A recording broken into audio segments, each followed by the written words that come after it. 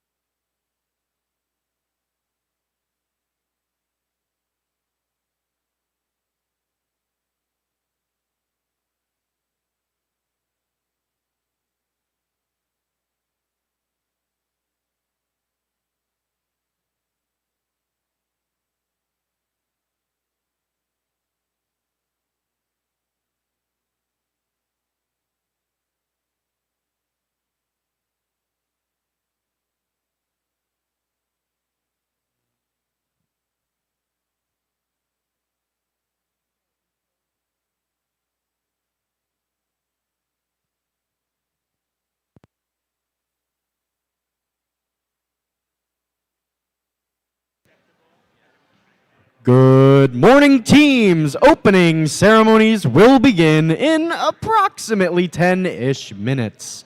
Again, we will begin opening ceremonies in about 10 minutes. So, start making your way to the stands. They look a bit empty now. See you soon.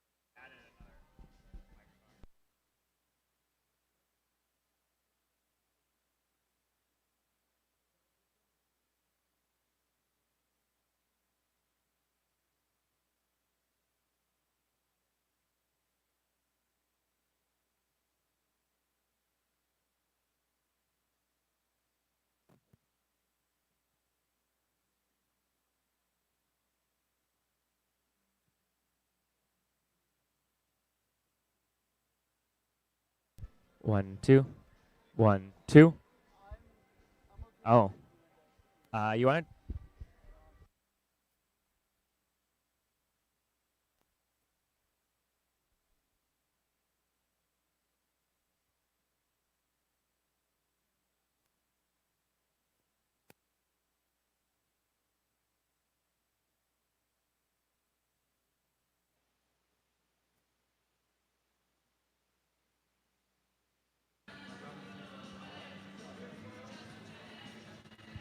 Again, good morning, teams. Opening ceremonies will begin in just a few minutes at 9:50. Again, we will begin opening ceremonies at 9:50. Please make your way to the stands.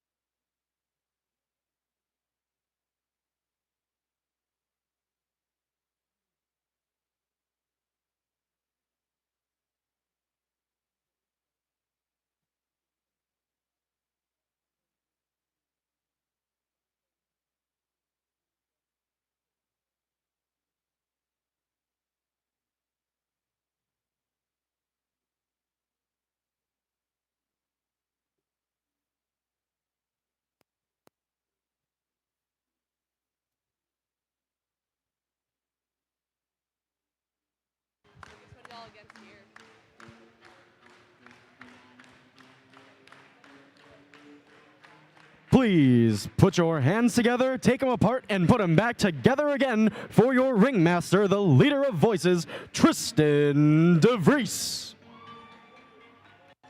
Good morning, Rainbow Rumble. How's everybody feeling this morning? I hope you are well rested and ready for an exciting day of qualifications, playoffs, and awards. We had a great day of matches yesterday. On behalf of our whole crew, thank you for your gracious professionalism. Thank you for your energy, for working through problems. It really does show what it means to be part of this FRC community. As a reminder, this event has a media policy that's specific to this event. We've got those rainbow lanyards and orange media buttons available for our teams. This just indicates participants' consent to be shared in photographs. We ask as you're posting on your team social media, make sure that those buttons or lanyards or volunteer badges are visible. Our volunteer crew and field staff have all signed off on this policy, so any volunteer, they're good to go. With that, we'd like to extend a huge thank you to the many supportive sponsors who help make this event possible. Thank you to Aptiv and Bosch, and a huge thank you to our supporting event sponsors, GE and Cross the Road Electronics.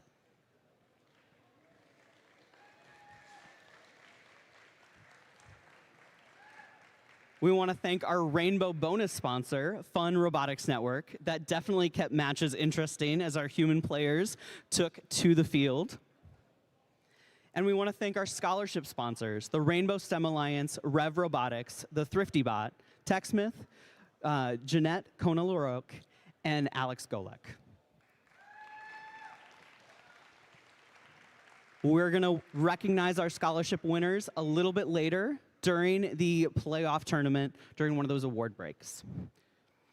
As for the rest of the day, we're going to play through our qualification matches and then move immediately into our alliance selection process. We'll be forming 8 alliances of 3 teams each with a normal serpentine draft, 1 through 8, 8 through 1, and the remaining teams can choose to be backup bots for the playoffs. Once our alliances are formed, we'll take a short break for lunch and then come back for playoff matches around 2 p.m. Everybody ready?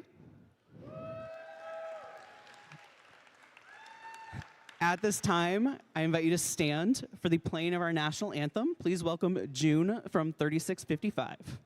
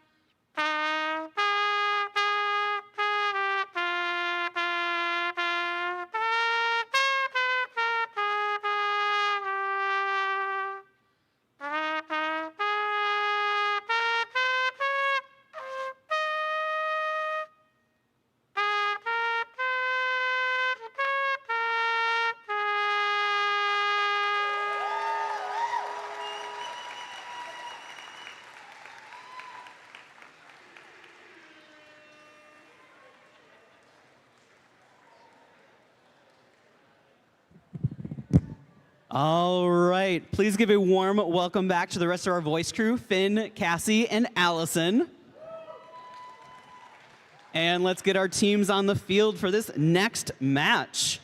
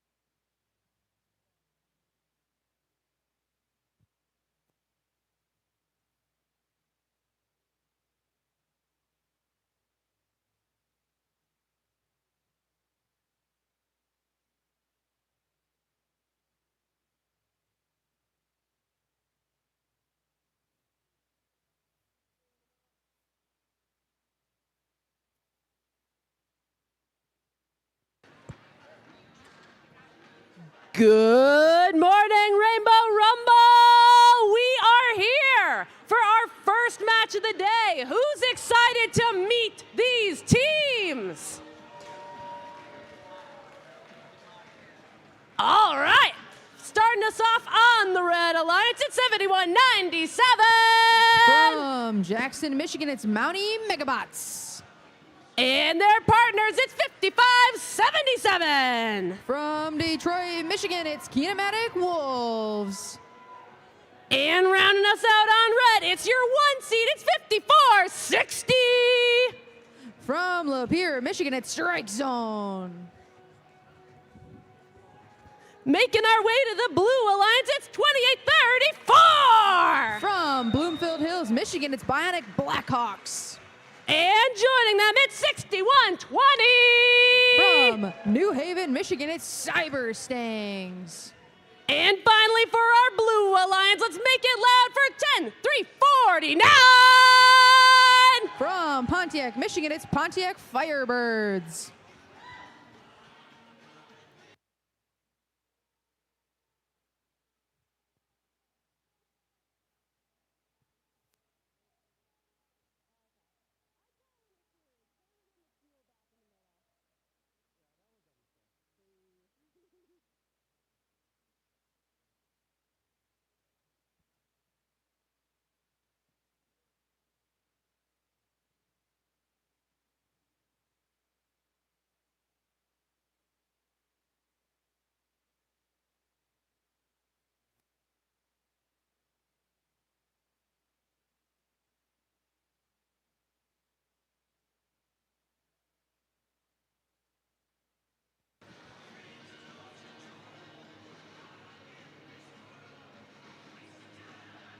We have a thumbs up, so let's get this day of robot action started in 3, 2, 1, go!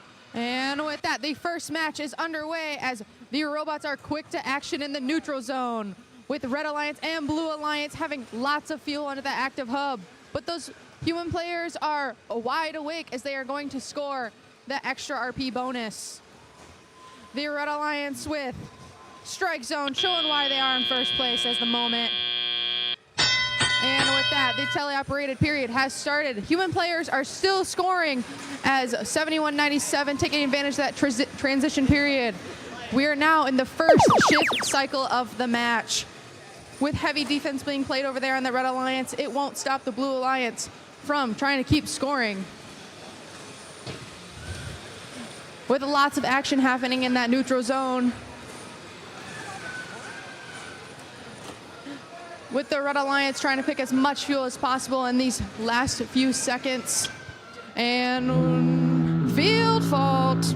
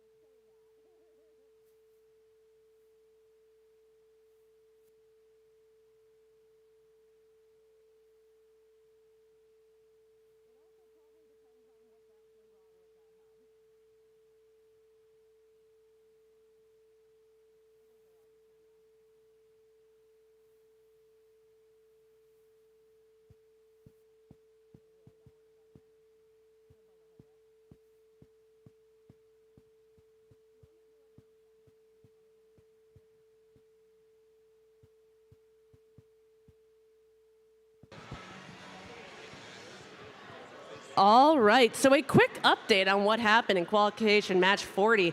It seems like our blue hub may have gotten a little bit stuck, and so we are resetting qualification match 40 to be immediately replayed. So all of our teams here for qualification match 40, get your new batteries, tether if you need to, reset up, and then once we are ready to go, we're gonna replay qualification match 40 immediately. Thank you.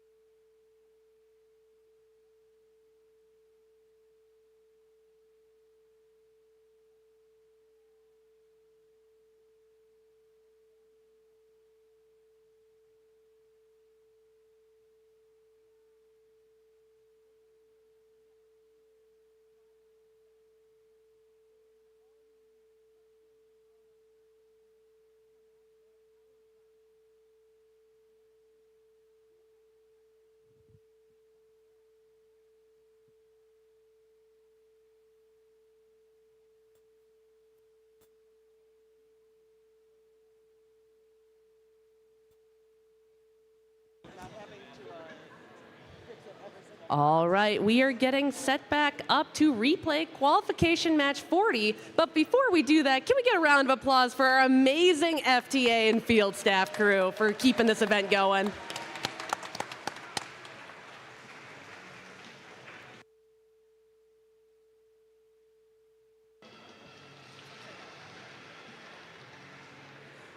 All right, we have a thumbs up here on the field. Drivers behind the lines in 3, 2, 1, go! And with that, the robots are racing to that neutral zone as now they're recuperating after that long break. But 54-60 strike zone knows the strategy, it gets to redo it and gets to score as they now are up by a substantial lead.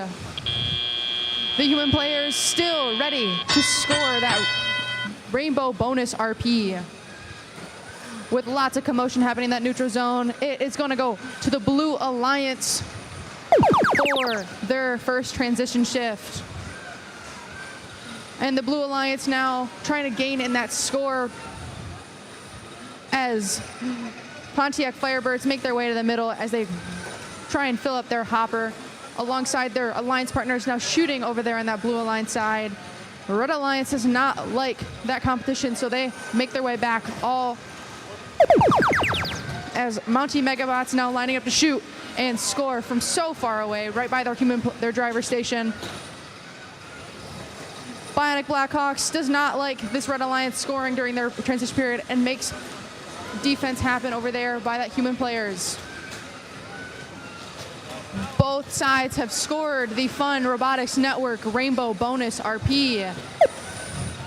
7197 Mountie Megabots racing across the field to steal as much fuel from that Blue Alliance side. With much commotion happening over there at Blue Alliance, they now have lots of points to make up during this third transition shift of the match. With 54-60 taking a little nap, Firebirds alongside their alliance partner now moving over to that Red Alliance side with the last transition shift of the match. Mountie Megabots, currently ranked number 7, are showing why they earned that place in the top 10. With 55-77 filling up their hopper right now to get ready to shoot and score into their hopper.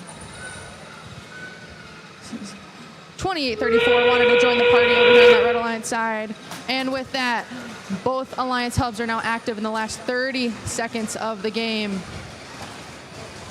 With much commotion happening over there on the Blue Alliance side, they're getting ready to shoot as 28-34 wants to join them.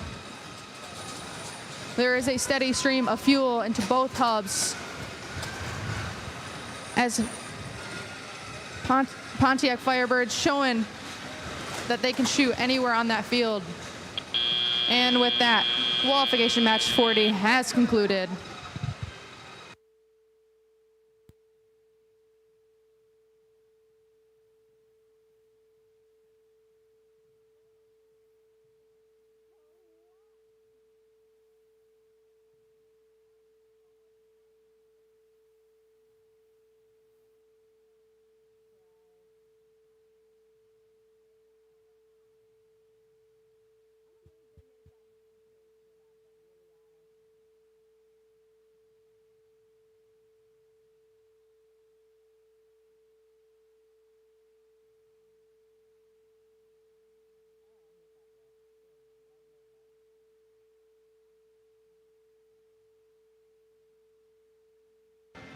Let's see those scores for their first match of the day. And with that, the Red Alliance wins with a score of 275-177.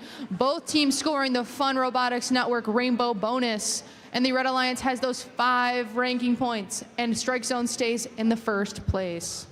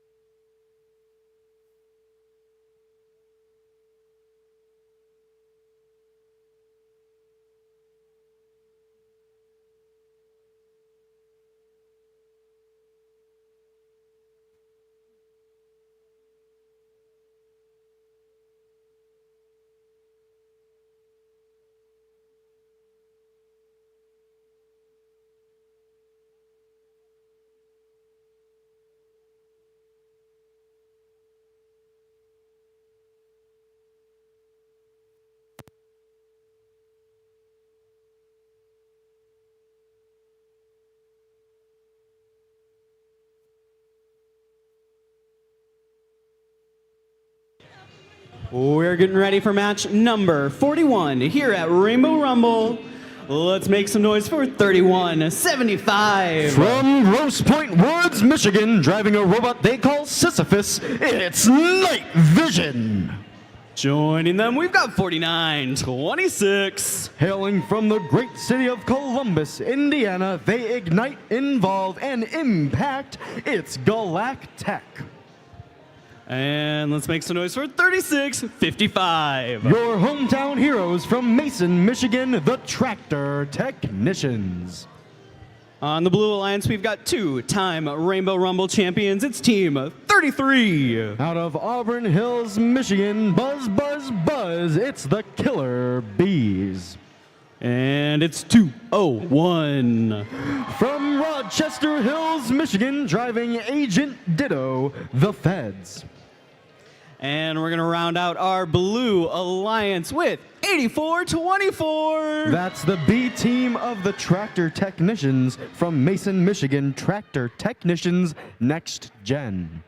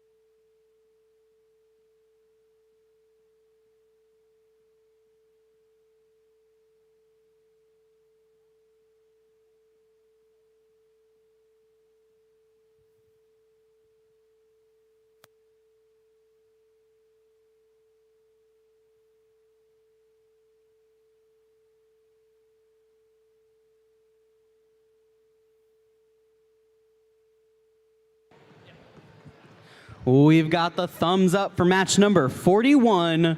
Drivers behind the lines in 3, 2, 1, go. We've got movement all across the field. 3 robots rush into that neutral zone while fuel makes its way into those Plinko boards on both alliances.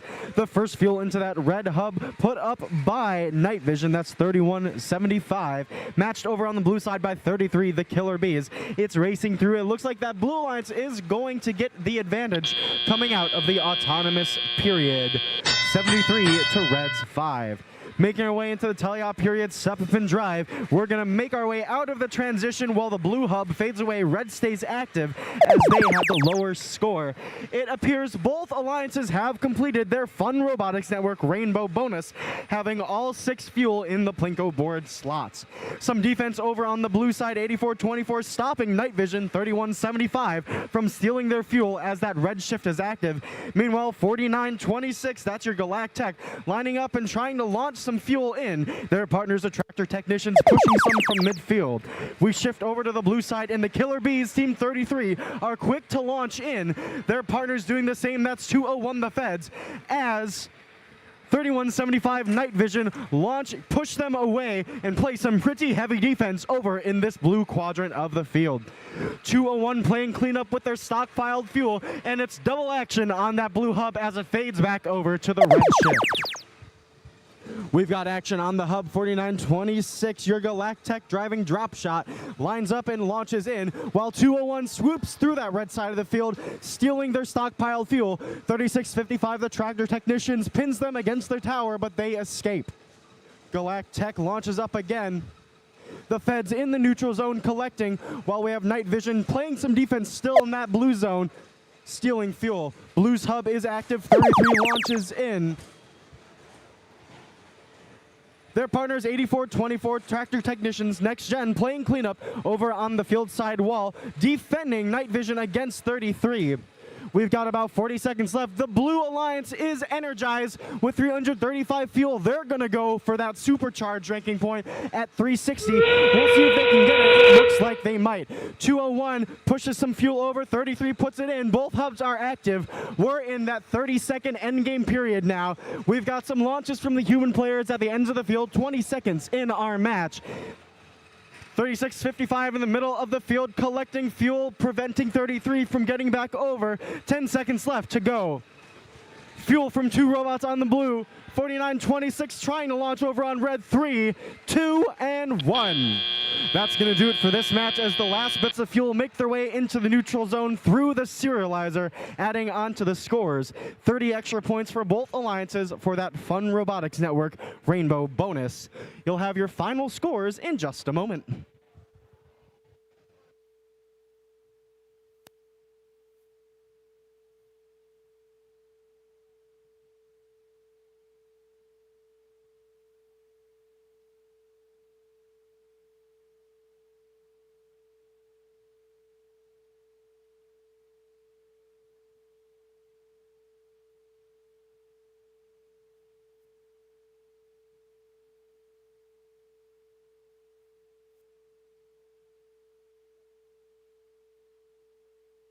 Let's take a look at those scores.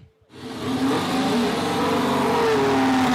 win for the Blue Alliance.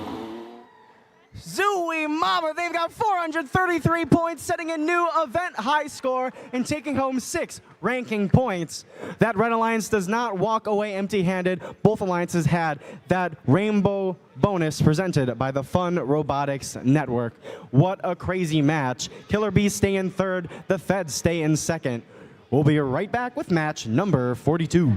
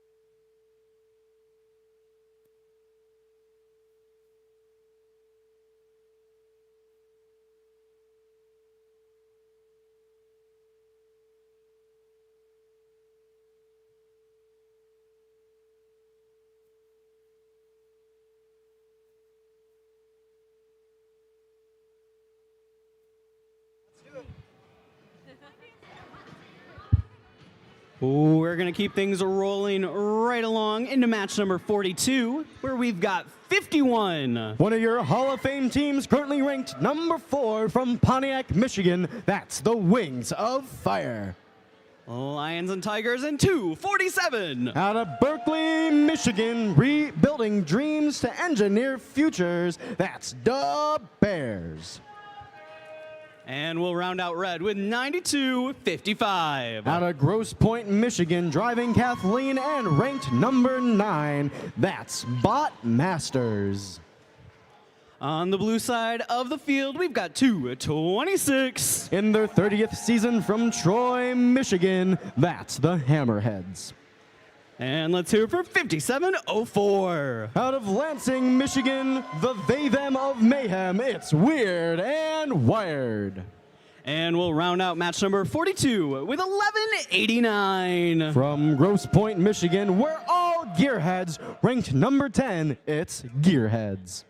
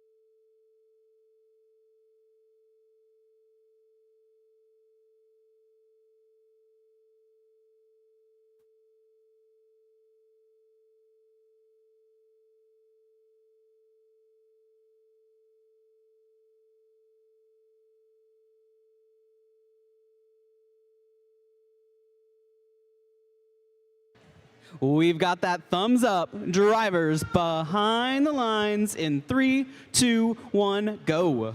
Welcome to match number 42 on the field of Rainbow Rumble number 5. We've got 4 robots in that neutral zone, some fuel going into the Plinko boards and through those hubs. The majority going into that blue side. They're trying to get the advantage and get that second shift. 1189 Gearheads making another pass, swoop, and 51 the same for red. We're going to see more fuel going into the blue hub, more into the red, while it looks like the Red Alliance has completed their Fun Robotics Network Rainbow bonus, and the blue just about the same. We're in that 10-second transition period now, while the blue hub is about to fade away, as the red does now remain active in that first individual shift. It's about a 30-point, a 20-point, a 10-point difference between these two alliances, and now we're neck and neck. It's anybody's game with 2 minutes to play. Red Alliance takes the lead with their hub active. We've got scoring on the field from 247 Da Bears. They make it into the neutral zone and back over as their shift ends, stockpiling some fuel, putting it in at the last second, while the blue hub becomes active. 226, that's your Hammerheads. They're putting fuel up their partners, the Gearheads, 1189. Quick to put some fuel in the air while they're getting defended by 9255, the Bot Masters. 5704 doing the same, trying to collect some of the fuel stockpiled in their back corner by their human player station. All 3 blue robots in the blue, while the Bot Masters are defending, pinning, getting counted by the refs. Over on that red side, we've got 51 the Wings of Fire putting a steady stream of fuel into the air, into that red hub. Their partners, the Bears, cleaning out under that red tower. And into the hub it goes. We might see the Red Alliance get energized here. They're at 220 fuel, and they're keeping the climb. 1189 continuing through that neutral zone as we shift back over to the blue hub. It's active, 226 Hammerheads in the air with the fuel in the hub. Meanwhile, they have completed that rainbow bonus presented by the Fun Robotics Network, earning them an additional 30 points at the end of the match and a ranking point. That's true for both alliances. We're about to enter that endgame period where both hubs are active. It's a close match still, anybody's game. Anything can happen now that both hubs are active. Red's trying to widen their lead. Blue's trying to catch up. We've got fuel from 2 different robots on the red side. That's your Wings of Fire and the Bears. Botmasters still defending heavily. Meanwhile, we have about 15 seconds left in our match and 3 blue robots making moves on the blue side. Hammerheads launch some fuel. Gearheads do the same. Double stream into the blue side. 10 seconds left. 5 seconds left. Blues over 300 points. They are energized as our match comes to a close. The last bits of fuel make their way into the neutral zone.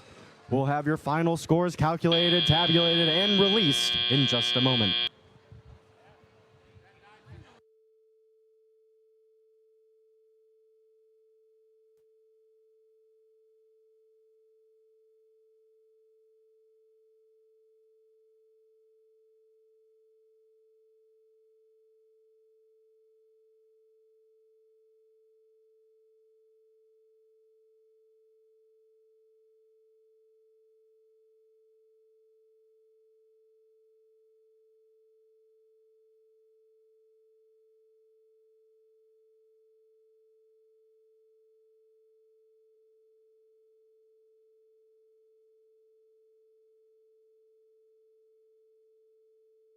Match number 42, let's see those scores.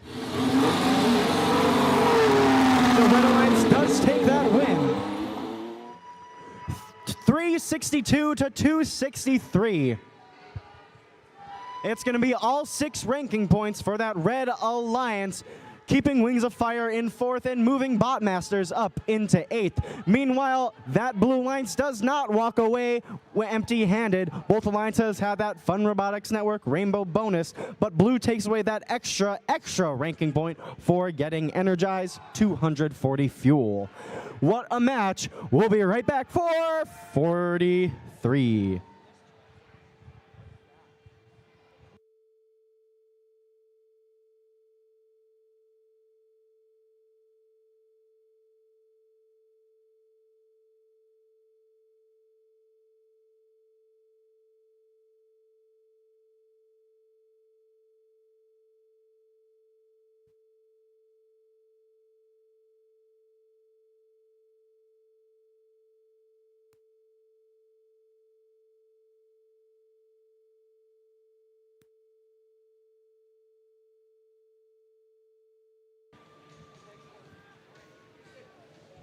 We're going to keep things moving right along.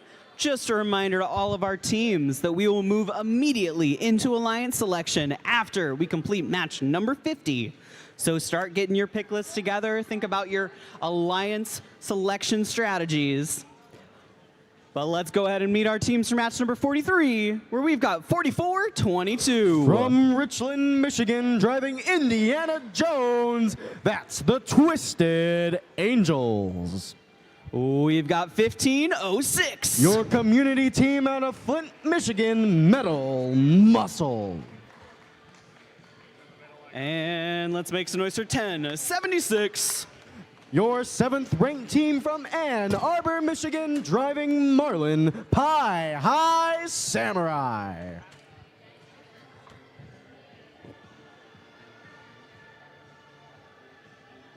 Detour. On the Blue Alliance side of the field, we've got a house divided because it's 43-81. Also out of Richland, Michigan, driving Juicer, it's Twisted Devils. We've got 10-3-49. From Pontiac, driving Bingo, ranked number 5th, it's Pontiac Firebirds. And let's make some noise for 33-57. Rounding out this match from Grand Rapids, Michigan, it's the Comets.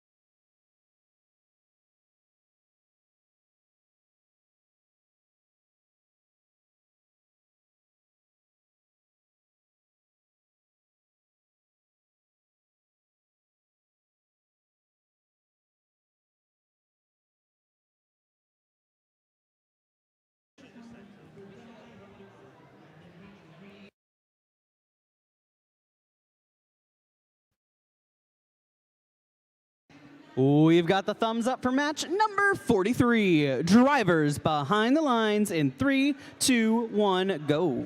We're up for match number 43 on the field. 4 robots making their way into that neutral zone. Meanwhile, some fuel going up into that blue hub by 4381 and 10349. That's going to be your Twisted Devils and Pontiac Firebirds. It's a 3-on-2 match here, blue on red, as we had an unfortunate technical difficulty with the Twisted Angels on red. But we're going to see what that Red Alliance can accomplish. It's still going to be a fun match to go. It's tight coming out of Autonomous, but blue takes the lead, meaning they're going to have that second shift as we make our way through this transition period. Blue sub falls out as we have one final fuel going through. Red stays active, and we have 2 robots scoring. 1506 Metal Muscle making their way through the Red Alliance zone, collecting fuel, launching it up. Their partners, Pi High Samurai, that's 1076, collecting, racing back in, and launching it up. Meanwhile, the Pontiac Firebirds, that's 10349, collecting and stockpiling the fuel over to that blue side as we shift over. 3357, that's Comets, lining up and launching, pushing fuel over to the blue side. They're lined up, and up goes the fuel into the zone. The hub collects it and adds it on to their score. Red is currently up. It's 90-76. It does appear that both alliances have already completed their rainbow bonus presented by the Fun Robotics Network, adding on an additional 30 points. We shift back over to red as more fuel rolls out of that blue hub following their cycle. Red continues to score. That's 1506, collecting fuel, pushing it back under that trench as Pi High Samurai 1076 collects, lines up, and they're assisting their partners. 1506 quick to score the fuel. It is separated by 4 points here, 115 red, 119 blue. Red cycle fades out with some final fuel put up by Metal Muscle 1506. Blue takes the lead now as we see 4381, the Twisted Devils, collecting from the field wall, ruining their stockpile, but putting it up into the hub. It's some quick strategy here, using what's in the neutral zone and stockpiling it, raising it up. There's one score, 2 stockpilers for blue. Racing through that neutral zone. We are in the end game. 20 seconds left in our match. Both hubs are active. Nearly a full Plinko board on blue. The Comets collect from their human player station. Pontiac Firebirds collecting from the neutral zone. And the Twisted Devils launching from the backfield wall. About 5 seconds left in our match, and a slew of fuel from both red robots. It's a double play as some final fuel roll in through the serializer and down into the field to count. We'll see where it rounds out as our scores are calculated. Your match play coming out in just a moment.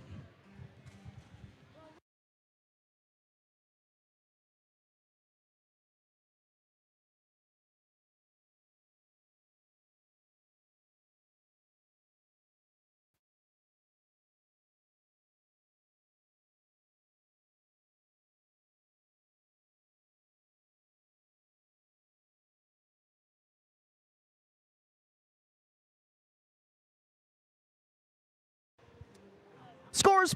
Takes that win. 292 to 185. Blue takes 5 ranking points. Red takes 1.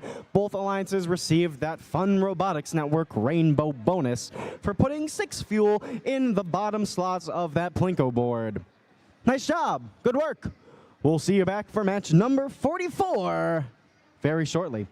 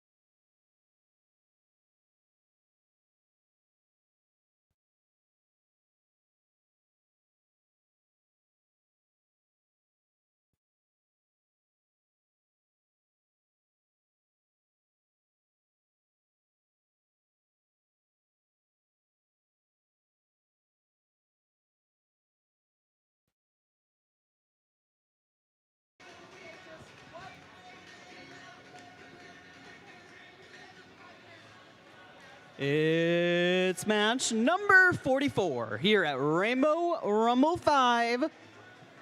On the Red Alliance, we've got 26-11. From Jackson, Michigan, this team knows rookies are friends, not food. It's the Jacktown Vectors. And their partners, 1596. Out of Sault Ste. Marie, Michigan, driving Ozzy, it's the Instigators.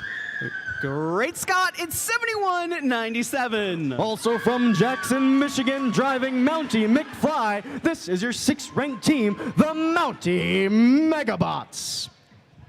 On the Blue Alliance side of the field, we've got 9210. From Jackson, Michigan, driving Walter, it's the Fighting Falcons. In the middle, it's 6078. Out of Holt, Ram up, driving Saturn, it's the Robo-Rams. And we'll round out this alliance with 6120. From New Haven, Michigan, this team builds their own luck, it's the Cyber Stangs.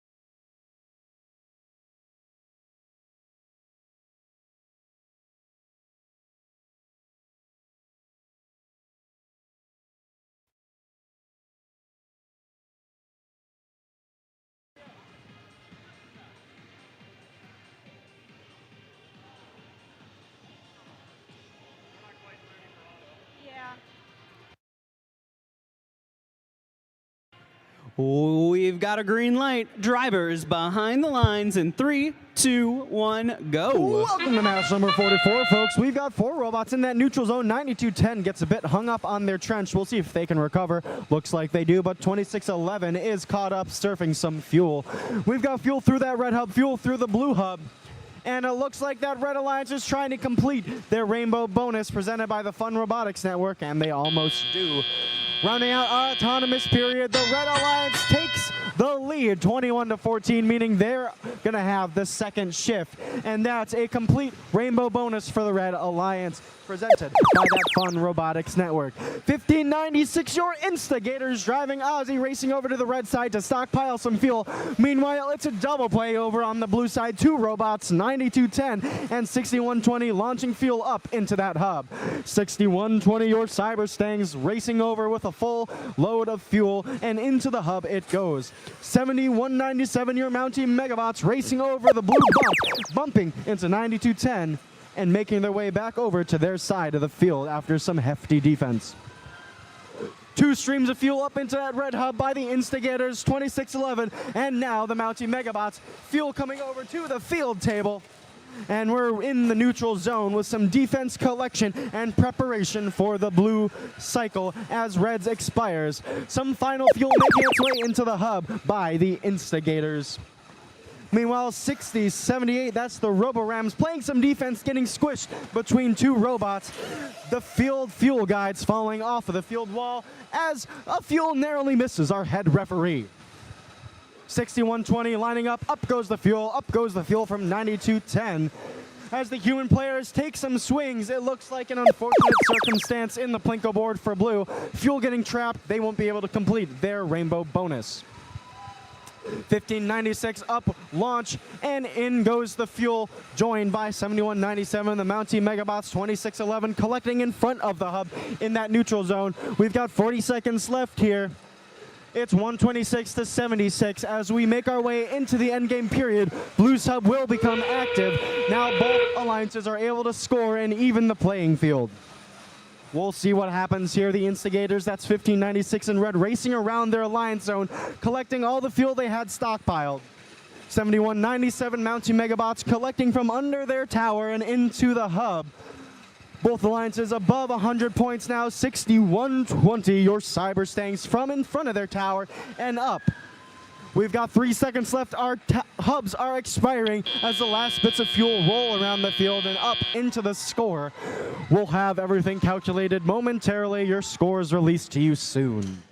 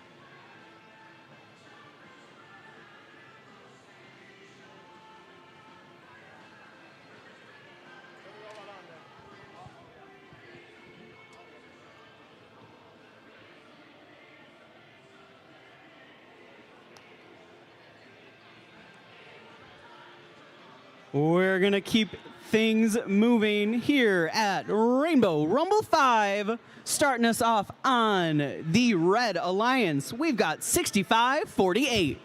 From Perry, Michigan and Perry High School, driving Artemis 2, it's the Perry Rambots.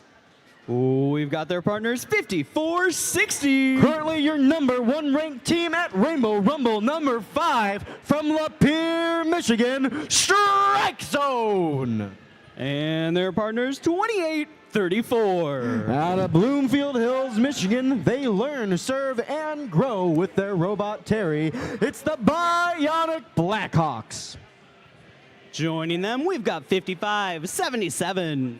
Out of Detroit, Michigan, the Kinematic Wolves.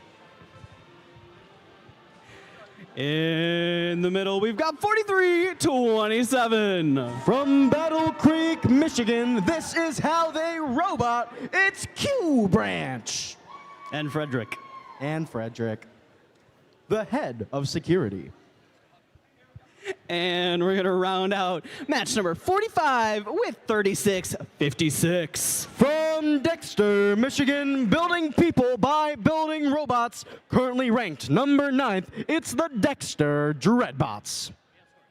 And we have scores from our previous match, number 44. The Red Alliance takes the win. Red walks away with 183 points, the Rainbow bonus presented by the Fun Robotics Network, and 3 ranking points for the win. While the Blue Alliance does walk away with 130 points, a great effort overall. Nice job.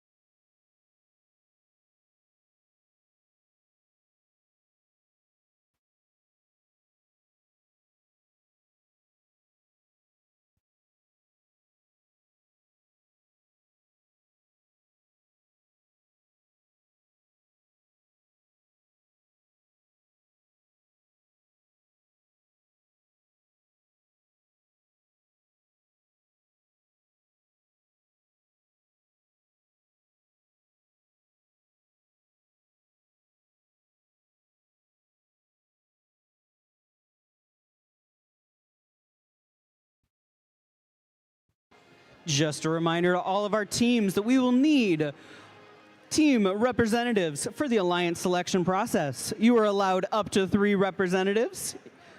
Students must outnumber adults, but you are allowed to bring an adult if you so choose. You'll check in with our queuers and start to line up by the entrance to the gym.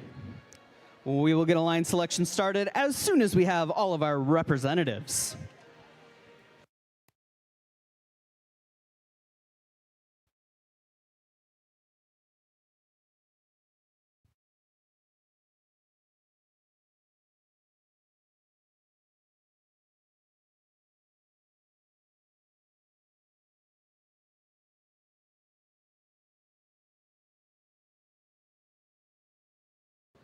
All right, and a reminder from our incredible inspection crew, you are not required to be re-inspected for the playoff tournament. You are more than welcome to go say hi to our inspectors. They're lovely people. If you make serious changes to your robot, they're more than willing to help you out, but you do not have to in order to be eligible for the playoff tournament. We've got the thumbs up, so drivers behind the lines in 3, 2, 1, go. Welcome to match number 45. We've got a heavy impact in the neutral zone, and we've got robots making moves. It looks like some inside the frame perimeter contact in the neutral zone. We'll see how that affects our play. But robots are collecting fuel, making moves, and launching fuel into the hub. We're going to see which alliance comes out ahead. It looks like blue is going to take the lead 89-74 going into our teleop period. The blue alliance and now the red alliance both have their rainbow bonus presented by the Fun Robotics Network. As we see 5460, that strike zone on red, launch some fuel into that hub at the last second of their shift, while blue now takes activity. The Dexter Dreadbots, that's 3656, racing over some fuel, collecting and making their way back over to the blue side to launch it in while their shift gets closer to nearing its end. 6548, that's the Perry Rambots collecting, ramming into the Dreadbots as their bumpers nearly come off. And they're playing some pretty heavy defense, trying to prevent them from scoring and widening their lead, while the Red Alliance, with 103 points, that's about 30 behind, are trying to close the gap. Q Branch, that's 4327, pinning the strike zone bot, that's 5460 against the field, pushing them out of the way, joined by their partners, 5577, the Kinematic Wolves, trying to prevent them from scoring into the hub, but they don't let them pay no mind. They're pushing it up into the hub with their fuel. It's a tight match here, 140-131.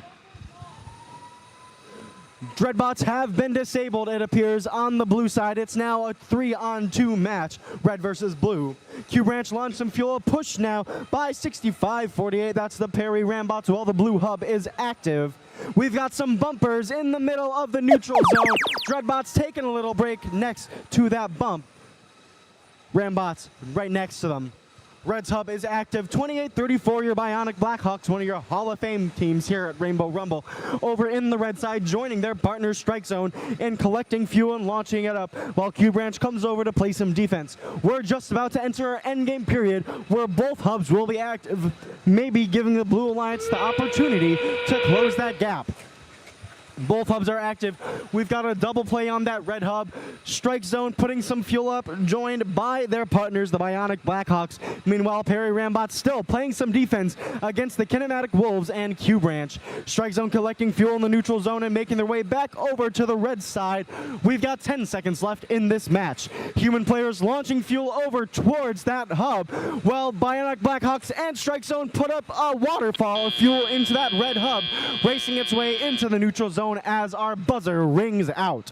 That's going to do it for match number 45. We'll have your scores for you in just a second as the final points are factored in.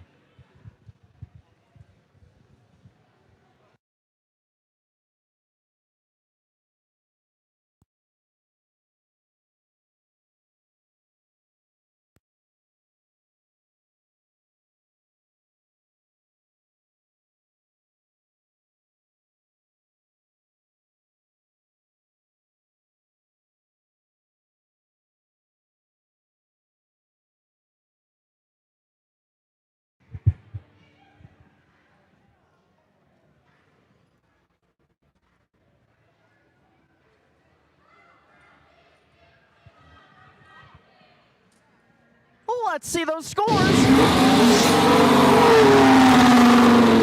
Red takes that win. 279 to 157. Red walks away with 5 ranking points, getting 1 additional for that Energize, and both alliances take home that Fun Robotics Network Rainbow bonus. We'll be back with match number 46. Hey, there's only 5 more to go today of qualifications.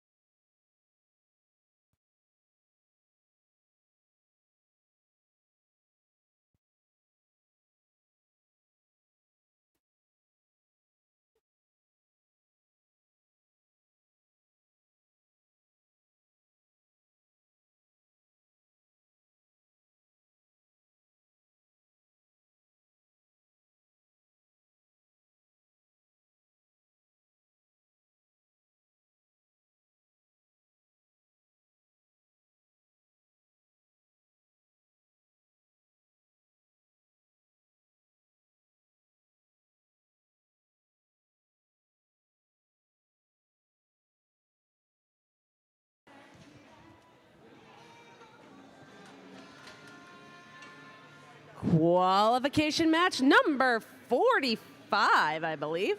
And we are ready to meet our team, starting with the Red Alliance. They're sowing the seeds for a brighter future. It's 4381. From Richland, Michigan, it's Twisted Devils.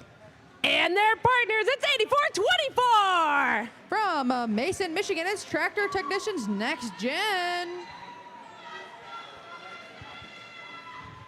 And capping up our Red Alliance, let's make some noise for Team 4926. From Columbus, Indiana, it's Galactic. Making our way to our Blue Alliance, and I think I'm getting some deja vu. Starting with 4422. With the robot Indiana Jones, it's Twisted Angels. And their partners, it's 1189. From Grosse Pointe, Michigan, it's Gearheads. And finishing off our Blue Alliance with 3655. From Mason, Michigan, it's Tractor Technicians.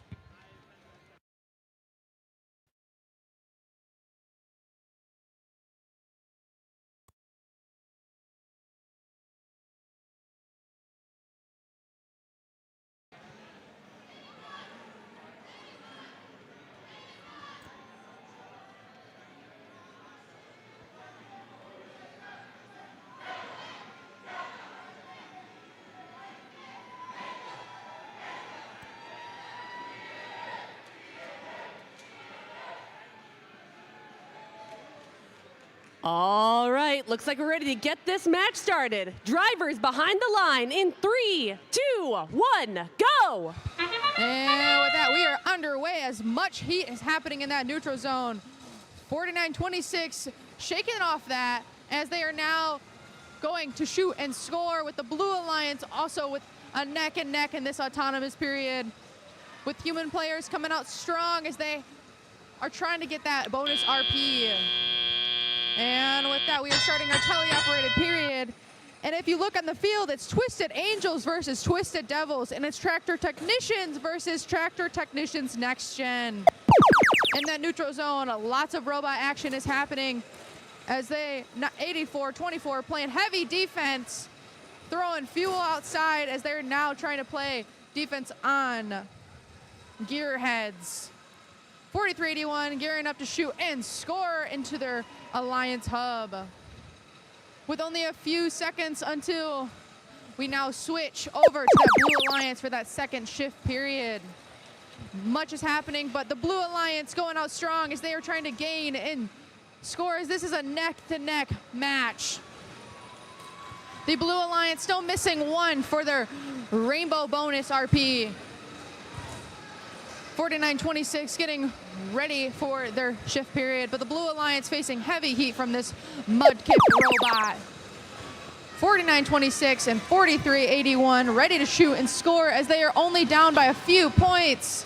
It is anyone's match at this point. 36-55 is playing some heavy defense on 84-24 as much is happening, but the Red Alliance is doing their own thing as they only have a few more seconds until their activation period. And we are moving down to our last and final shift period as the Blue Alliance coming out strong as Gearheads getting defense played on them, but it's not shaking them as they shoot and score. Tractor Technicians trying to move their way across the field, but Twisted Angels ready to shoot alongside all their Alliance partners. It looks like the Red Alliance has their bonus RP sponsored by the Fun Robotics Network. 43-81, hearing a lot of cheers as they shoot and score. And there's only 15 seconds left of this match where both alliances are now active. As the Red Alliance is up by almost 40 points, the Blue Alliance needs to score as their human players make nothing but baskets. And with that, qualification match number 46 has concluded. We will have your scores shortly.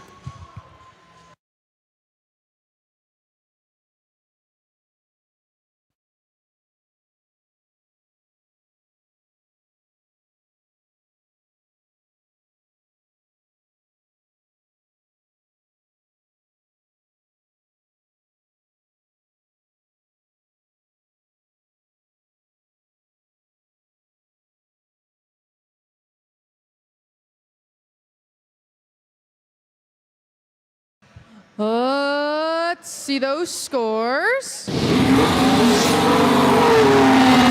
with that, the Red Alliance wins with a score of 197-148. Both alliances scoring that Fun Robotics Network Rainbow bonus, and it keeps the Red Alliance with 4 ranking points.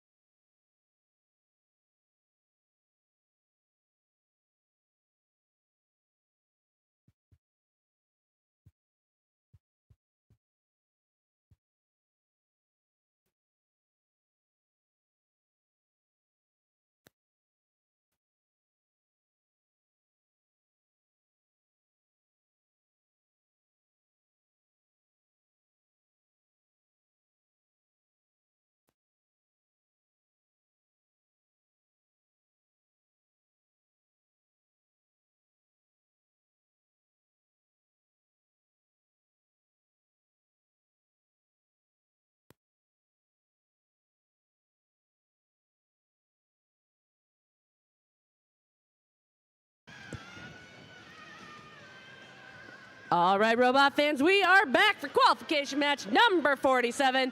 And our first team, well, they're not horsing around. It's 6120! From New Haven, Michigan, it's Cyber Stangs. Joining them on their alliance, it's 2611! With the robot suspenders, it's Jacktown Vectors. Their partners are getting ripped. It's 1506! From Flint, Michigan, it's Metal Muscle.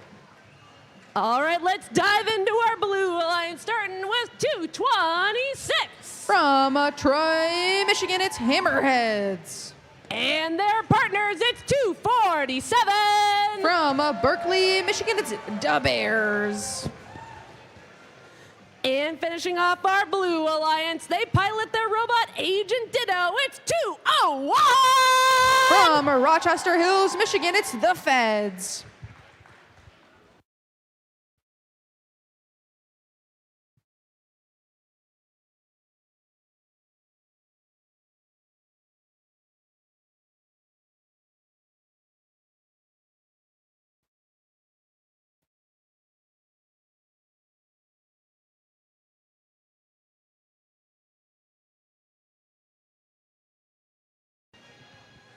As we are getting ready for this match, a reminder to teams to please start sending your representatives for alliance selection over to the far wall of the gym after your last match. So again, before the end of our final match here today of qualification rounds, please send your alliance selection representative over to that wall of the gym.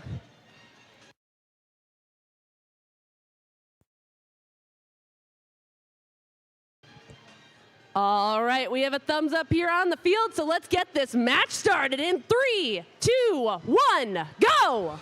And the match is underway as these robots are quick to action in this neutral zone. 201, the Feds got a little trouble with Metal Muscle, but fret not. The Red Alliance still trying to shoot and score alongside their human players.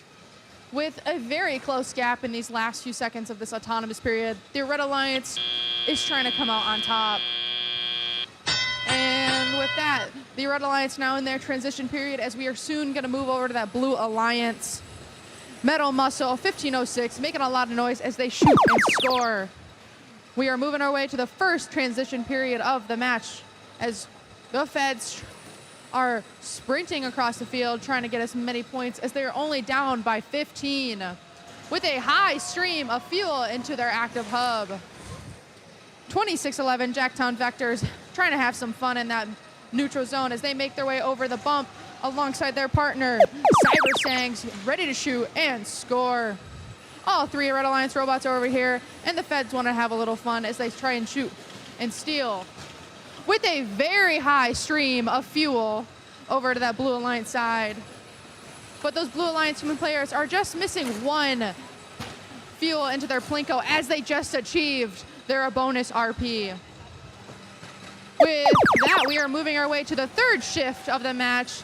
The Blue Alliance has 80 points to catch up in, but with a lot of fuel on their side, they just need to shoot and score. 201 the Feds gearing up to shoot as they now are trying to gain with Hammerheads 226. Trying to move away from that Alliance opposing robot. The Red Alliance was ready as 6120 now, trying to get a lot of fuel over there. With lots of noise, 201 with a very, very high fuel into their Alliance side. There is not much fuel over here on the red side as they try and shoot in these last few seconds before endgame. And with that, endgame has started where the Blue Alliance was ready as they are now have a little under 80 points to make up and score. Hammerheads now trying to shark their way into this competition. With lots of commotion happening in this neutral zone, 2611 making their way back to try and get as much fuel. This Blue Alliance quickly gaining in score with only 3, 2, 1. And with that, qualification match 47 has concluded. What a fantastic match that was. We're going to throw it up to our commentary desk to talk a little bit about what happened in that match.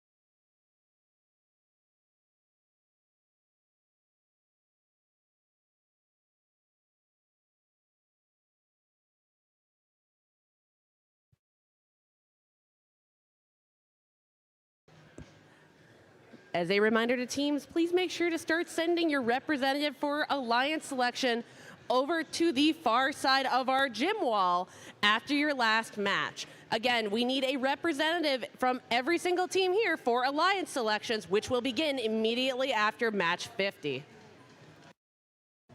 And with that, we are ready for your scores in that last match.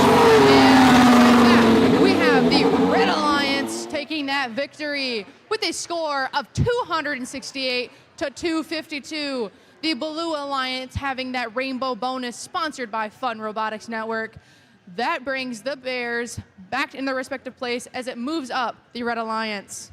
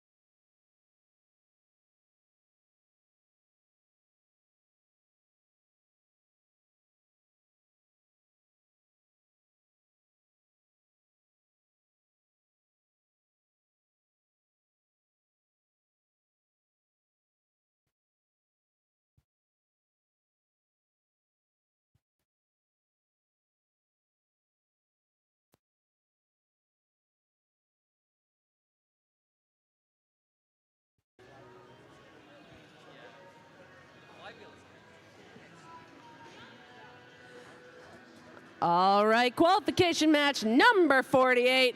We are ready to meet our team. Starting us off, it's team 33. Buzz, buzz, buzz. It's the Killer Bees. And their partners, it's 54-60.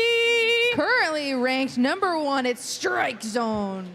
And rounding us out on red, make it loud for 31-75. From Grosse Pointe Woods, Michigan, it's Night Vision.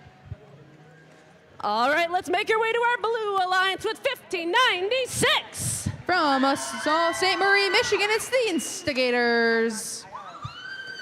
And joining them, it's 1076. With their robot named Marlin, it's Pi High Samurai. And capping off our Blue Alliance, it's 6548. From Perry, Michigan, it's Perry Rambots.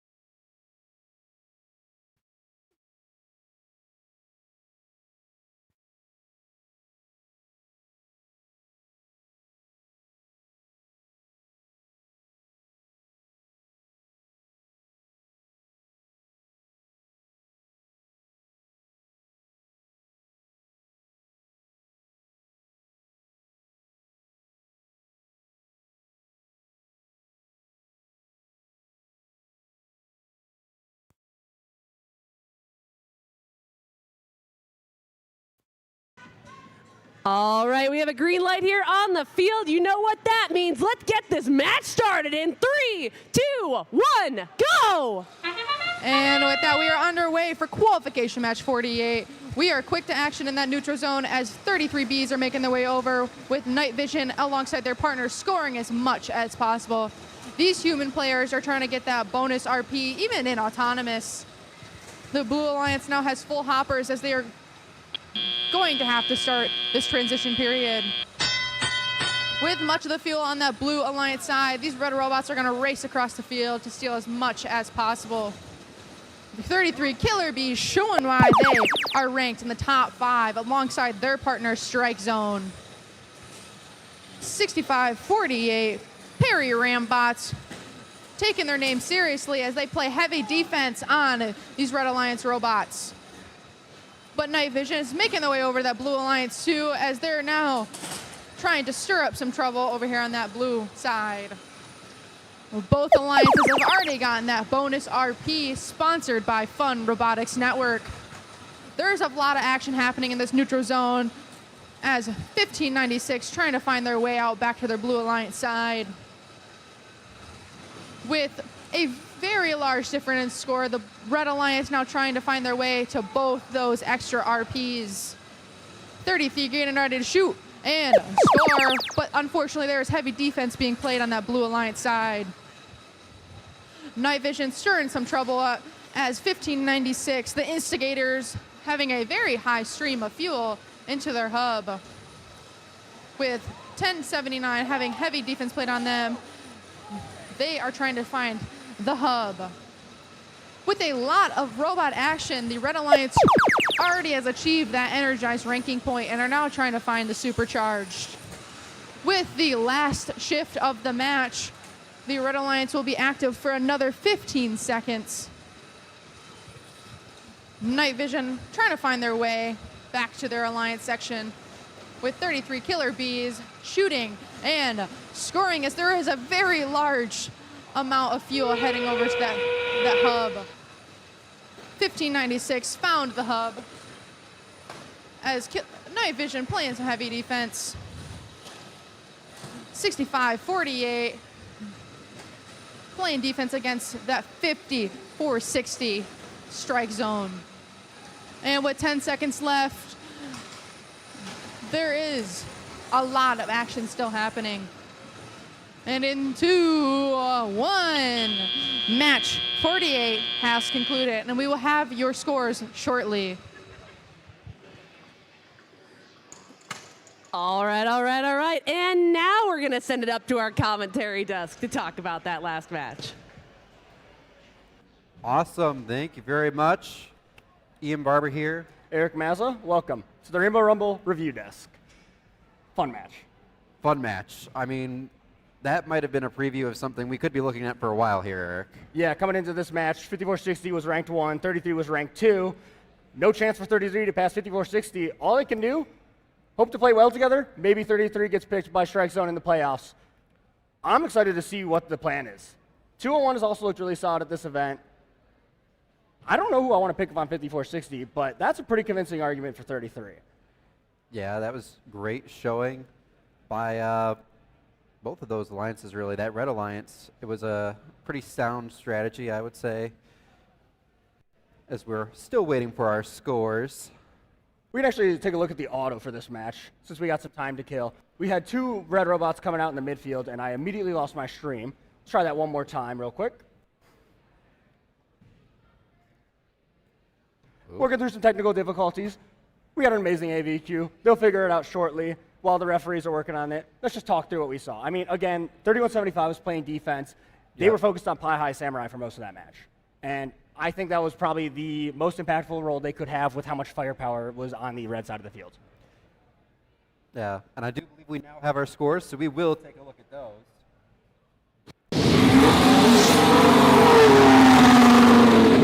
And unsurprisingly, the Red Alliance takes it. As we said, you have the number 1, number 2 ranked team. They secure those spots with a nice 6 RP match. High score of the day, 481. What else can you ask for out of the 1 and 2 seeds on the same alliance? Let's take a look at that match. I really enjoyed it, and I want to look at this auto. This auto was so entertaining. Still working through those technical difficulties. Give it a quick pause, but like, I think we saw 5460 got their 2-swipe auto. put up probably 70 fuel. 33 ran their single pass auto and was able to get just one full hopper in there. Both of those robots ended in the midfield, and they were able to have an incredible transition cycle. 33 just comes back with that full hopper, and 5460 not wanting to run the same strat, maybe that would change in playoffs, but just passing back an entire volley of fuel and then picking up the other 60 fuel that's right next to them. Exactly. They were getting ready for their on shift, and they were doing a great job of it, really, Eric. That's what really stood out to me. That Red Alliance at 100-point auto, and that's not counting what we had in our rainbow bonus contraption on the top of the tower. So just a really strong showing by Red. And I think, like you mentioned earlier, big thing that stuck out to me, Night Vision's defense did a good job. All right, so we finally got some match play. So let's just go back a little bit to start kind of when the Red Alliance was really starting to run away with it. I mean, look at how much fuel has been amassed on the red side of the field. You got piles for both 33 and 5460 to use in their second on shift. 5460 comes back. Defense bot is focused on the 33, so they're able to just shoot through that while 5460 unloads the hopper. But, I mean, you saw, they worked really well together. But let's go ahead and meet our teams for the next match. All right, and we are back on the field. We have just 2 matches remaining before we get to our alliance selection of the day. So let's start by meeting our team. Start us off on red, it's 51! Currently ranked number 4, it's Wings of Fire. And joining them, it's 3656! With the robot Sue Rexy, it's Dexter Dreadbots. And finishing off our red alliance with 5704! The They Them of Mayhem, it's Weird and Wired. All right, let's meet our blue alliance starting with 7197! With a robot named Mountie McFly, it's Mountie Megabots. And their partners, it's 3357! Partnering with their robot Temple, it's Comets. And finishing off our blue alliance, 6078! With their robot Saturn, it's Robo Rams.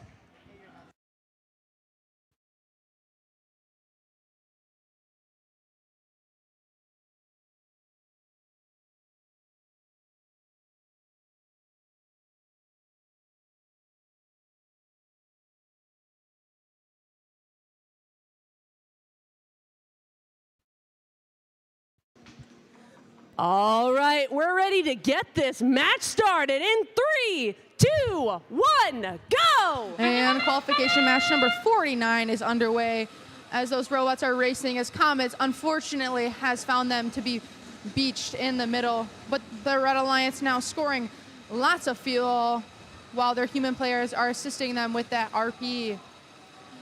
7197 Mountie Megabots showing why they are McFly at this competition. Human players still trying to find their way into those last few corners of their Plinko. Lots of noise happening with 6078 trying to find their way to play a little defense against 51 Wings of Fire.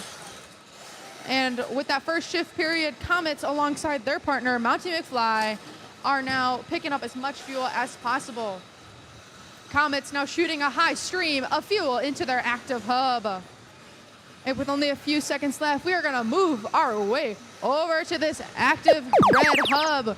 Wings of Fire was ready as alongside their partner, Dexter Dreadbots.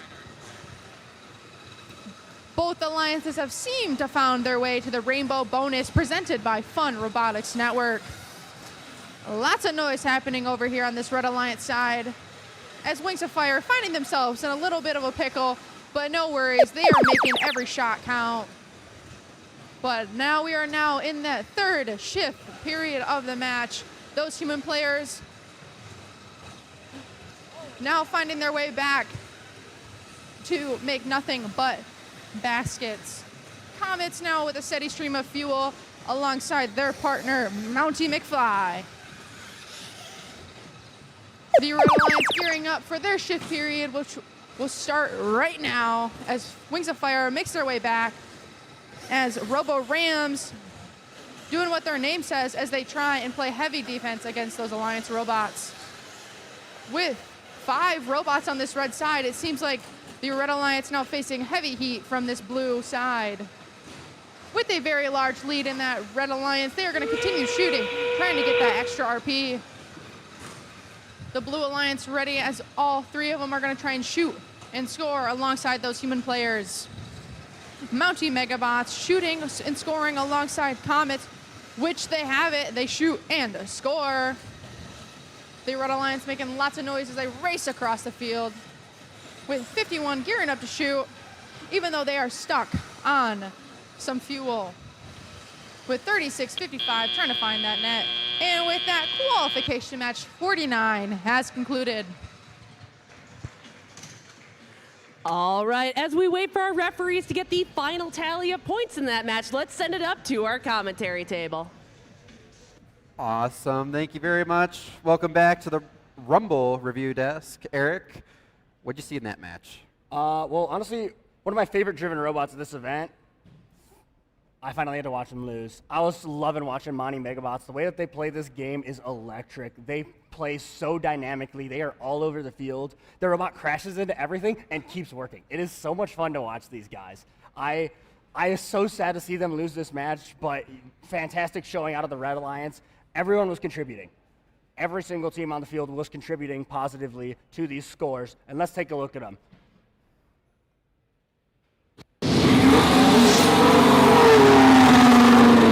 Going to be the Red Alliance. Woo! Takes this match 5 RPs, 264 to 194. Pretty close match. I Yeah. mean, the score might not show it, but like, look at the tally fuel. They were shooting pretty 1-to-1. It's just the auto did not go the way that it was supposed to for the Blue Alliance. And when we rewind, we're going to see exactly why that is. Immediately, Comets beached. We're not on the screen yet. They'll get that sorted out briefly. Yep, we're And up there now. we go. Comets beached in the midfield. Just not going to have the impact that you need there. That's why Red Alliance just comes away with this match. They just had this. They had the lead from the start. They held it the whole time. Blue Alliance put up a fantastic fight, but just not a lot of ability to overcome the firepower on Red.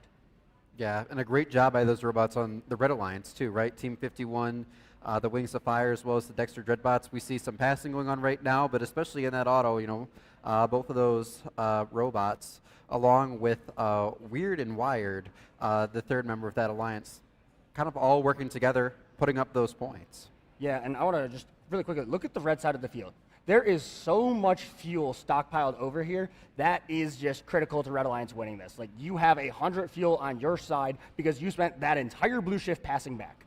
There was no reason to risk it and try and get all the fuel from the midfield on your on shift. They can just stay back and score, and that is what just gave them the lead. They had such an easy time, and just, again, look at, during that next blue shift, same thing. Red Alliance side of the field, covered in fuel. Excellent game plan out of the Red Alliance, executed to perfection. Blue Alliance, good job. There's nothing you could have done. Everyone performed really well. I would be proud about that being your last match before playoffs. I think you hit the nail on the head. Yeah, like, good showing. I'm very excited for the playoffs to begin. But let's see if we have the preview. So coming up for this match, what stands out to you? Well, it's the final qualification match, so that's the first thing that sticks out. I think we could see a lot of seeding change up at the top here with this match. We have the Pontiac Firebirds on the Blue Alliance, currently ranked number 5, and over on Red, Botmasters and Bionic Blackhawks at 7 and 8. There's a lot of good teams in this match, and who gets to be, those captains, what that order is going to look like, could change depending on how things go here. Yeah, I'm really excited. Firebirds have looked fantastic at this event. They've been shooting on the move, probably the best shoot on the move robot here, in my opinion. Yeah. But let's toss it down to the field and actually introduce the teams. Take it away. All right, and we are back here on the field for our final qualification match here at Rainbow Rumble 5. Please make sure you are sending your representatives for alliance selection over to that wall because we're going to get started right after this match. But first, we still got to meet these teams, so let's start off with 28-35. They learn, they serve, they grow. It's Bionic Blackhawks. Joining them, it's 9255. From Grosse Pointe South High School, it's Bot Masters. And rounding us out on red, it's 5577. With the Robot Papoy, it's Kinematic Wolves.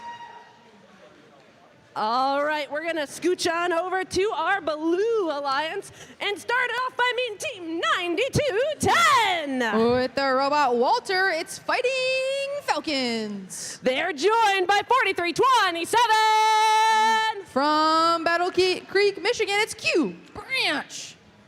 And finishing off our Blue Alliance, it's 10349. With the Robot Bingo, it's Pontiac Firebirds.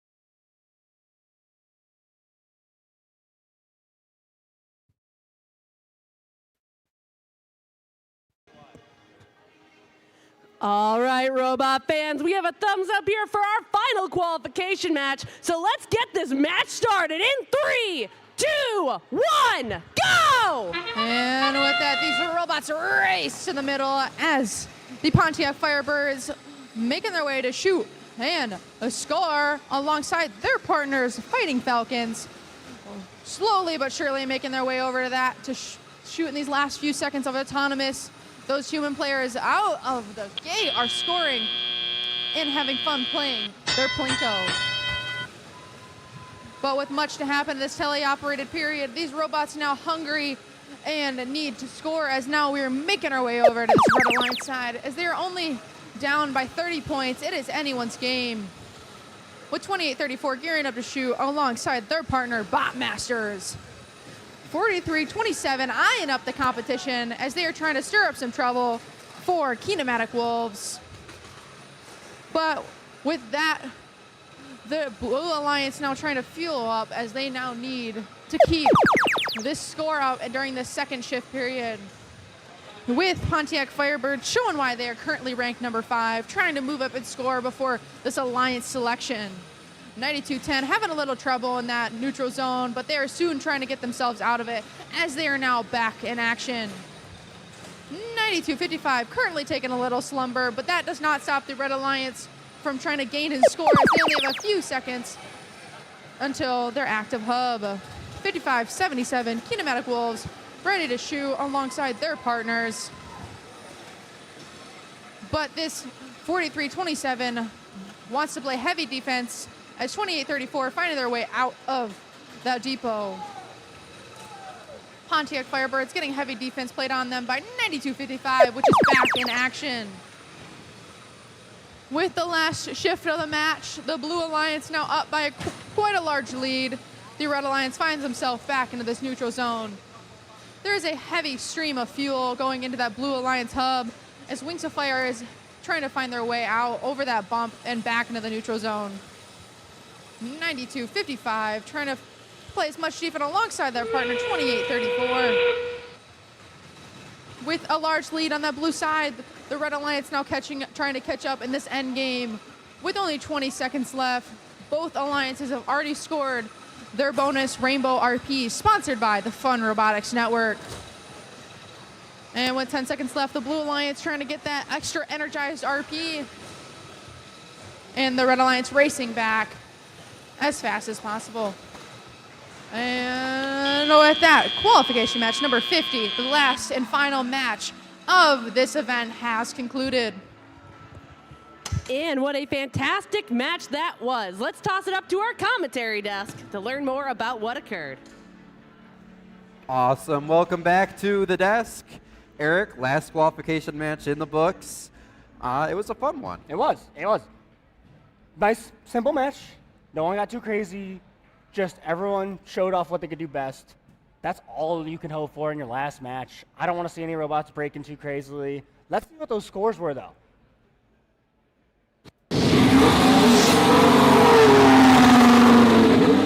And it's the Blue Alliance taking home our last qualification match of the day, 199 to 144. 4 ranking points for Blue, 1 for Red, and so we see Ponic Fireboards hold at 5, Botmasters held at 7. Bionic Blackhawks a little dipped down to 11, though. Yeah, dipped down from 8th to 11 after that match, just knocking them outside of the Alliance captain spot. I hate to see it. However, I'm really happy with how Firebirds played that match. I've been high on them all event. They're a solid team. Their shoot on the move looks fantastic. Let's see why they won this match. Yeah. Going back to auto, we see Firebirds went in, got the whole pile, while their partners, the Fighting Falcons, also came in, got one nice sweep, but look at the Red Alliance. I didn't see anything come out of the midfield pile. I think Kinematic Wolves came away with one hopper, and that was it. Yeah. So really kind of a rough start for the Red Alliance, and like they just couldn't call their way out of it. We see Botmasters have been driving phenomenally at this event. Just their movements have been so fluid, and it's just, I mean, it's like people say, no, Tall Robot must be bad. It's like, yeah, you can kind of see there's a little bit of tippiness of coming over the bump, but they still execute that machine to a high level.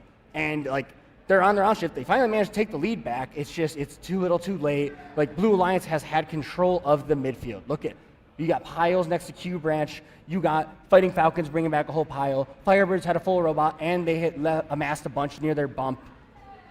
Blue Alliance was just ready for their shift. Yeah, absolutely. And, you know, we kind of see him here in this shift number 2, pulling away a little bit.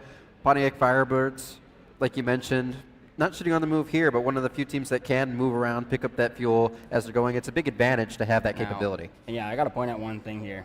You don't want to see this. Botmasters not moving. Minute and a half left in this match. Match is over. They were driving well. They come back, but just that brief period that they are out, everything changes. They are the robot in the midfield. They are the one controlling your pace. They need to be active at slowing down this Firebird machine, getting the fuel back onto your side. As soon as one robot goes down and you're down 40 points, that's just, there's not much you can do. You need some good luck to go your way, and it just didn't happen. Red just kept pulling away with this match, and we actually had a fantastic end game out of the Red Alliance. We see Kinematic Wolves come back. They dump a whole hopper. Blackhawks have actually been shooting really well towards the end of this event. They managed to put up a whole hopper. It's just too little too late. There's nothing you can do there, but they're looking good for playoffs. Absolutely. And so we're going to have Alliance selection starting here pretty soon. Take a break for lunch. And then we're going to be back up here at the desk.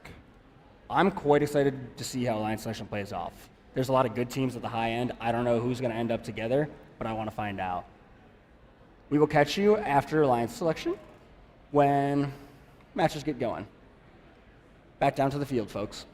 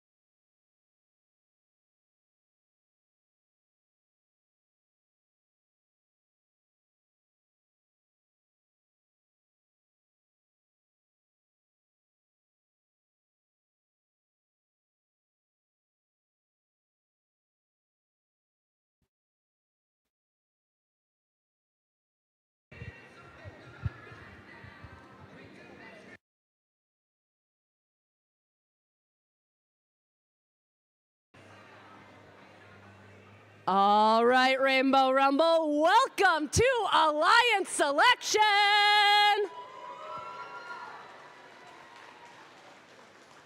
Before we begin, we do have a few reminders for all of our alliances here today. Please pay attention to the timers that are located on either end of the field that will be displayed during selections. The alliance captain must approach me here in the center of the field to announce their pick before the timer reaches 0. During the first round of selections, alliances will have about 45 seconds to make their pick. When your alliance is ready, the student alliance captain only must come up to me to announce their selection. As a reminder, teams have earned the right to decline other teams, and if they would like to form their alliance, it's within the spirit of our rules and does not require big oohs when it occurs. If any team declines an invitation, though, they may not be selected by another alliance. Now, with all that said, let's meet our #1 ranked team with a record of 9 wins and 1 loss. Please welcome Team 5460. Team 5460 Strike Zone is from Lapeer High School and Center for Innovation in Lapeer, Michigan. Team 5460 is our top-seeded alliance. They are ineligible to be selected by another. All right, Alliance #1, you are now on the clock. When you're ready, please let me know who you'd like to select. From Jackets to Bees, Team 5460 and all of our sponsors would like to complete our hive with Team 33. Team 33. Team 33 Killer Bees is from Killer Bees Robotics Foundation in Auburn Hills, Michigan.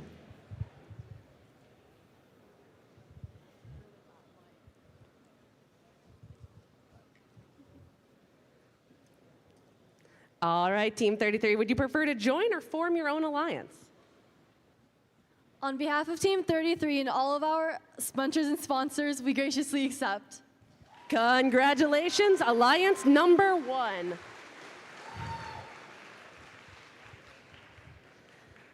All right, and with that, we're going to bring out our second-seeded alliance captain. Please welcome Team 51. Team 51 Wings of Fire is from the International Technology Academy and Pontiac High School in Pontiac, Michigan. All right, Alliance 2, you are now on the clock. Let me know who you'd like to select. On behalf of Team 51 and all of our sponsors, we would like to invite Team 201. Team 201. Team 201 The Feds is from Rochester High School in Rochester Hills, Michigan. All right, Team 201, would you prefer to join or form your own alliance? On behalf of Team 201, we gratefully accept. Congratulations, Alliance #2. All right, we're ready to bring out our third-seeded alliance. Please welcome Team 10349. Team 10349 The Pontiac Firebirds is from Pontiac High School in Pontiac, Michigan. All right, Alliance 3, you are now on the clock. When you're ready, please let me know who you'd like to select. On behalf of Team 10349 and all of our sponsors, we would like to invite to our alliance Team 1506. Team 1506. Team 1506 Metal Muscle is a family and community team from Flint, Michigan. We gratefully accept. Congratulations to Alliance #3. All right, and with that, we're ready to bring out our fourth-seeded alliance captain. Please make some noise for Team 7197. Team 7197 Mountie Megabots is from Northwest High School in Jackson, Michigan. All right, Alliance 4, you are now on the clock. When you're ready, please let me know who you'd like to select. On behalf of Team 7197 and all of our sponsors, we would like to invite Team 3656. Team 3656. Team 3656 Dexter Dreadbots is from Dexter High School in Dexter, Michigan.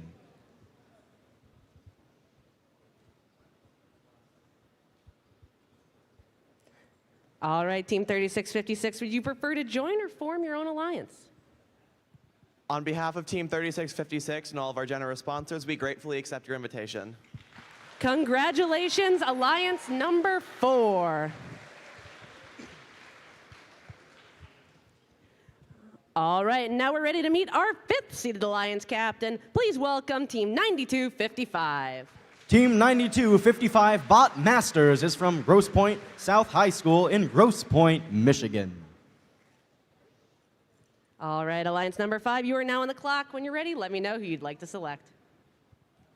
On behalf of Team 9255 Botmasters and all our sponsors, we would like to invite Team 9210. Team 9210. Team 9210 Fighting Falcons is from Jackson Prep and Early College in Jackson, Michigan.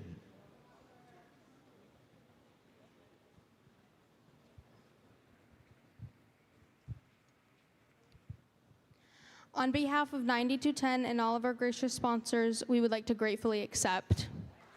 Congratulations, Alliance number 5. All right, we are ready to bring out our 6th seeded Alliance captain. Please welcome Team 4381. First, Team 4381 Twisted Devils is from Gull Lake Area Robotics and Gull Lake High School in Richland, Michigan. All right, Alliance 6, you are now on the clock. When you're ready, let me know who you'd like to select. As a representative of Team 4381, we'd like to invite Team 1189. Team 1189. Team 1189 Gearheads is from Grosse Pointe North and Grosse Pointe South High School in Grosse Pointe, Michigan. On behalf of 1189 and all of our gracious sponsors, we gratefully accept. Congratulations, Alliance number 6. All right, now we're ready to bring out our 7th seeded Alliance captain. Please welcome Team 1076. Team 1076 Pie High Samurai is from Pioneer High School in Ann Arbor, Michigan. All right, Alliance 7, you are now on the clock. When you're ready, let me know who you'd like to select. On behalf of Team 1076 and all of our sponsors, we'd like to invite Team 247 to form an alliance with us. Team 247. Team 247 Da Bears is from Berkeley High School in Berkeley, Michigan. On behalf of Team 247 and all of our sponsors, we gratefully accept. Fantastic. Congratulations, Alliance number 7. All right, now it's time to invite out our 8th seeded Alliance captain. Please welcome Team 2834. Team 2834 Bionic Blackhawks is from Bloomfield Hills High School in Bloomfield Hills, Michigan. All right, Alliance 8, you're now on the clock. Let me know who you'd like to select. On behalf of Team 2834 and all of our sponsors, we would like to invite Team 2611 to join our alliance. Team 2611. Team 2611 Jacktown Vectors is from Jackson Area Career Center and Jackson Prep and Early College in Jackson, Michigan. On behalf of 2611 and all our sponsors, we gratefully accept. Congratulations to Alliance number 8. All right, that's going to conclude our first round of selections. Before we begin round 2, the alliances will have 2 minutes to confer. Let's start that 2-minute timer, and we'll be back in just a sec.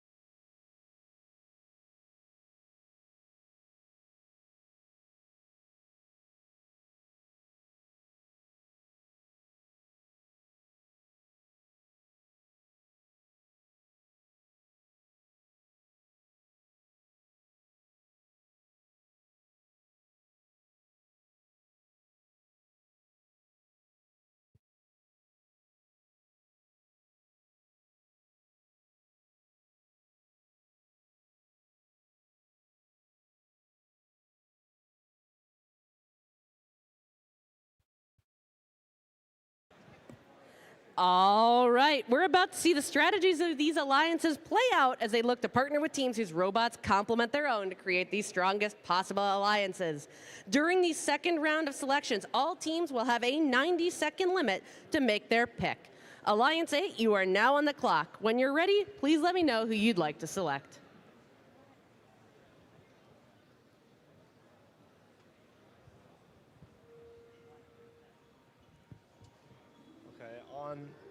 On behalf of Team 2834 and 2611, we would like to invite Team 226 to join our alliance. Team 226. That is Team 226 Hammerheads from Troy High School and also in Troy, Michigan.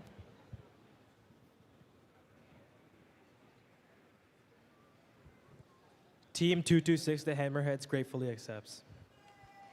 Congratulations, Alliance number 8. All right, and with that, Alliance 7, you are now on the clock. When you're ready, please let me know who you would like to select.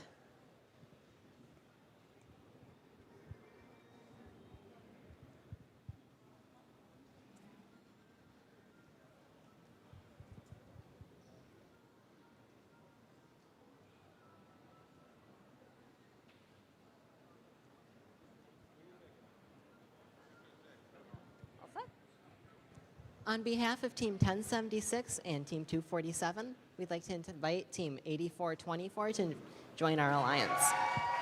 Team 8424. That is Team 8424 Tractor Technicians Next Gen from Mason Middle School and Mason, Michigan. On behalf of Team 8424 and all our sponsors, we gratefully accept. Congratulations, Alliance number 7. All right, and with that, Alliance 6, you are now on the clock. When you're ready, please let me know who you would like to select.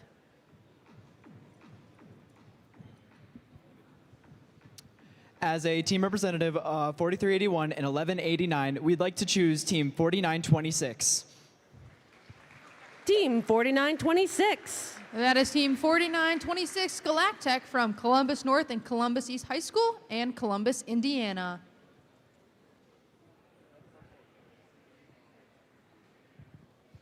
Team 4926 would love to go out of this world with y'all. We accept. Fantastic. Congratulations, Alliance number 6. All right, that's going to bring us to our 5th seeded alliance.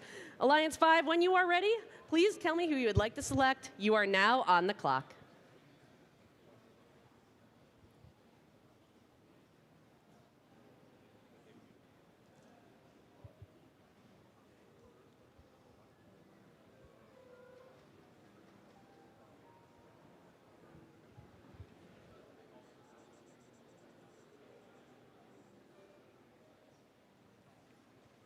All right, who would you like to select? On behalf of Team 9255 and our alliance partners, we would like to select Team 4422. Team 4422. That is Team 4422 Twisted Angels representing Gull Lake Area Robotics and Gull Lake High School in Richland, Michigan.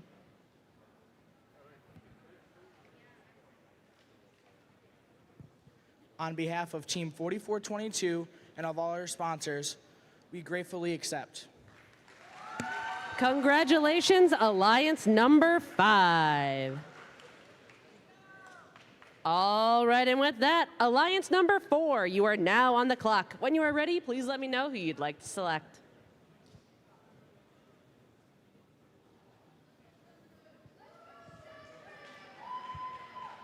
On behalf of Team 797 and our alliance members, we would like to invite Team 4327.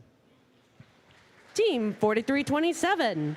That is Team 4327 Q Branch. They are from Lake High School from Battle Creek, Michigan.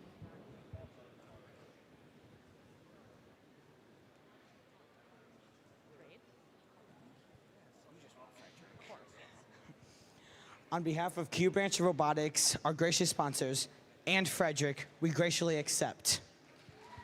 Congratulations, Alliance number 4. Alrighty, and with that, Alliance number 3, you are now on the clock. When you are ready, please let me know who you'd like to select. On behalf of Team 10349 and Team 1506 and all of our sponsors, we would like to invite to our Alliance Team 3357. Team 3357. That is Team 3357 Comets. They are from Northern High School in Grand Rapids, Michigan.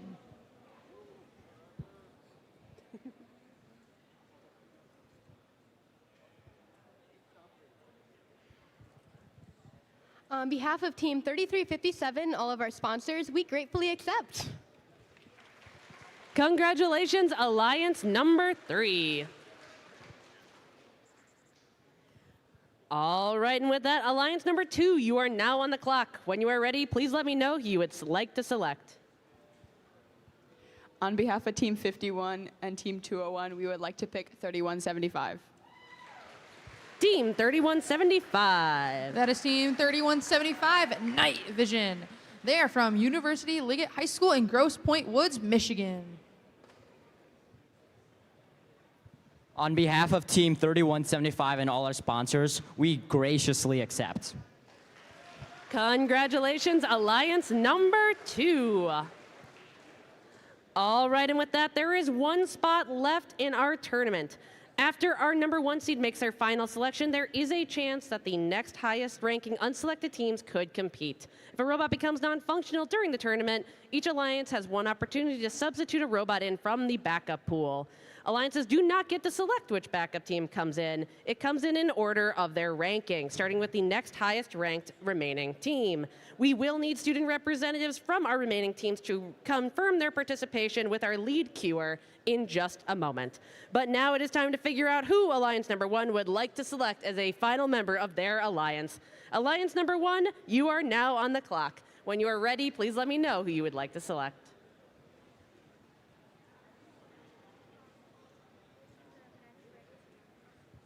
On behalf of Team 5460 and Team 33, we'd like to select Team 6120. Team 6120. That is Team 6120 Cyber Sangs. They are from Merritt Academy in New Haven, Michigan.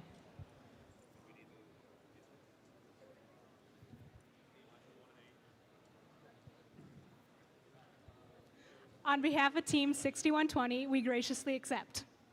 Congratulations, Alliance number 1. Well done. It's looking like we're going to have an exciting elimination round later this afternoon. Let's have a round of applause for all of our teams competing here at Rainbow Rumble.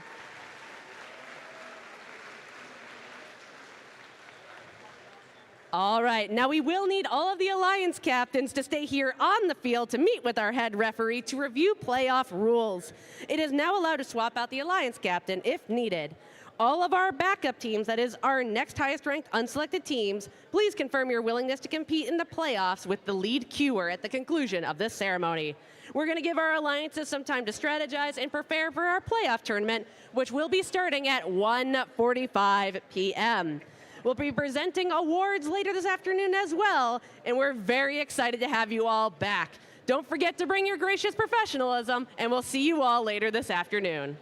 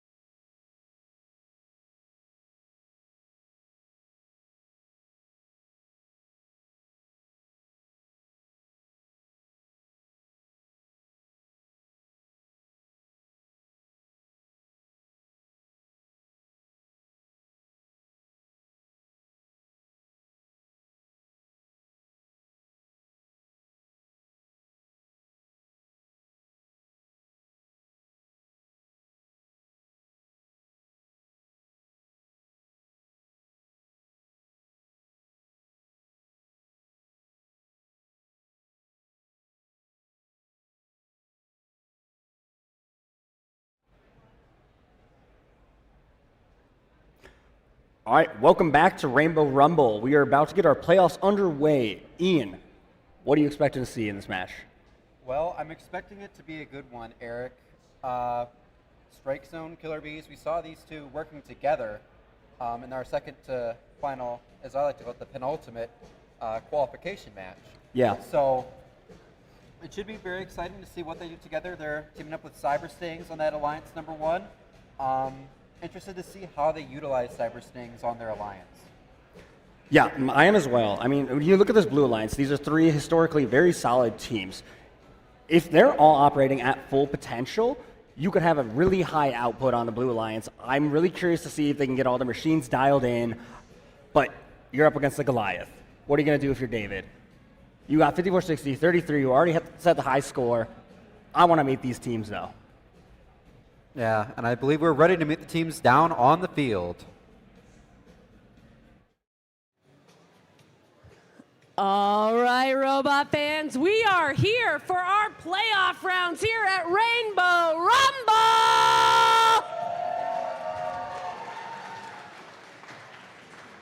We have Alliance number 1 here in red, facing down Alliance number 8 in blue. Our winner's gonna stay alive here in the upper bracket.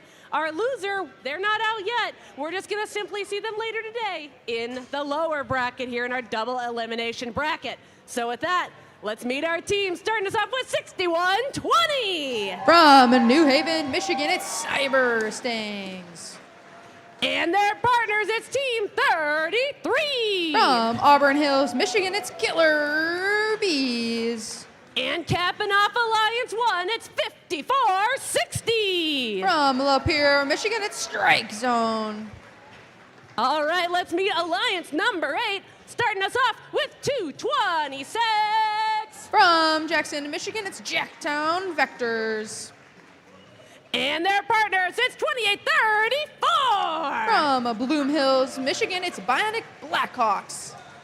And finishing off our blue alliance, it's 26-11. From Troy, Michigan, it's Hammerheads.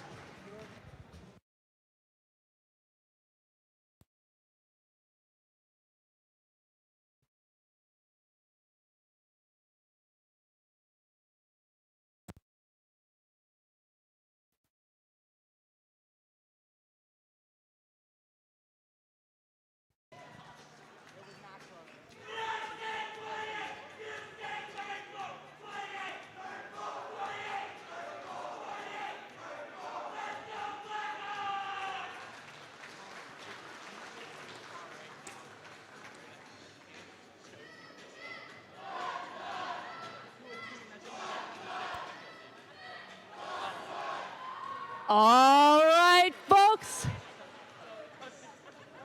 We're going to wait just one more second.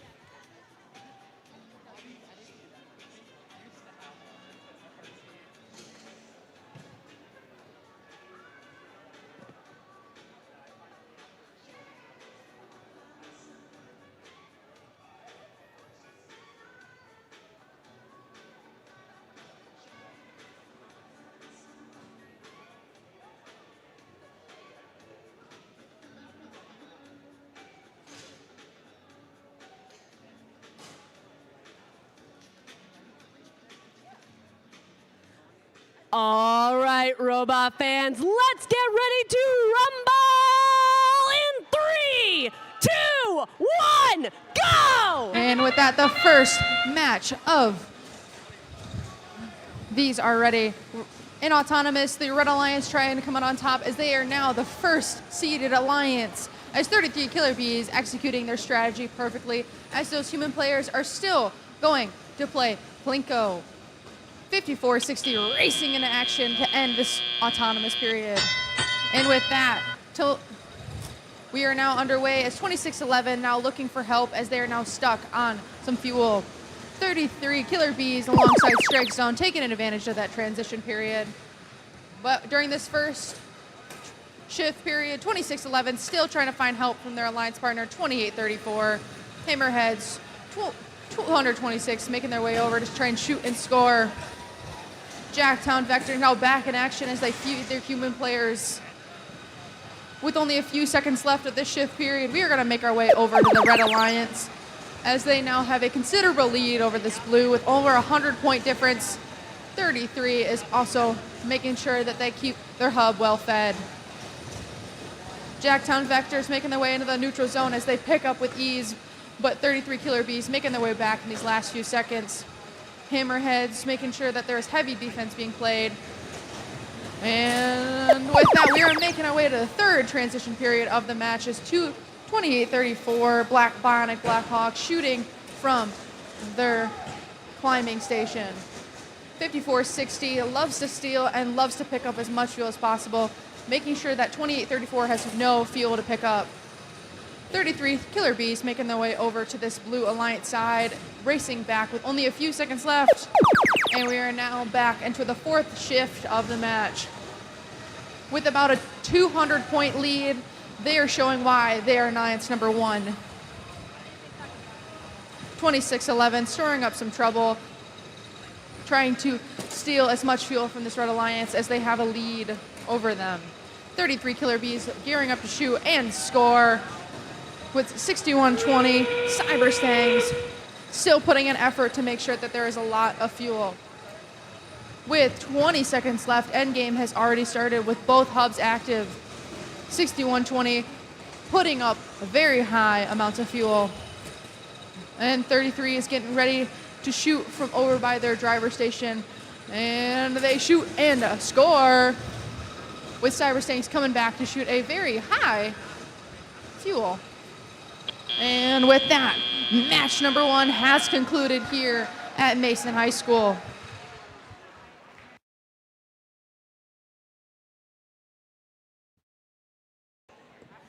What an exciting first match of our playoff rounds here at Rainbow Rumble. Let's throw it up to our commentary desk. All right. Hi, everyone. We're back up at the desk. Eric, upper bracket, round 1, match 1. We're waiting for our scores. Early thoughts? It's the 1 seed. 1v8 upsets are so rare, but I saw a lot of things out of the 8 seed that I actually like. If they can get their robots dialed in, they could be a buzzsaw in the lower bracket. I really want to see how they bounce back from this. Obviously, I think, barring something crazy, Red Alliance had a very good showing. Yeah. They had one job: show up, put the fuel in the hub. They executed. We don't seem to have our scores quite yet, so let's just go ahead and take a quick look at auto.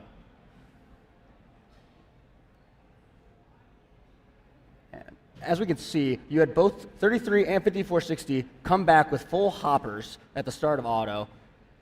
5460 makes their second route. 33 just makes sure to fully empty the hopper and then ends in the midfield. 5460 gets the second hopper off and also ends in the midfield. They are set up for a prime transition cycle. And let's see what the results were for that match. Your winner will be the Red Alliance, taking it 433 to 147, and both alliances getting that 30 bonus points for the Rainbow bonus. Yeah, quite a good showing out of the Red Alliance. Try to fast forward back through this. As you can see, there's an incredible transition cycle out of the Red Alliance. 33 fills up their hopper, comes back. 5460, same thing. Blue Alliance dealing with some issues in the midfield. Blackhawks have to go get Jacktown Vectors unstuck. 226 gets a transition cycle in and then back out to the midfield. All the robots are kind of doing what they need to, again, except Jacktown being stuck, not what you want to have happen. Get unstuck, move back with the full hopper, try to get it out, but we're 10 seconds left in the shifts. Yeah. It's the bounce back. What can you do in this position? Look at the pile of fuel that is being amassed over on the red side. We see 226 comes deep on their off shift, but they're not actually taking that fuel. You're just letting the Red Alliance control the fuel pile. They're going to win the match if you let them keep 100, 200 fuel on their side. Yeah, that's I think the key of what I saw here at this point in the match, Eric. Like you said, having the fuel on your side of the field, the control of it, that is everything when it comes to these on shifts, off shifts. When you're on, you need that fuel ready to go. Yeah, I mean, even here, shift ended, they still have fuel left over. They were actively cleaning up. They have so much fuel on their side, it is just far too hard to come back from that. And that's the essence of this match. I gotta say though, 28-34 was playing some phenomenal defense on 5460. Look at how effective they were at keeping them on the blue side of the field. 5460 was not able to get back for about 30 seconds. I don't Yeah. even know if they were by the end. Great defense out of the Bionic Blackhawks. If they're able to do that again, they can have a really good shot in lower bracket. Absolutely. So let's take a look at what we've got ahead for this next match. We're going to have 4 versus 5. Yep, so that number 4 alliance, we have the Dexter Dreadbots, team 3656. Are there 2 teams, Eric? It's the Monty Megabots, 7197, and then Q Branch 4327 on 4. Yeah, meanwhile, over on the 5, Botmasters, Fighting Falcons, Twisted Angels. These alliances are pretty close, but I've been a fan of Mount 8 Megabots all day. The way they drive that robot is so entertaining. They're going to be downfield. They're going to be hitting everything. Yeah, and they can fulfill a lot of different roles within can. their lines too, right? Yes, yes. They score, they pass, they steal, they play defense. They do everything. They are the difference maker in this match. But 5 has really high upsides with these machines. Yeah. And with that being said, we're going to go ahead and meet our teams down on the field in upper bracket round 1, match 2. All right, we are back here for upper bracket match number 2. We have alliance number 4 over here in red, facing alliance number 5 in blue. Winner is going to be staying alive here in our upper bracket, whereas our loser is going to be meeting alliance 8 in match number 5. So with that, let's meet our team, starting us off with your captain. It's 7197! From Jackson, Michigan, it's Mountie Megabots. And their partners, it's 4327! From Battle Creek, Michigan, it's Q Branch. And capping off our red alliance, it's 3656! From Dexter, Michigan, it's Dexter's Dreadbots. All right, let's make our way over to our blue alliance and start with team 9255! From Grosse Pointe, Michigan, it's Botmasters.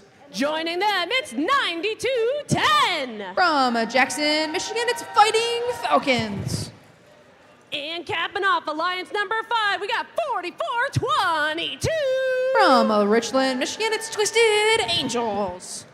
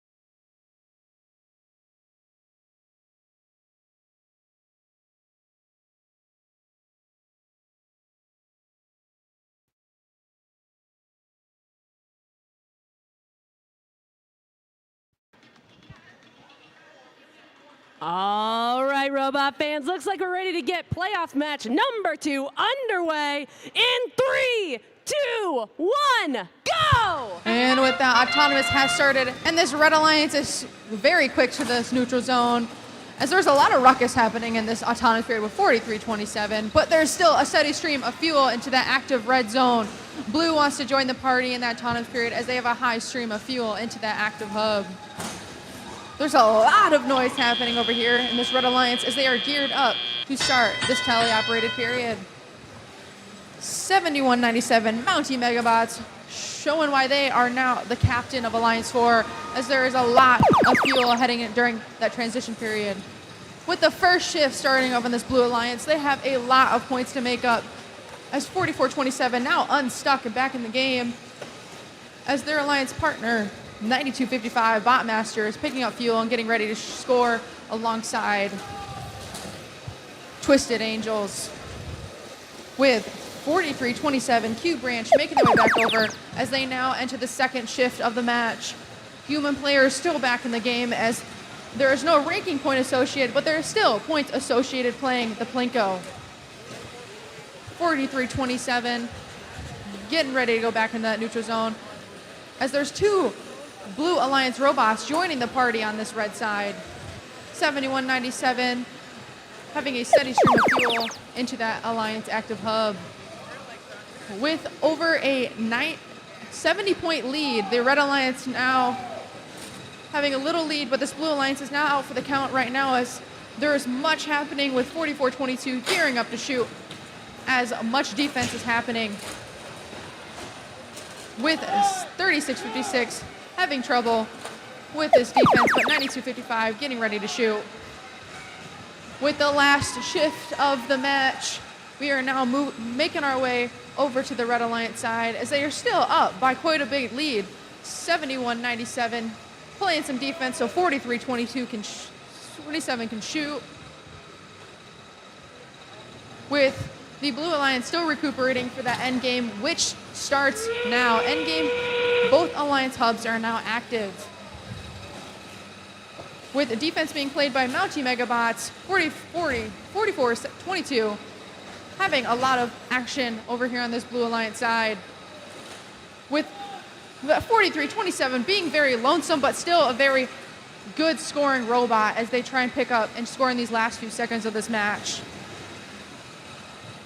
And in 3, 2, 1, that marks the end of the upper bracket, round 1, match 2. All right, and with that, we're going to throw it up to our commentary table to talk about that last match. All right, welcome back upstairs, everybody. Eric, that was a match. It was a match. I'll say, from my perspective, it seems like both of these alliances did some things well, and I think they both have things they know they could do better next time. Yeah, no brainer there. I don't know how familiar everyone is with 2017, but that match to me ended up as a 3 rotors, triple defense. Red Alliance took a lead, 2 of their robots broke. They're like, okay, shut them down. Just shut them down. We all take a robot. We minimize their point value. We have a lead. As long as we can maintain it, we're good. It worked. It worked, as far as I can tell. I mean, if I'm the 5 Alliance, you showed you have the offensive capability. It took them a hot second to find it. But once they got there, okay, they did okay. It's just now you have 3 defense robots on top of you. Yeah, and that I think can become really overwhelming for a team. You're playing from behind and you're just being suffocated. As we do have our scores, we'll take a look. This one will be the Red Alliance. Alliance number 4 continues in our upper bracket, 169 to 114. And no worries for number 5 Alliance. We'll see them again in match 5. Yeah, I mean, both Alliances got a chance. Alliance 4 is going to have to figure something out to go up against that 1 seed. But again, like 169 with both Monty Megabots and Dexter Dreadbots broken. Fix both of those intakes. Who knows what that score gets up to? You already had Q Branch kind of playing all over the field, playing a little bit of offense, going deep. It all comes down to how you mesh together. Yeah. I want to see someone going down, getting the full hopper, and if they can't pass it back, get out of there. Have your teammate come in and get a hopper. Like, let's just play dynamically together. And if you're Alliance 5, you found your rhythm towards the end of the match. Use that and just go. Yeah. Don't overthink it. You have the formula, execute it. Master the recipe, you're going to be fine. Now, what do we got next? We got the 2 seed versus 7 seed. Yep, 2v7 in upper bracket, round 1, match 3 for Alliance number 2. That's Team 201, the Feds, Team 51, the Wings of Fire, and 3175, the Night Vision. Yeah, so I'm really excited to see this 2 Alliance because it was match 36, I believe. I got to be field side and watch. 3175 actually played defense on 201, and it was a masterclass. It was some of the best defense I've seen all year, and as soon as I saw them fall back to 201, I'm like, that is a no-brainer pick. They're going to pick 3175 because I don't want to play against that. If they did that to me, I don't want them to do it to me again. But on the other side, Tractor's defense has been good all year. Next Gen has been fantastic. They have been just, their floor on defense is so good. Yeah, no, they've been phenomenal all year. And Pi High Samurai and De Beers, those are 2 teams that have a lot of upside offensively. Yes. Pi High has looked really good here. 247 looks solid. But let's go ahead and meet the teams on the field. All right, and we are back here on the field for match number 3 here in round 1 in our upper bracket playoff matches. We have Alliance number 2 over here in red facing Alliance number 7 in blue. Winner's gonna stick around here in our upper bracket, whereas we'll see our losers a little bit later down in our losers bracket. So with that, let's start by meeting our teams over here on red with 3175. From Grosse Pointe Woods, Michigan, it's Night Vision. And their partners, it's Team 201. From Rochester Hills, Michigan, it's the Feds. And capping off this alliance, it's Team 51. From Pontiac, Michigan, it's Wings of Fire. All right, and over here on the blue side of the field, we're going to start with Team 8424. From Mason, Michigan, it's Tractor Technicians Next Gen. And joining them, it's Team 1076. From Ann Arbor, Michigan, it's Pi High Samurai. And capping off our blue alliance, make it loud for 247. From Berkeley, Michigan, it's the Bears.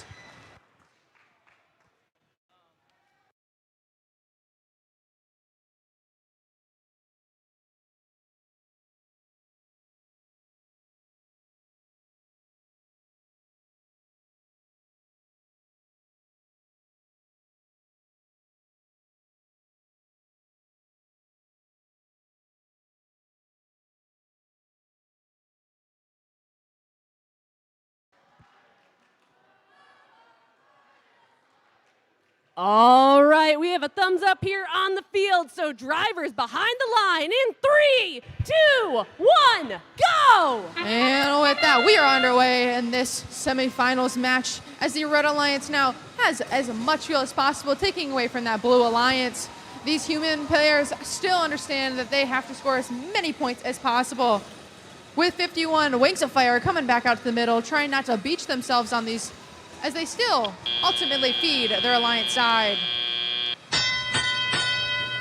And this Blue Alliance still trying to make up points as they are almost down by 40, but this Red Alliance takes advantage of this transition period. We are moving our way back over to this Blue Alliance side as they start their first transition period.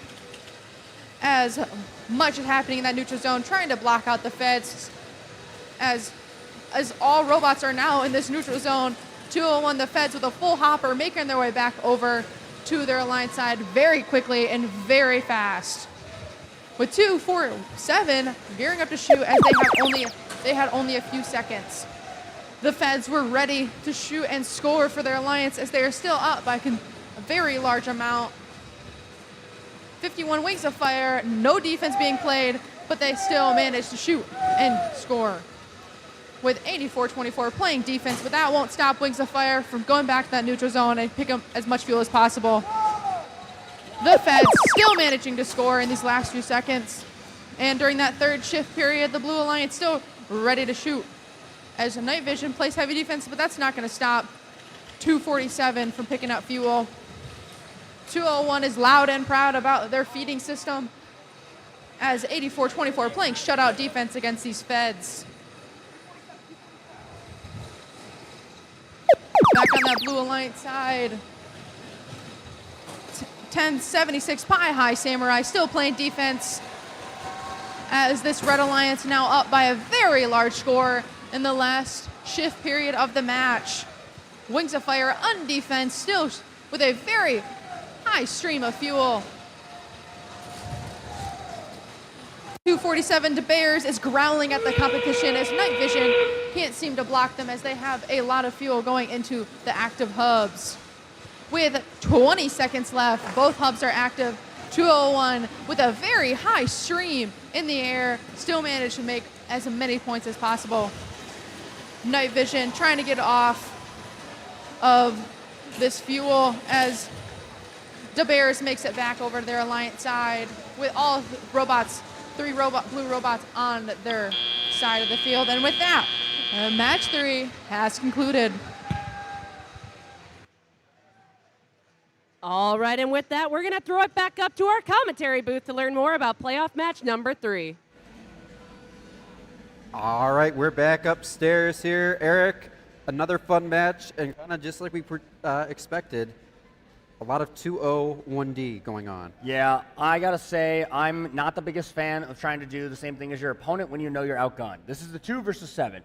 Don't play the same game as your opponent. It's probably not gonna work. You don't have the same robots. The firepower is always gonna be different. That's why they're the 2 seed. You gotta think further ahead. If you're the 7 seed, you gotta innovate. I want to see this 7 seed try something different in the next round. Don't try the same thing. We saw it was a bit of struggle to get going in that match. I really want to see them reach their full potential, but you got to do something different next time. I think we might have a bit of a delay here, so we can go ahead and start looking at the match. As you see, coming out of auto, Red Alliance just starts to run away with it. You had Pie High Samurai on blue coming out. They were the only robot on blue coming to the midfield and actually shooting fuel. Meanwhile, 51 actually taking some shots from the midfield. Wow, impressive accuracy from that far out. Kind of crazy they pulled that off. But anyways, like 201 still put up 40 points just from their 2 half hoppers. I mean, like again, you got 2 points on blue. I mean, if you see the Plinko, there's a lot of points over there. But let's go ahead and look at the final scores for that. And it's going to be the Red Alliance. Alliance 2 advances in our upper bracket, 347 to 122. 45 penalty points from the Blue Alliance given to the Red. Yeah, that is tough. I didn't quite catch all of those. I know we just pointed out the autonomous penalties, but that's going to inflate the score a little bit. 300 is no slouch, though, but I want to see how 2 manages to improve to catch up to the 400 plus that Alliance 1 is putting out. Absolutely. So if we can jump back to the start to our match review, we can kind of start to see like what was so effective for the Red Alliance in this match. Where can the Blue Alliance improve? The big thing for me, 3175 had these flashes of excellent defense where they were just able to shut down 1076 for like 30 seconds straight. Mm-hmm. And then they would shift their focus because they're like, oh, okay, we've stopped them. Like, oh, let's go push fuel, and then 1076 gets to shoot. They could have just kept shutting them down the whole time. But on the same token, then you have Next Gen, who's trying to fulfill the same role, but 201 and 51 are just too good at passing the fuel back. It is too much firepower to try and play the same game. Next Gen Tractors has to be as good as Night Vision. If they are not able to play the same defense you're seeing over here as these guys, like it just doesn't work out. And look, I mean, again, look at the piles of fuel. This is always what it's going to come down to. That's why they put up 300 plus points. Yeah, fuel is king. Really, I just want to see what can the 7 Alliance bounce back. You got to do something different next time. Don't try the same thing. Think out of the box. It's the off season. Your robot doesn't have to make it that much longer. Have fun with it. Do something wild. Drive it like you stole it. That's all I got. That's all you got? All right, let's take a look at what's coming up next. We got the Alliance 3 versus Alliance 6. I'm a pretty big fan of Alliance 3.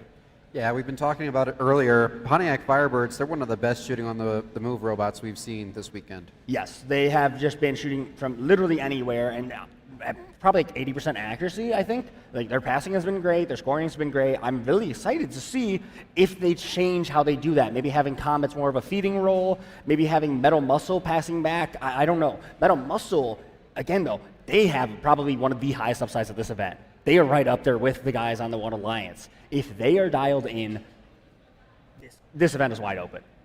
I want them to be working at full potential, and this could be a really competitive series. But Twisted Devils, Gearhead, Galactic. Galactic fell way too far. They should have been picked way sooner, in my opinion. They are a solid offensive robot, and to have them as a third robot is a steal. Yeah, it'll be really exciting to see how these three robots work together on the number 6 Alliance, if they're able to pull off the upset. All right, let's go ahead and meet the teams for this match. Take it away. All right, we are here at the end of our first round of our playoff matches here in the upper bracket with Alliance 3 over here in red, facing down Alliance 6 over there in blue. Winner's gonna stick around here in our upper bracket. Our loser, they're gonna be meeting Alliance number 7 down in our lower bracket. And so with that, let's meet our team. Starting us off, it's 3357! From Grand Rapids, Michigan, it's Comets. And their partners, it's 1506! From Flint, Michigan, it's Metal Muscle. And rounding out our red alliance, it's 10349! From Pontiac, Michigan, it's Pontiac Firebirds. Over here on the blue alliance, they're starting us off with 4926! From Columbus, Indiana, it's Galactic. And their alliance partners, it's 4381! From Michelin, Michigan, it's Twisted Devils. And finishing off our blue alliance, making loud for 1189! From Grosse Pointe, Michigan, it's Gearheads.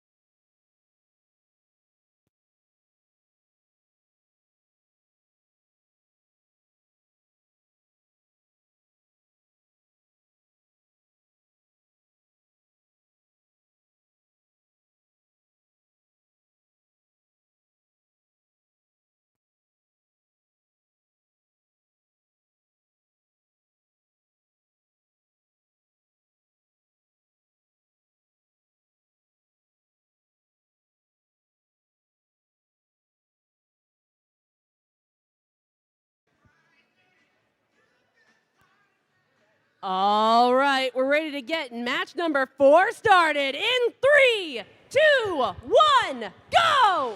And with that, both alliances now very quick to that middle with 1189, taking much more fuel than that red alliance during this autonomous period.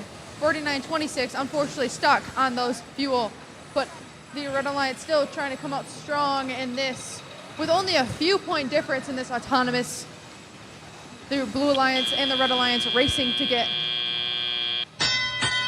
And with that, the Red Alliance is going to start this shift period active with 33-57. Comets getting ready to shoot and score with Pontiac Firebirds already gearing up to shoot alongside Metal Muscle. They bring a lot of muscle to this competition, but this Blue Alliance taking advantage of that lots of fuel in that middle, getting ready for their shift period to start in just a few seconds. 49-26, chugging away back over to their line section, but 11-89, very quick and very speedy to shoot during their active hub. And with a lot of fuel, they shoot and score with 43-81, the Twisted Devils bringing it to this competition as they help their alliance partner get unstuck from this fuel. And 49-26 back in action, getting ready to shoot alongside their partners. And with that, we are going to make our way back over to this Red Alliance side during this third shift period. Pontiac Firebird shooting alongside Metal Muscle with a very steady stream of fuel into this active hub. 15:06 racing across this neutral zone with Comets trying to play some heavy defense against this Blue Alliance. With Red Alliance up with over 60 points against this Blue Alliance. 11:89 racing back as they now need to recuperate and score as much more than this Red Alliance. With 49-26 taking a little nap, it won't distract their other alliance partners from scoring during this. Comets playing defense now with that turret on. 11:89 getting ready to shoot and score. With only a 20-point difference, the Red Alliance now needs to catch up as this end game has started with their Red Alliance now with 3 scoring robots, realizing that they need to keep up this score. With 15 seconds left, the Blue Alliance with 11:89 going back to shoot and trying to take advantage of as much fuel as possible. Metal Muscle bringing that muscle to the competition during these last few seconds. And with that, upper bracket match has now concluded. All right, that's going to bring us to the end of round 1 here in our playoff matches. Let's throw it on up to our commentary table. All right, thank you. Bringing it back upstairs. Upper bracket round 1 is in the books, Eric. This was a close one. That was probably my favorite match so far. I feel like I may have commentator jinxed Galactech. They definitely had some issues there. I don't know, anyone who watches the NFL knows about kickers missing right after someone makes a comment. That's how I feel right now. I think that was the difference maker in this match. It was close, and they did not have a large contribution. If I'm the Six Alliance, I feel really good right now. I was putting up mid-200s with only really 2 functional robots. Yeah, and we'll go ahead and take a look at our replay here while we wait for scores. Now, what I actually found most interesting was check out this auto. I expected 1506 to be coming out to the midfield. They're actually running a depot auto and letting Comets come out to get another popper. That was quite a surprising move out of the Red Alliance. I figured for sure it's 1506. Maybe they've been having issues beaching in the middle and they didn't want to. I mean, that's what happened to Galactech. They got stuck out there. But that Gearheads auto was just phenomenal. Most of the scoring was theirs. You had a good amount out of Twisted Devils. They went for the depot, kind of similar to 1506. Just get the reliable points. But Gearheads, just phenomenal auto, phenomenal transition. And here's the part I don't like, though, is transition is over. You actually won auto. They were slightly beached for a second there, but then they were good. And now it would appear we have our scores. Scores, it is the Red Alliance. That's a final score, 354 to 288. So Alliance 3 continuing that upper bracket. Like you said, Eric, Alliance 6 a really good showing and carrying some momentum with them, I would dare say, into the lower bracket. Yeah, 100%. There was a lot of upside on both of these alliances. I think neither of them are near their ceiling, which at off seasons, that's not usually the case. Usually, like, you see the ceiling within a match. It's like, oh yeah, it's pretty visible. I don't know, like, Alliance 3, everyone was working, but they can still improve their flow between each other. Like, they had a lot of control in the midfield, and Comets were actually playing defense, and they put up that 350. So let's go ahead and jump back to the match review. And I kind of want to point out like the impact that comets were having. It was way more impactful than I would have figured that it was for the third robot of Alliance 3, but they were there in force. They were scoring like they didn't have any issues in quals. We haven't seen that out of them in this event. 1506 was just doing solid work. Same for Pontiac Firebirds. Like we were talking about how good their shit on the move is, they proved it. But again, like, here's what you see. This is the difference, is if Galactic didn't have those issues, I think Alliance 6 could have had the upset here. Yeah, I absolutely agree, Eric, and I'm really hopeful that we'll be good to go in match 6 in the lower bracket for Galactic. Yeah, I mean, like again, here's some of that defense I was talking about. Like, but Gearheads are doing good against it. They're passing over comets. They're saying, okay, yeah, you are playing good defense on us. You are slowing us down, but I can still contribute to my alliance, and that's what allowed it to be so close. Is Twisted Devils said, okay, yeah, you're going to pass to us. We'll put it in the hub for you, or you'll put it in the hub for yourself. Awesome. Cool. But I want to see what we got coming up next. I'm kind of excited too. Yeah. We're going to go down to the lower bracket where we got 8 versus 5. Yeah, this will be an interesting match, I think. Both of these alliances, they showed some good things, but obviously came up short. Yeah, I mean, Alliance 8, they got to do something different. They went up against Goliath, came up short, but as we mentioned, there's upside. There's always upside. How do you adapt? You were against the 5 seed, who, if I recall, was putting up close to 200 with some issues. I want to see what they can do as well. Twisted Devils, or Twisted Angels, sorry, they've been awesome. Alliance 5 backup. Oh, we have a backup robot actually for Alliance 5. I do not know who is being subbed out, but that will be interesting to see how their strategy changes. If we can identify who's coming in. We'll get there eventually. But what do you have to look forward to? I mean, for me, win. So, okay, so 5704 is going to come in. I'm excited to see them. Wired and Weird. What an awesome name. I didn't get to watch that much of them in quals. I was kind of going around chatting, but what I did see, like, they looked like they were doing actually pretty solid at scoring. Like, they're not doing what the top seeds are doing, but like, I don't think I ever saw them die on the field. Yeah, no, it's certainly going to be exciting to see them come in. Hopefully the Twisted Angels are able to get those issues resolved in time, though. Sucks always to kind of have to step out.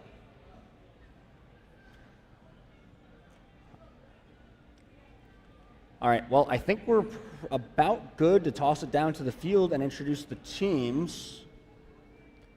Yeah, Tristan, you want to take it away? All right, let's go ahead and meet our teams for match number 5.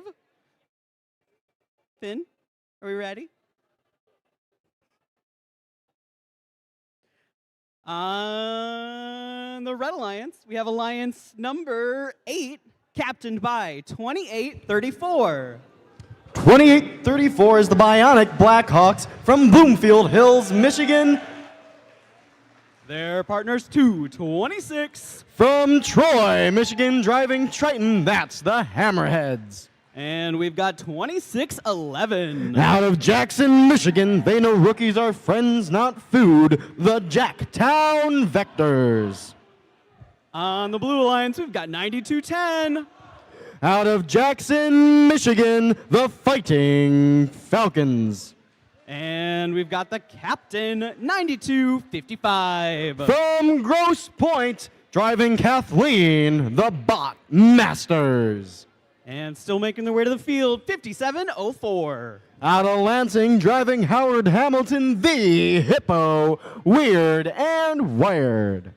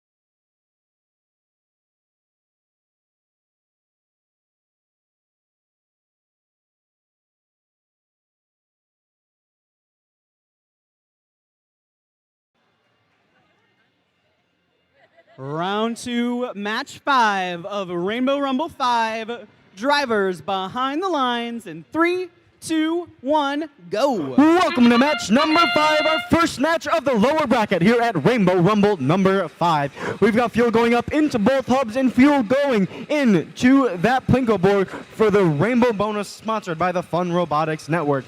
It looks like 2611, the Jacktown Vectors, appear to be beached on some fuel in the middle of the field.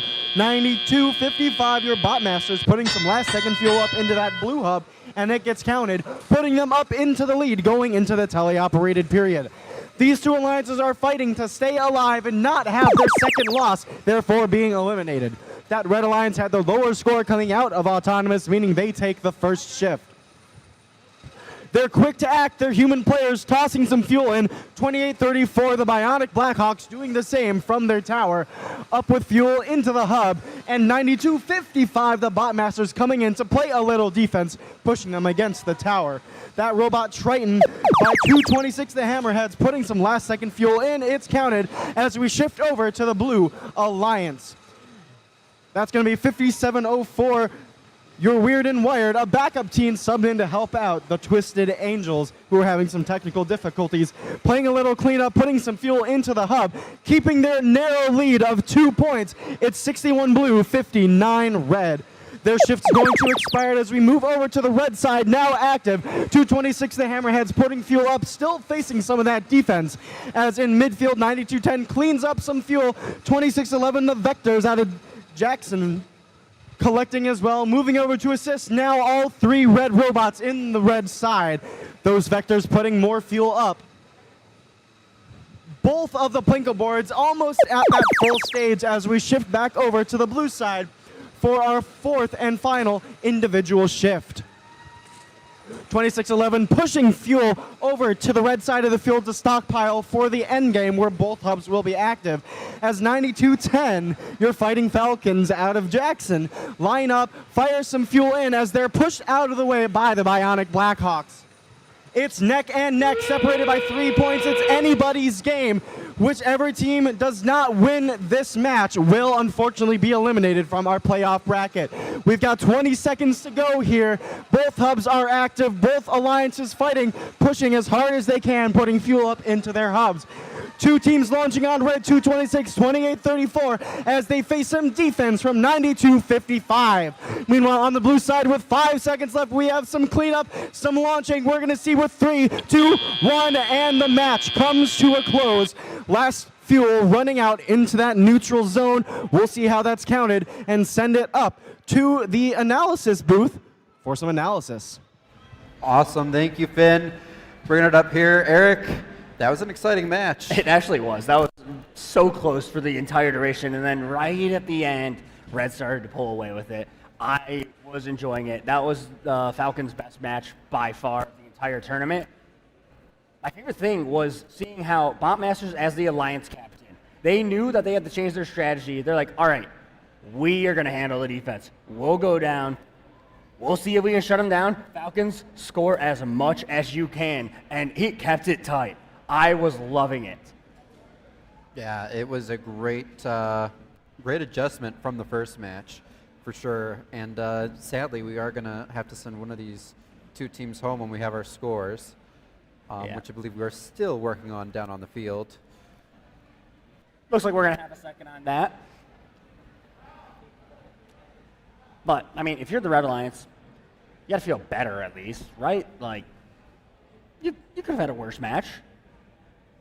Yeah, I would say that's true for both sides. I mean, it was good improvements from the first go-around for both of these teams. Yeah, I mean, we had, 147 in the first match for Alliance 8. Like, they were right around there under defense this time. I mean, 61-20 wasn't really like the full defense in that first match against Alliance 1. They were kind of just doing a bit of everything. Like, yeah, they were playing defense. They were also trying to get the fuel away from that side of the field. Let's go ahead and take a look at the match since it appears they need another second to get the scores finalized. Yep. It's going into replay. What did you see in auto, Eric? Yeah, I mean, like, this is not how you want to start. Falcons did not make it out there on the initial go. Jacktown Vectors and 226 both made it out. Blackhawks just put up their initial hopper. I mean, Red should have won this auto. This was actually insane to me. Blue actually came ahead out of auto just off their preloads. They all just said, like we're not going to put up a lot, but we are all going to score our fuel. And that's what actually let them win auto. And that was such a huge advantage because now Red doesn't have the time to pass back their fuel like they have been so far. And I want to see the final result. Let's go ahead and take a look at the scores. All right, and it's going to be the Red Alliance. Alliance 8 winning and advancing here. We will see them again in lower bracket match 10. But everyone, a huge round of applause for our Alliance 5, captained by Team 9255 Botmasters. Their first pick, 9210 Fighting Falcons, Team 4422 Twisted Angels, and Team 5704 Weird and Wired for a great showing this weekend at Rainbow Rumble. Yeah, I mean, like we were saying, like a 20-point match. Like, I enjoyed it. I had a great time. I kind of want to get back to our little bit of analysis there because there were some things on that Botmasters defense that, like, it deserves to be pointed out. Like, they were actively keeping an eye on this far trench as much as they could. 226 was taking numerous times to try and get the fuel under the trench and back onto their side, and Botmasters would actually adjust. They were trying to block the entire thing. It's like, okay, if they get in, fine. I'm going to keep them in here, but I also want to keep them out. So they were actually hopping around the entire field, and that's why it was such a close match. I mean, Falcons, again, best match they've had of the entire tournament. Congrats to them for ending on a high note. No one wants to lose, but that's a pretty good way to go out. And if you're the 8th Alliance, you found your groove under defense. Can you repeat it? That's what I want to know. If I'm Blackhawks, 226, 2611, what are you going to do the next time? Can you repeat this performance? Yeah, it's going to be exciting to see, and we will get to see Alliance number 8 again. Pivoting a little bit, Eric, if we want to start thinking about our next match, it's going to be Alliance 6 versus Alliance 7.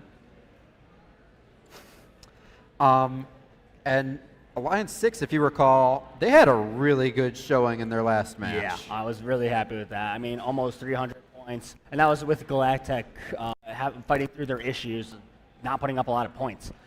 They have the best ceiling of these lower seeds. Again, they probably should have had the upset. We can blame commentators jinx. It's all right. I'll take the blame for that one, guys. Blame it on me. Again, are you? No. It's fine. They'll be great. But Alliance 7, they had a tough start. What are they going to do differently? It's up to Pi High and it's up to 247. They are the ones doing the scoring. I want to see how they can improve. Yeah, absolutely. There's a lot of upside on that number 7 Alliance. They have the capability to pull off this upset. Yeah. Although Alliance 7 is actually in red, so I mean, technically speaking, I suppose. Technically, Alliance 6 is going to be upsetting, but man, they just look so good on paper. I don't know if I can call it that. And it would appear Tristan is ready to go. So, Tristan, you want to take it away? Let's meet our teams for round 2, match 6, lower bracket, starting off with 84-24. That's Tractor Technicians Next Gen out of Mason, Michigan. We've got our Alliance captain, 1076. From Ann Arbor, Michigan in Pioneer High School, Pi High Samurai. And we'll round out this Red Alliance with 247. Out of Berkeley, Michigan, building dreams to engineer futures, Duh Bears.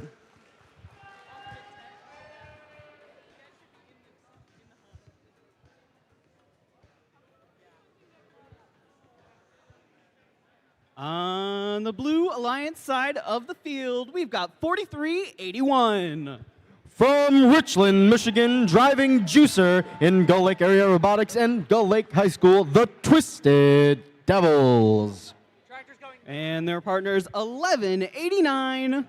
From Grosse Pointe, Michigan, we're all gearheads. It's the Gearheads. And 3655. Your hometown heroes out of Mason, Michigan, sowing skills, growing leaders, and harvesting futures, the Tractor Technicians.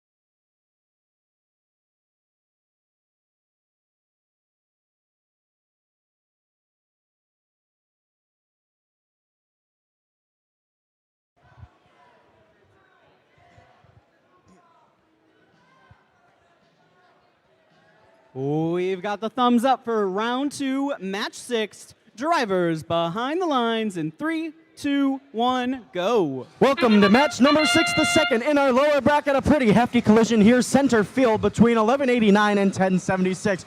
We've got some fuel going into that blue hub and some into the red. We're going to see who's going to come out ahead of this autonomous period. 1189, that's your gearheads making a second pass, collecting some fuel and racing back over. Meanwhile, some fuel coming in from the human players as well as the third partner over there, Galactech, 4926. That's going to be what they need to get ahead at 49 to 33 red. Our Blue Alliance hub's going to fade out as we exit our 10-second transition period into the first shift. We have 5 robots in the neutral zone. Make that all 6. 1 goes out. A lot of strategy here going on. Some stealing in that red side. Da Bears, that's 247, collecting fuel and launching them up into the red hub. Trying to close that gap, they did. It's 87 to Blue's 55. They're pushing their score higher, but that blue hub is now active. We are in the second shift. 84-24, your tractor technicians next gen on that blue side trying to defend 1189 and prevent them from scoring into that active blue hub. They changed their target to 43-81, the Twisted Devils. As our blue shift is about to expire, some last shots put up by those Devils as we see continued defense over here by tractor. Making our way back over to the red side of the field. It turns active. Immediate scoring from Da Bears, 247. While 1076, your Pi High Samurais under the trench, sitting perfectly to avoid defense from tractor technicians and launching into that red hub. It's a tight match here, 111 red to 113 blue with 1 minute left to play. Both of these alliances are fighting to stay alive. This is a lower bracket match, meaning one of these teams will be ending their trials in this elimination bracket. 3 robots on blue, 2 blue, 1 red. We've got some defense here with an active blue hub, 1076 Pi High Samurai, swiping up some of those evacuated yellow fuel. Back on the red side of the field, tractor technicians waiting as that whistle marks the beginning of our endgame period. It's still anybody's game, 150 blue to 120 red. 20 seconds to go, more fuel put up by Twisted Devils, defended by Da Bears. The Gearheads putting up some fuel too. Pi High Samurai 1076 launching up into the hub. Tractor technicians next gen making a sweep of their stockpile fuel. 5 seconds to go. Blue has the lead, but we'll see what can happen if that rainbow bonus presented by the Fun Robotics Network gives them extra points. We'll see how that calculates into their scores. Passing it back up to the analysis desk.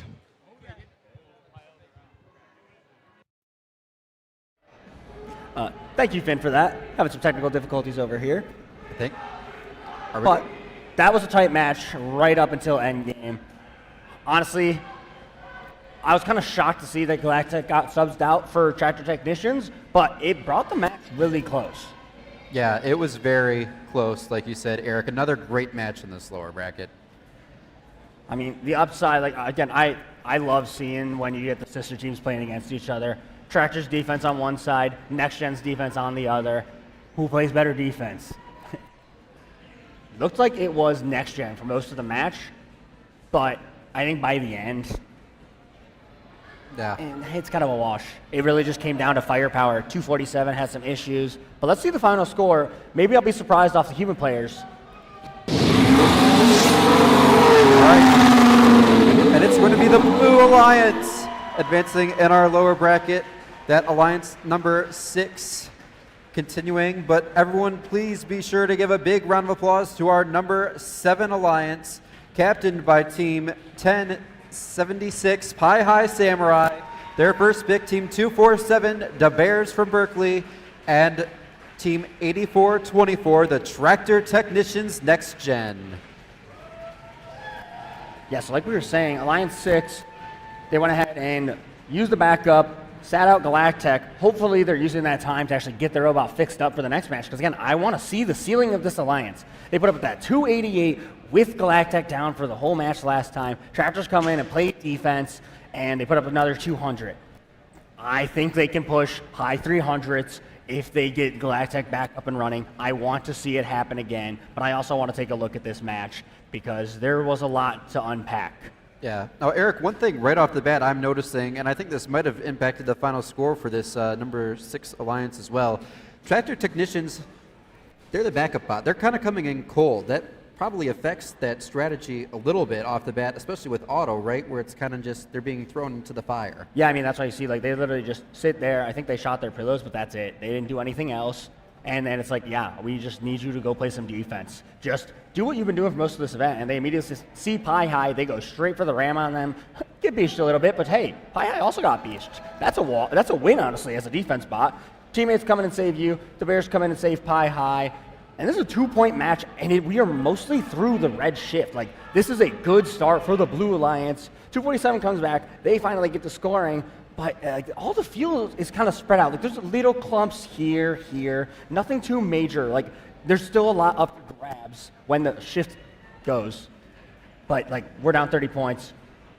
We got to see some improvements. And, like, you see, Tractor Technicians are actually keeping 247 on the blue side as much as possible. That was nice to see. I love that 247 was going down to steal the fuel. I haven't seen them do it yet this event, and that is the easiest way to have a huge net gain on fuel is, oh, you want that fuel, I want it more, it's coming back with me. And then they come back, they manage to get their cycles, but really, like, this was a tight match right up until shift 4. Yeah, and then like you said, once we got to that shift 4, a lot of fuel over by that Blue Alliance, and they're just able to slowly chip away at it, take advantage of that 25 seconds before endgame to score. But I believe we are about ready to meet our team here for this next match, so we'll go ahead and send it on down to the field.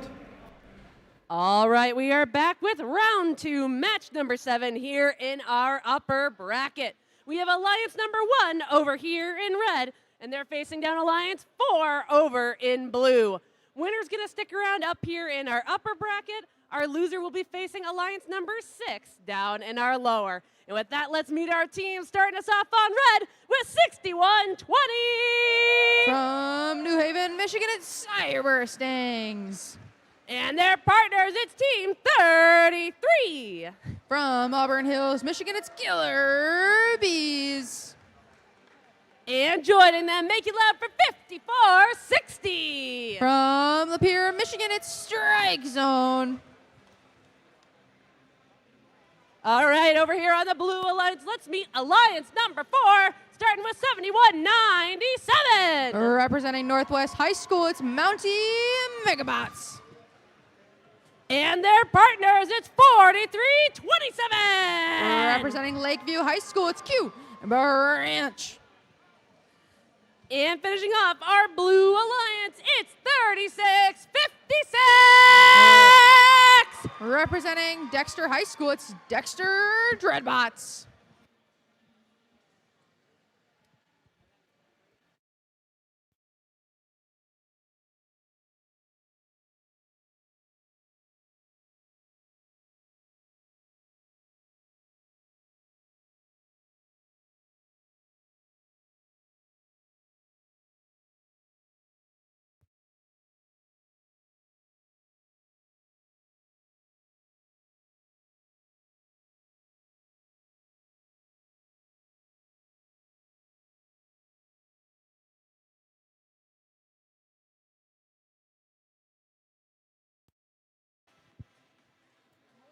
All right, we have a green light, so let's get this match started in 3, 2, 1, go! And with that, both alliances are very quick to that neutral zone in this upper bracket match with 5460 Strike Zone putting as much fuel alongside 33 Killer Bees. Over there on that Blue Alliance side, they are still putting up points by those human players, trying to get as much in their active hub as possible.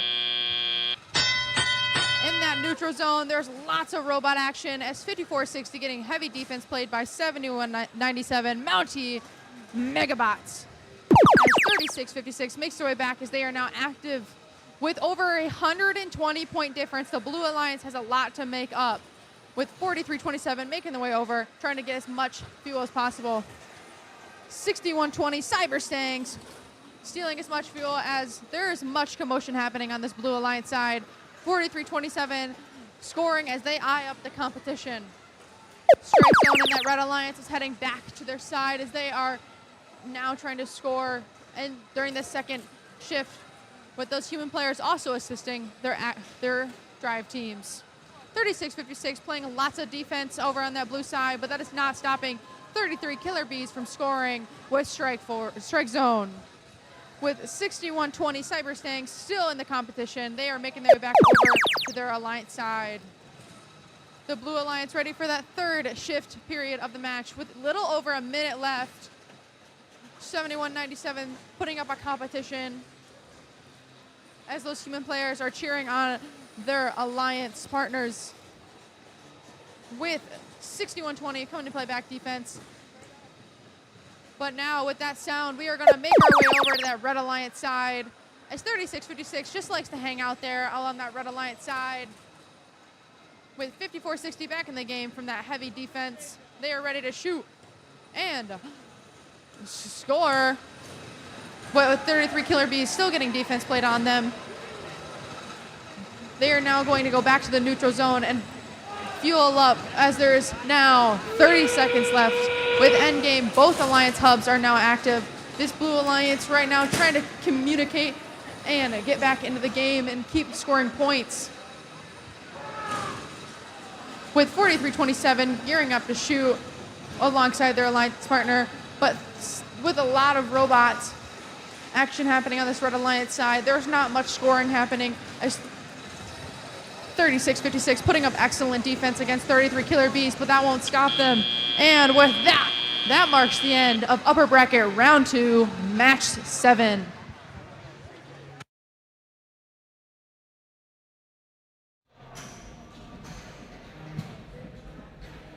Good. All right. Bringing it back up here, Eric. Match 7, back in the upper brackets. We will see both of these teams again. Looks like Red Alliance walked away with that one. Yeah, I mean, they were handily controlling the match, but that was almost half of their previous score. Yes. It looked like 33 was having some jamming issues. I know they've kind of been fighting that all season long. I'm sure they'll be able to figure it out because they've been dealing with it so much. But like 54-60 was having some issues getting back over the bump. 61-20 was the most consistent robot on the number 1 Alliance, and they still put up 240 points. Yeah, it just goes to show, you know, how impressive that Alliance is, but it does show there's cracks. Well, we got our scores, so let's see what happened officially. Will be the Red Alliance. Alliance number 1 advancing to our upper bracket final match 11. But no fear for Alliance number 4. A strong 161 showing. Both alliances getting that rainbow bonus. But we'll see Alliance 4 again in lower bracket match 9, just a couple matches from now. Yeah, no, my favorite part of this match was actually watching the auto out of the Red Alliance. They had a really solid auto here. I didn't even realize that 61-20 was also coming out to the midline. And that's one of the rare advantages of these tall robots is that they don't need to be under the trench. If your third robot is a trench robot, they can come with you and they can actually get a hopper from the midfield and they can bring it back. And hopefully we can take a look at the replay here so we can kind of point out what was so awesome about this auto. Like 33 gets their full hopper. Again, 54-60, 33. They're doing the same thing every time. Watch 61-20 actually come out once 33 is back because 33 is only running a single path auto, and then they come and end in the midfields. So they are absolutely maximizing the value of this alliance, and they're able to keep all this depot fuel back on their side of the field. Like it is an awesome auto. I love seeing the innovation that went into the strategy on the red side. Yeah, and that's something I feel like we see a bit more when we get in the playoffs, right? Because you have that time during lunch after line selection. You can figure out what your auto configurations that work together are in a bit more detail. Maybe even make some new ones, right, Eric? Absolutely. I mean, just like this whole match, though, like it came down to fuel control. Like it started with Dexter Dreadbots doing really solid and actually shooting effectively, passing effectively. At some point, though, they had to switch to defense, and that's when this match was just, there's no chance of winning. Like, as you see, they come down, they start defending 33, and I can't tell if this is when the jam comes in or it's the defense affecting them, but 54-60 also struggling to come back. It's like, okay, maybe there's a chance here, but they just have too large of a lead, and that's just how it goes the entire match. And there's just such a huge collection of fuel on the red side because 54-60 is so effective at passing. They don't like having fuel in the midfield. They empty it every single time. They're like, yeah, if there's a clump, no, I want that on my side. They always control it, no matter what. It's awesome to watch. I wish more teams would pass effectively. I know 201 has been doing it a good amount here. They've been doing some full field passing, but I actually want to take a look at what we've got coming up next. So we have Alliance 2 versus Alliance 3 for match 8. What you got? Well, first thing I'm noticing is the names at the top of those have a very similar logo. We have sister teams facing off as the captains here, Alliance 2, Alliance 3. Alliance 2, Night Vision, that defense, that's something that I'm going to be keeping an eye on. Alliance number 3, we had some pretty good offense out of all 3 robots. So this is going to be a good one, I think, Eric. Yeah, if 1506 is on, this is going to be such a fun match, but I want to see what Night Vision does. They're the difference maker. Let's meet the teams. Take it away. All right, we are here at the end of round 2 for match number 8 here in the upper bracket. We have Alliance number 2 over here in red, facing down Alliance number 3 in blue. Winner's gonna stay here up in our upper bracket. Our loser's gonna be facing Alliance number 8 in the lower. With that, let's meet our team. Starting us off at 3175. From Grosse Pointe Woods, Michigan, it's Night Vision. Joining them, it's Team 201. From Rochester High School, it's the Feds. And round us out on red, it's Team 51. From Pontiac, Michigan, it's Wings of Fire. All right, over here on the blue alliance with alliance number 3, we have Team 3357. With a robot named Temple, it's Comets. And their partners is Team 1506. From Flint, Michigan, it's Metal Muscle. And capping off our blue alliance, it's Team 10349. From Pontiac, Michigan, it's Pontiac Firebirds.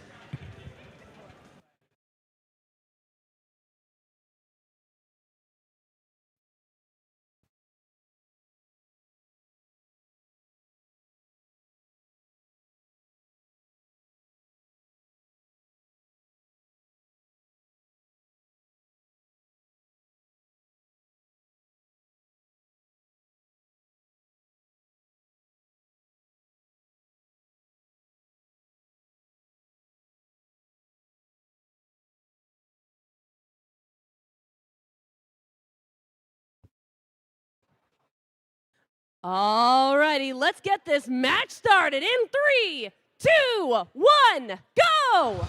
And with that, the upper bracket match has started as this Red Alliance 51 now beached, but that does not matter as their alliances are still scoring. But that Blue Alliance with Metal Muscle coming out and showing off their muscles in this autonomous period as Pontiac Firebirds making their way back as they still score. And with that, our tele-operated period has started with 1506 trying to score from that far point, and they do it. But with that, we are going to make our way over to this Red Alliance side as the first shift period has started. They're down by over 40 points, but that won't stop them from regaining as Pontiac Firebird still feeding their Alliance side as 201, the Fez, shooting alongside their partners, and they shoot with high accuracy. Comet stirring up some trouble over there on that blue Red Alliance side. As there is much to watch, we make our way back over to this blue, which is not stopping them from scoring and gaining in speed as they only have a few points to make up alongside Pontiac Firebirds. Wings of Fire does not like how much fuel is over here. They come to steal, but Comets loves to defense against that 51, the Alliance captain for Alliance 2.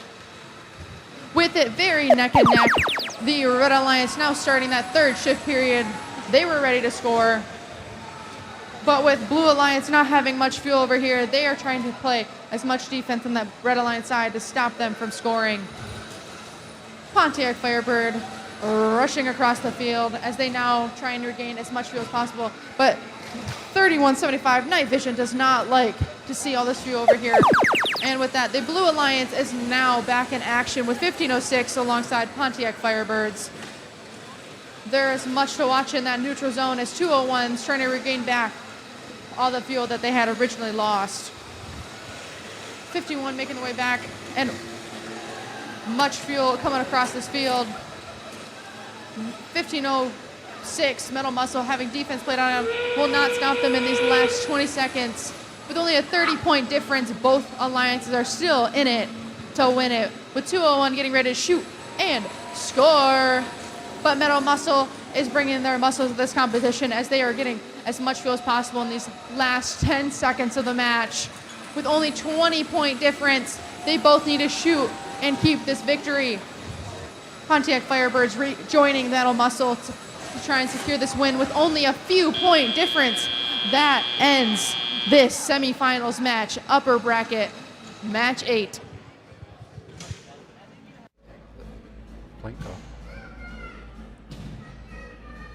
All right, up at our review desk, Eric, this one's close. I actually think we might see an upset on this one. This was a very tight match going into endgame. 1506, like halfway through the match, just came alive. They were just bawling out. They're like, yeah, there's a ton of fuel on our side. We're cleaning up. We got it. Get the fuel back here. We will handle it. I don't know who's going to win this one. If I had to guess, this is probably within 5 points. I'm sure, I hope I'm wrong, but this felt like it was going to be decided on human players. Because the thing that you really can't see on stream is the Plinko boards. There's a good amount of fuel up there. I can't really count it from here, but let's find out who actually came away with this. And it's the Red Alliance. Alliance number 2 continuing in our upper bracket. 3 points, Eric, 297 to 294. It can only get about 3 points closer. Quite actually. Nailed it on the gas. This is why human players are so important. You can't just take the roll for granted. It really brought it close on the blue side. That's why it was a 3-point match, even though they were down about 15 or so before the end of it. But Red also had some in there, and it was just enough to keep them out in front. Cinema. Absolute cinema. Let's take a look at that match, though, and really understand what it was that made it so entertaining to watch. So, first thing I saw was right in auto, 51 gets stuck. So we're already having a tough time if we're Red, because they've been pretty consistent at putting up at least 30 fuel, I would say, whereas 201 has been doing about 40 on their own, and that's basically what happened there. But Red Alliance is actually able to take it. 1506 does not get that hopper off before Auton ends, but they get a really nice transition cycle off with it, as you can see. Yeah, and that's the thing. Even without getting that off during auto, they still were able to win it. They're getting that first shift to focus on gathering fuel and building up a reservoir for when they come back on in shift 2. Yeah, it's like I was talking about, here's more passing. 1501 finally said, hey, we got to pass more. We can actually control the momentum of this match. That was their best match of the tournament.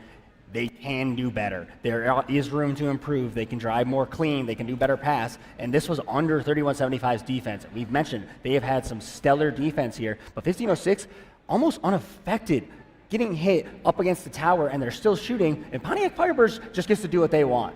They are just untouched because 3175 is too tunnel visioned on 1506. Yes, Red Alliance comes away with the win, but they can still do better, and they need to do better for match 11 when they play Alliance 1.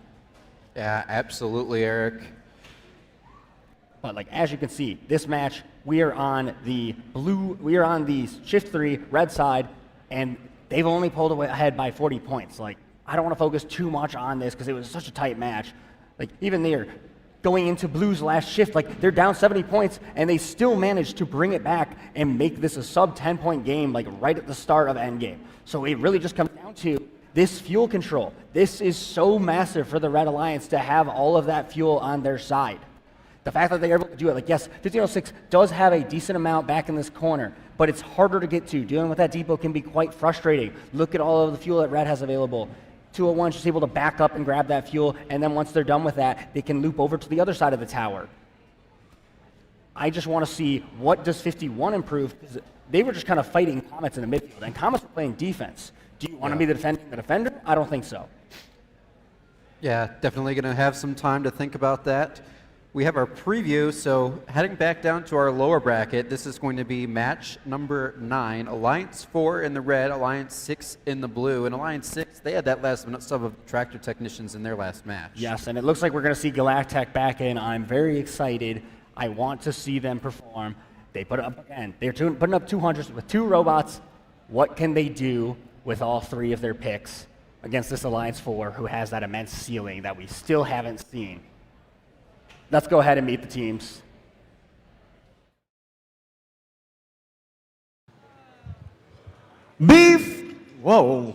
Hello. Before we meet the next teams, we have a lost phone at the field table. It has a very broken pop socket on the back, the case is black, and it has a lovely wedding photo as its screensaver. If you check your pocket and you are missing this wonderful phone, we have it at the field table. Thank you.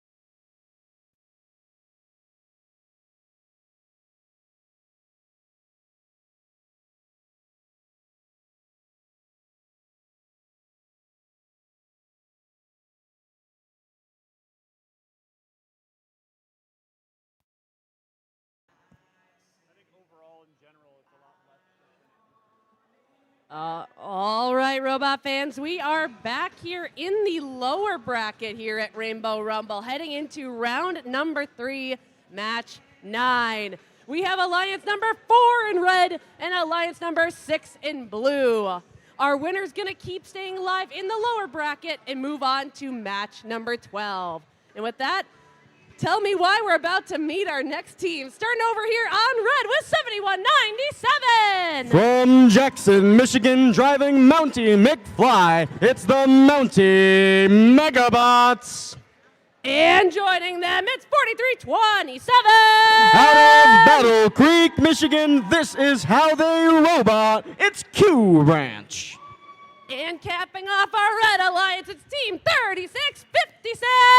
You'd think they're eggs, but no. Out of Dexter, it's the Dexter Dreadbots. All right, let's make our way over to our blue alliance number 6 and meet Team 4926. From Columbus, Indiana, they ignite, involve, and impact. It's Galactech. And their partners, it's Team 4381. From Richland, Michigan, driving Juicer, the Twisted Devils. And capping off alliance number 6, it's 1189. Out of Grosse Pointe, Michigan, driving Dead Space, the Gearheads.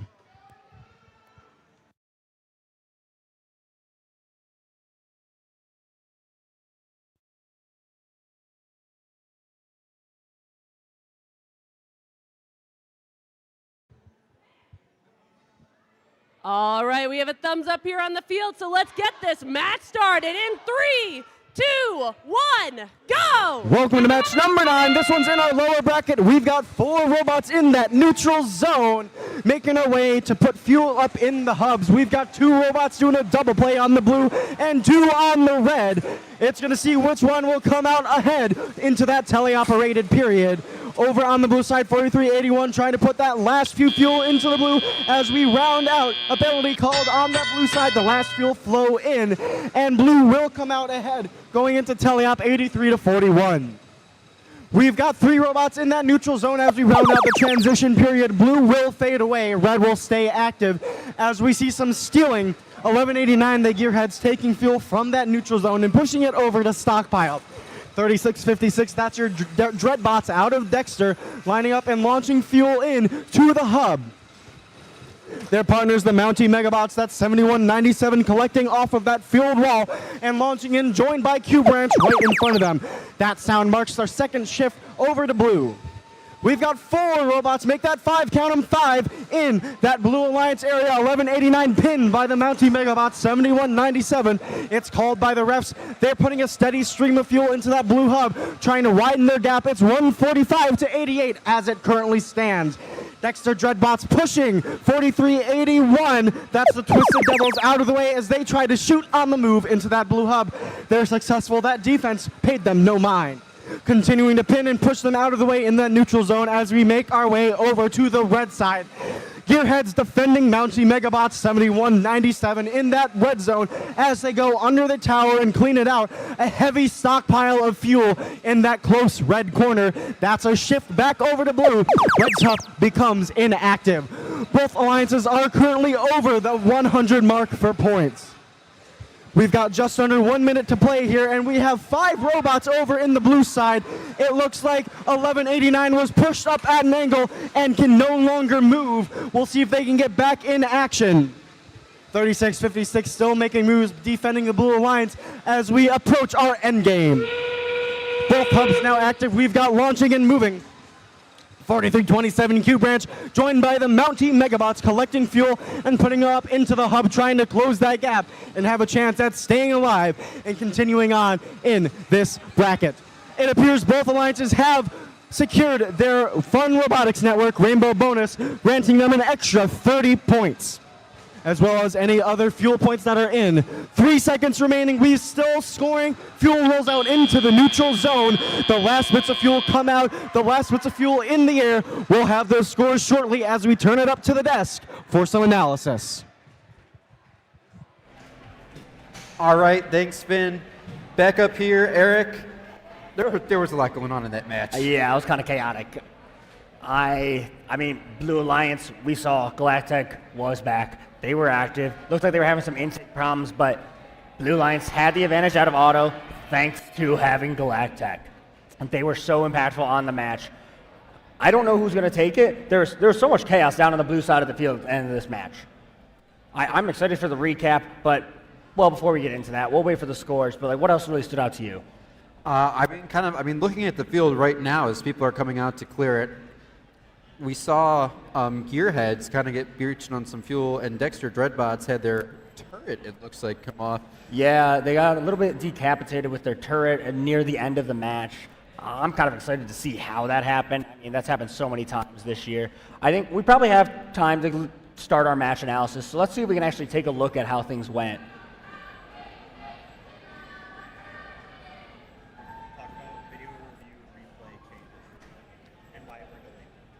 Okay, so there's going to be a little bit of a delay. So for some of the more interesting circumstances on the fields, we have a video review policy at Rainbow, where if the referees feel they want to check something back, they can go ahead and review the live stream and see, do they think that they missed a call, or did they see something, but maybe they didn't see all the lead up. So they want to make sure that they understand what's happening, and there can be some big after the fact changes. I'm not saying whether or not that will happen. I just want to remind teams that that is a policy that we have here at Rainbow Rumble, and it does help to make sure the calls are correct. Yeah, that's the bottom line, right? Everyone wants the right call to be made, the teams and the referees. So having that extra time, and that's why we've been waiting for our scores, but they are ready, so we're going to go ahead and see what they are. And the Blue Alliance is going to win 248 to 194, and that is going to bring an end of the day to our Alliance number 4. So everyone, please give a big round of applause to Team 7197, the Mountie Megabots, Team 3656, the Dexter Dreadbots, and Team 4327 Q Branch. A big round of applause to them for a great showing at Rainbow Rumble this weekend. Yeah, I have really high hopes for this alliance. They were very entertaining to watch. I mean, I just want to get into it. Like, this is such a fun match to watch. There was just so much chaos going on. Having the Indiana team come in and actually sit out to spend time to repair their robot so they can have a better match here. That is what's so entertaining about using the backups is, yeah, our third pick with this insane ceiling got broken. We bring in tractors, managed to win the previous round matchup, and they come back. And look at that auto difference. They have 40 points on the Red Alliance out of auto. You shouldn't be seeing that out of your 6 seed versus your 4 seed. That's not normal. But that's just why FRC is so much fun. It really is. And I mean, all 3 robots on the Blue Alliance work together so well to make that happen. It's really important. And it kind of shows, you know, when they're at full health, this is a dangerous alliance, Eric. Yeah, like if Galactic is able to get that intake working robustly, I want to see what their ceiling is. I don't know what it is, but I'm very excited. And I kind of want to fast forward through the match. Let's just take a look at like the last minute, because that's kind of where everything started getting crazy. Like, we see Blue has a pretty substantial lead here, and keep your eye up in this top corner. This is what was kind of being reviewed. Is we're going to go into slow-mo here. Just watch the gearheads and the interaction with Mountie Megabots. Nice hard hit, bumper on bumper collision. Again, refs are taking a look at everything. They want to make sure they get the calls right, but that was a really aggressive move out of Mountie Megabots. I love seeing how they drive this robot. And then let's keep our eye right here on Dexter. Check this out. In the next 10 seconds, we're going to see why they might be pretty happy to say, yep, I think we're good to leave, as their turret falls off. And, you know, it happens all the time. It happens to everybody. Happened to 35-39 at their first event. Played with them, and yeah, it's like it happens to everyone so often. What can you do? But fantastic showing out of them. I hope they had a fun event. I had fun watching them. I had fun watching Monty. But let's take a quick look at what we've got coming up for this one down on the field.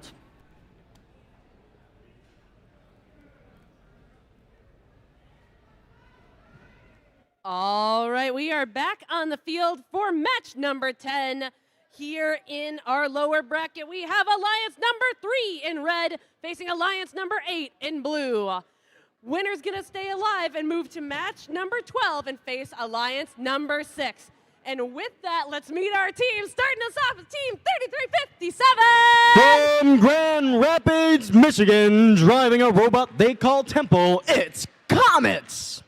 And their partners, it's Team 1506. Out of Flint, Michigan, a family community team, Metal Muscle.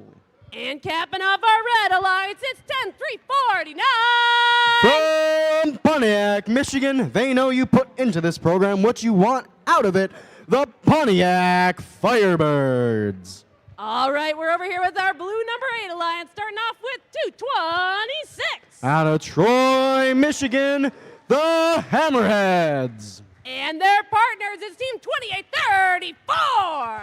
From Bloomfield Hills, Michigan, they learn, serve, and grow, the Bionic Blackhawks. All right, and finishing off our blue alliance, it's 2611. Out of Jackson, Michigan, they know rookies are friends, not food, the Jacktown Vectors.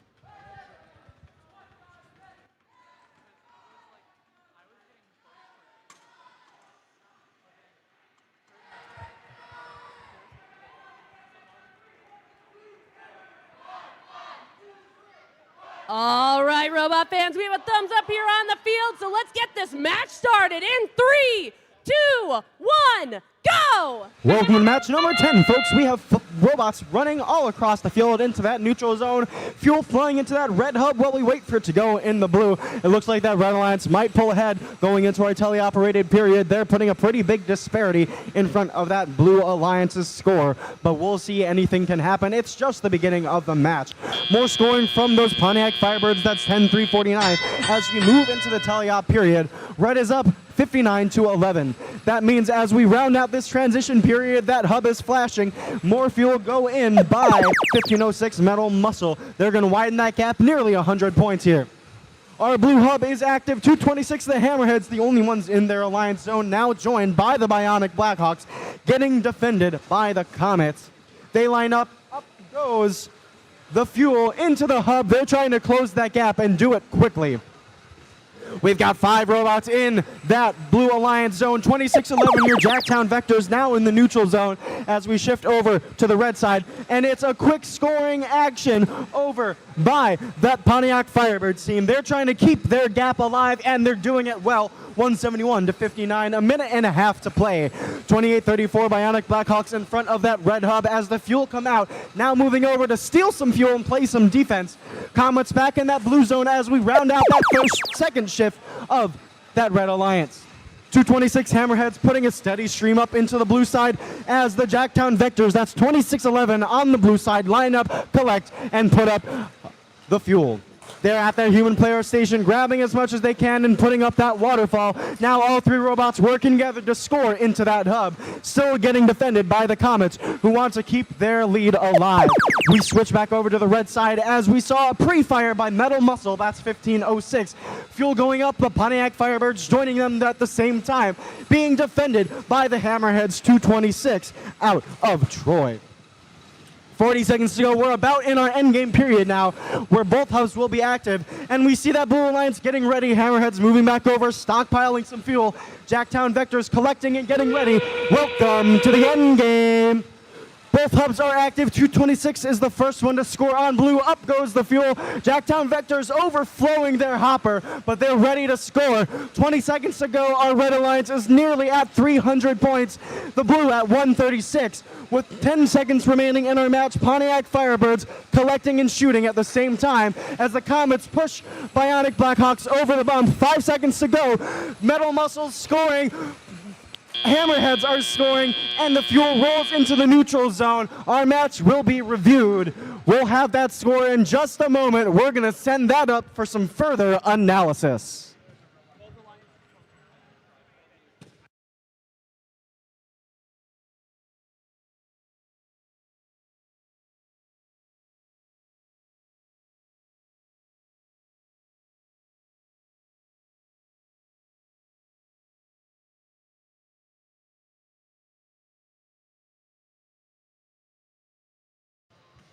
Just kidding. We're not going to analyze this one.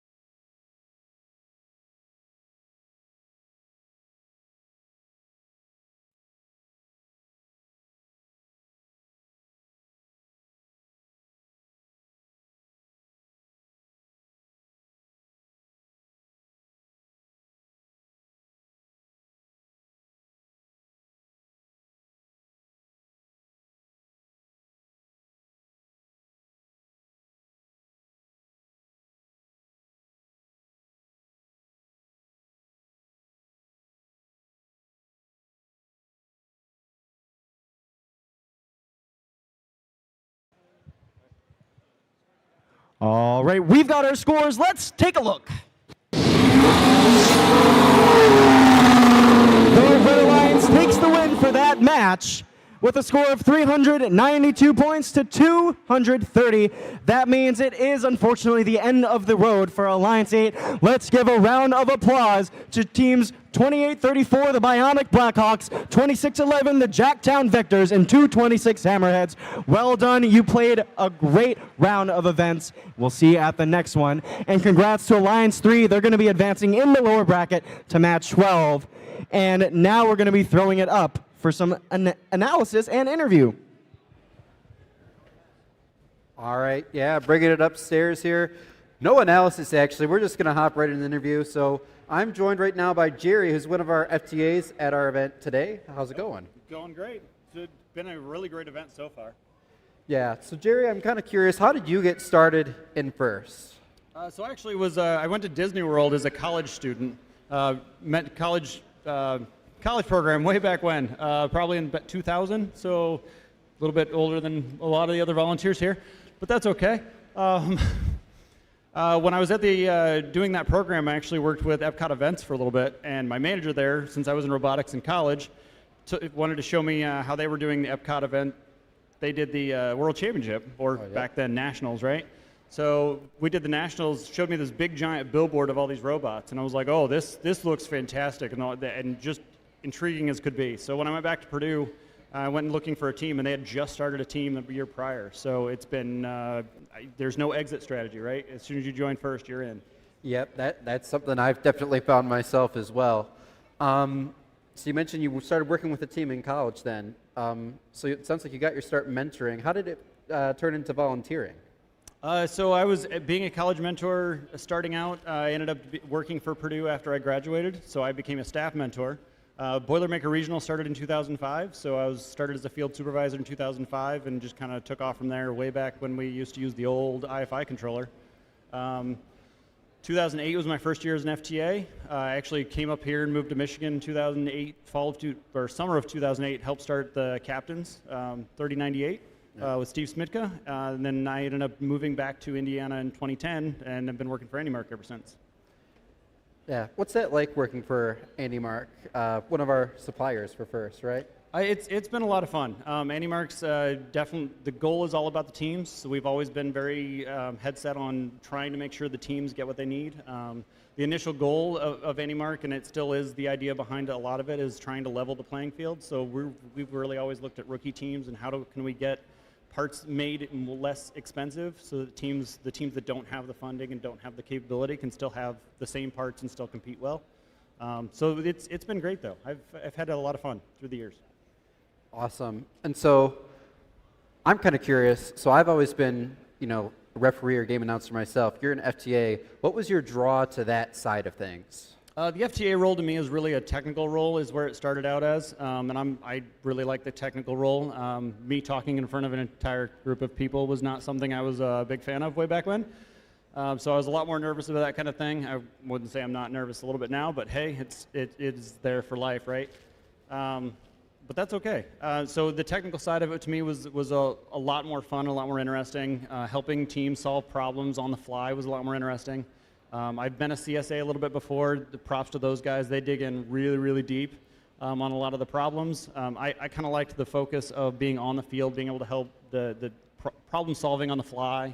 What's critical right now? What's the minimal that you can do to be able to get on the field? And really just making sure teams get the best experience they can have. So I've always enjoyed trying to make sure all 6 robots are always playing. Everybody gets equal amount of time, so try to make sure we have fairness across the board. Like, sure, I want to give every single team 4 hours, but I can't. So who do you give the time to and when, and how much time are you ahead? And there's just a whole lot of stuff to look at the same time. It's just been intriguing to kind of balance that at the same time on the fly and go and go, go. Yeah, certainly. And I guess one last question maybe. So if I'm not mistaken, this is your first time here at Rainbow Rumble volunteering, correct? Volunteering, yes. I did show up for an hour last year. It doesn't count as volunteering. But, I've known quite a few of these volunteers for a long time. I've seen it ever since it started, wanted to be up here every year, but finally got an opportunity to get up here and be an FTA and help build the field and hang out. meet with friends, make sure an event runs real smooth. Of course, we've had our problems, you know, a couple jams here and a couple technical issues here, but that's okay. We're getting through it. It's a fun off season. Definitely a fun off season. Yeah. Do you have a favorite part that stuck out so far? Oh, it's just everybody is. It's a much more relaxed event. So like it's not like we're freaking out and all panicked about making sure something happens. Like we're enjoying. We're having some fun, and I like the relaxed feeling. Definitely a good thing. Awesome. Well, thank you, Jerry, for coming up for this interview, and thank you, and a huge round of applause to you and your whole field staff for keeping things going this weekend. I've done hardly anything. The field crew down there have been rocking it all weekend. Awesome. Thank you.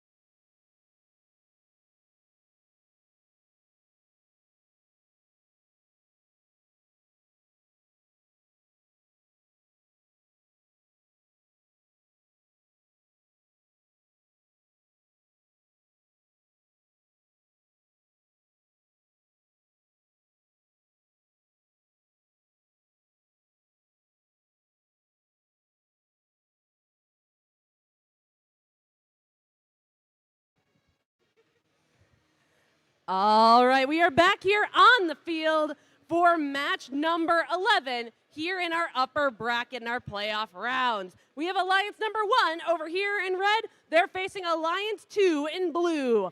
Winner of this match will become our first finalist here at Rainbow Rumble 2026. So without further ado, let's meet our team. Starting us off at 61-20. From New Haven, Michigan, it's Cyber Stangs. And their partners, it's Team 33. From Auburn Hills, Michigan, it's Killer Bees. And rounding out our Red Alliance, it's 54-60. From Lapeer, Michigan, it's Strike Zone.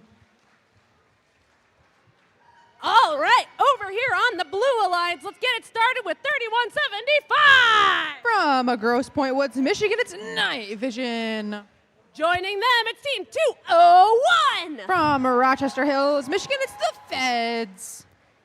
And capping off our second-seeded alliance, it's Team 51. From Pontiac, Michigan's Wings of Fire.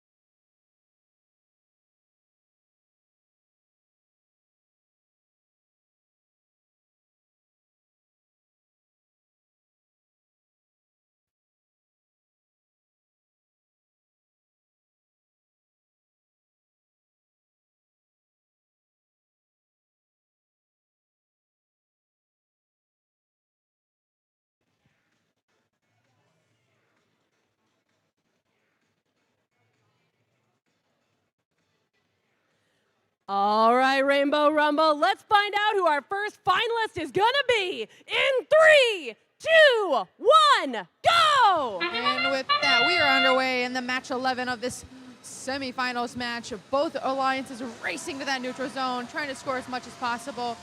With Strike Zone out of the way, we now have 33 Killer Bees single-handedly scoring it for the Red Alliance. With a very small gap, the Blue Alliance with 201, the Feds leading them in scoring over here. But with that, we are now on our teleoperated period and in the 10-second transition zone. 201, the Feds getting ready to shoot and score. With only a few point difference, we are going to make our way over to the Blue Alliance side as 3175, Night Vision stuck on some fuel, but their Alliance partners are going to help them out as 33 Killer Bees makes their way back over to their Alliance side. 51 Wings of Fire coming in hot as they now are continuing scoring over with the Feds. 5460 Strike Zone feeding over to their Alliance side, making their way back as they are now active in this second shift of the match. 33 Killer Bees trying to recuperate and still score. 51 Wings of Fire has mechanical excellence as they are now going to feed their own side. Strike Zone back in it as they are trying to fill up their hopper and score from all the way over there. 201, the Feds alongside 51 Wings of Fire are performing their strategy with excellence after this long semifinals. They are now 70 points ahead in this match as Strike Zone trying to fill up and regain the points that they have lost. With 6120 Cyber Stangs filling up behind those trenches. Strike Zone back in action, performing as well as they always do, alongside 33 Killer Bees. With only about a 50-point difference, the Red Alliance still active, still gaining in points as Strike Zone tries to come back, but Night Vision performing excellent defense against that Alliance captain. And with that, we are now in our end game where both hubs are active. Blue Alliance still ahead by 30, 40 points, but 51 Wings of Fire alongside 201 getting ready to shoot as 201 has a very high stream of fuel into the active hub. 33 Killer Bees trying to regain back with Strike Zone with only 60 points behind in these last few seconds. And with that, we have completed our upper bracket, and whoever wins this will be sent to the finals.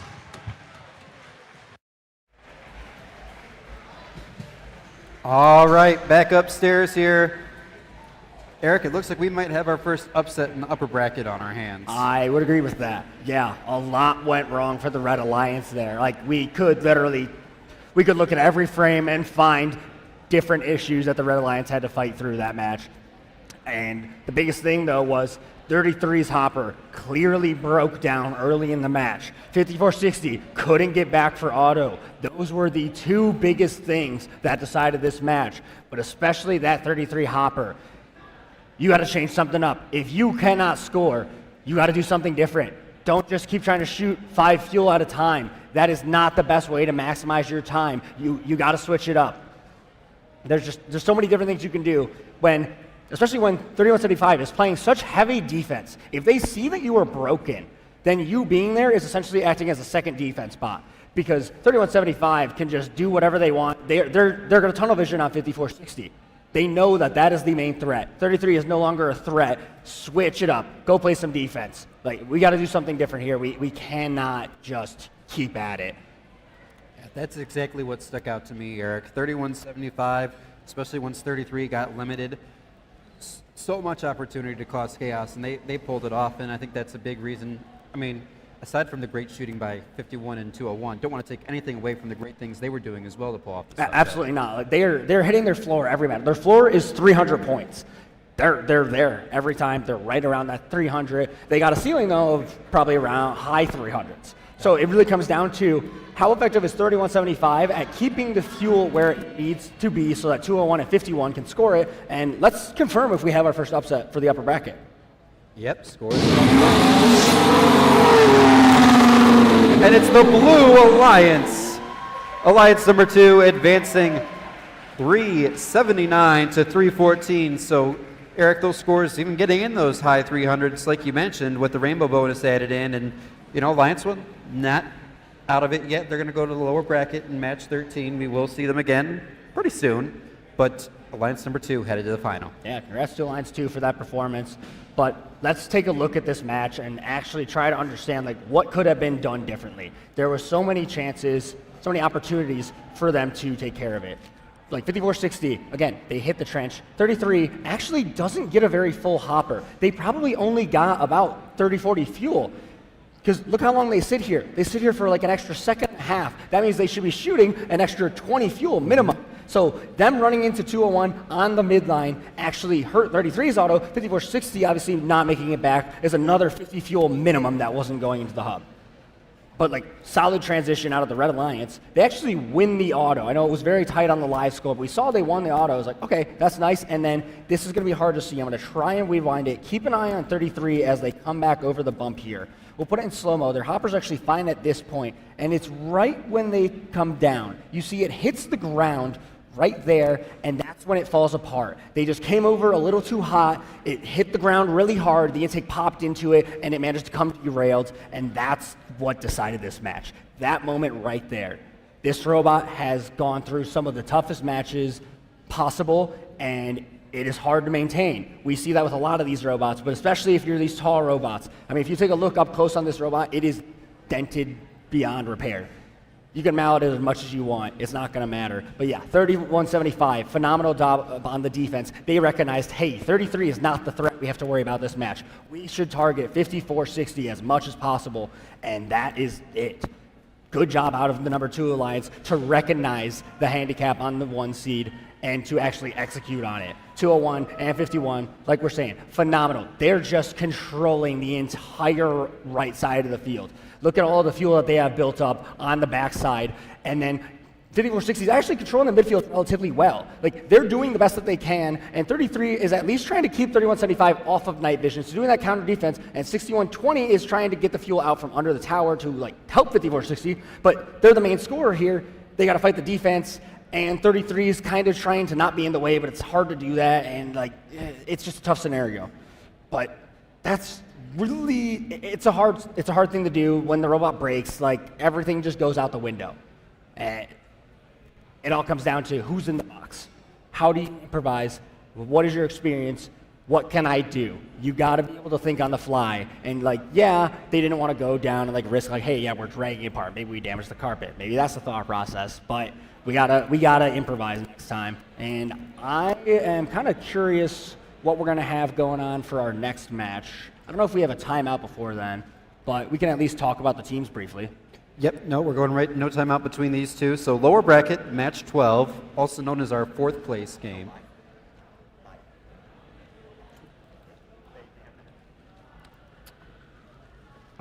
Looking at our preview here, sorry, getting a note from our producer, Owen Murray. Phenomenal, by the way, everyone. But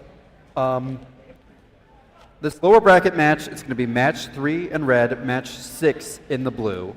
And we've seen a lot of great things out of both of these alliances. Right, Eric, that's one thing we had talked about from the beginning, is with alliance number 6, they're the sleeper. They put up a really good score in that first match in their upper bracket, moved on to the lower.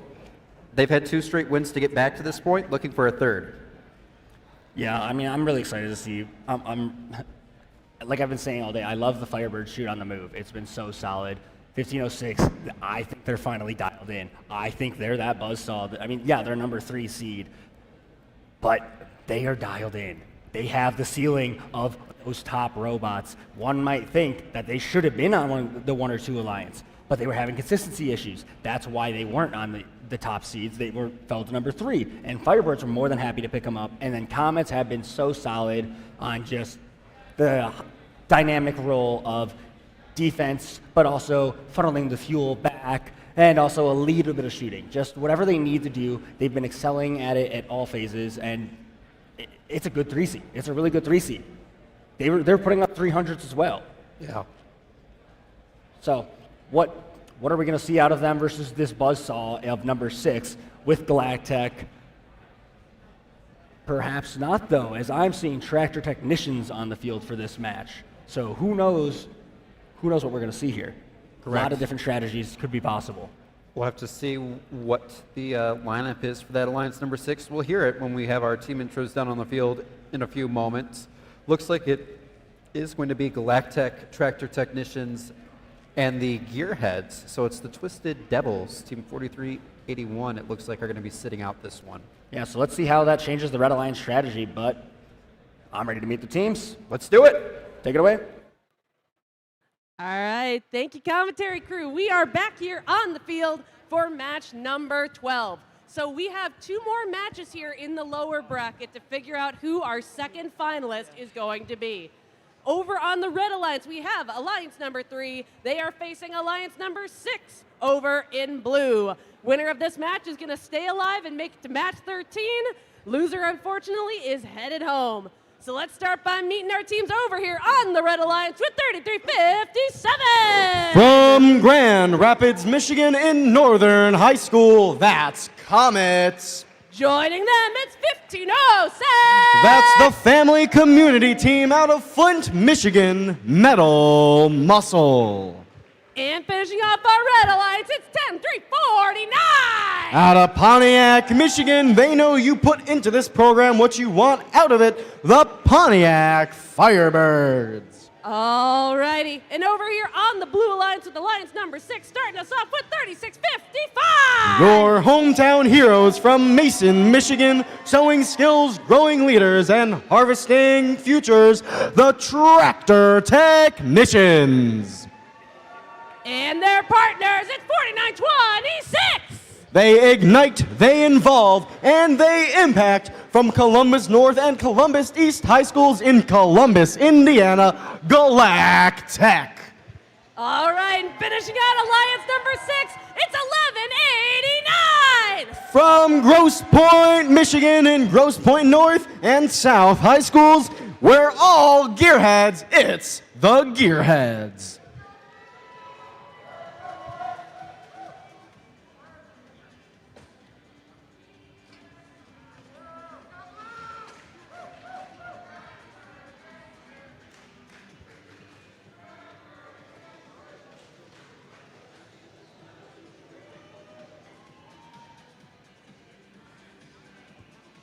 As a really quick announcement as we get ready for match number 12.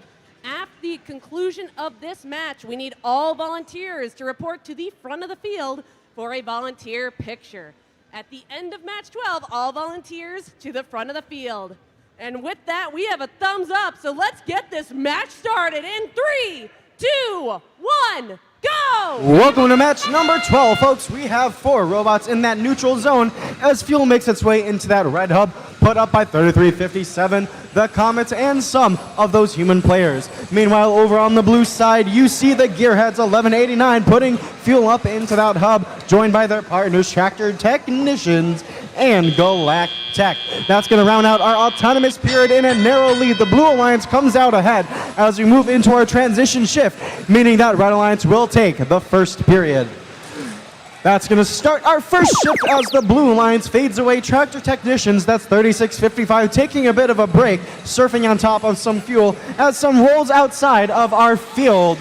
Over on that red side with the active field, 10349, that's going to be your Pontiac Firebirds. Over in that neutral zone, collecting fuel, moving back, and launching it up. Their partners, Metal Muscle 1506, over in the corner, making use of their stockpile. Up it goes as we make our way to the blue side of the field.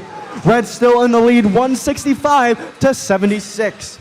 3357 pitting the Gearheads 1189 over in the blue side of the field as they try to clear out underneath their tower zone, launching fuel up into the hub. Their partners 4926, your Galactech driving drop shot, cleaning up the stockpile over in that close corner as it makes its way into the hub and through it into the neutral zone and over towards that red side with an active hub.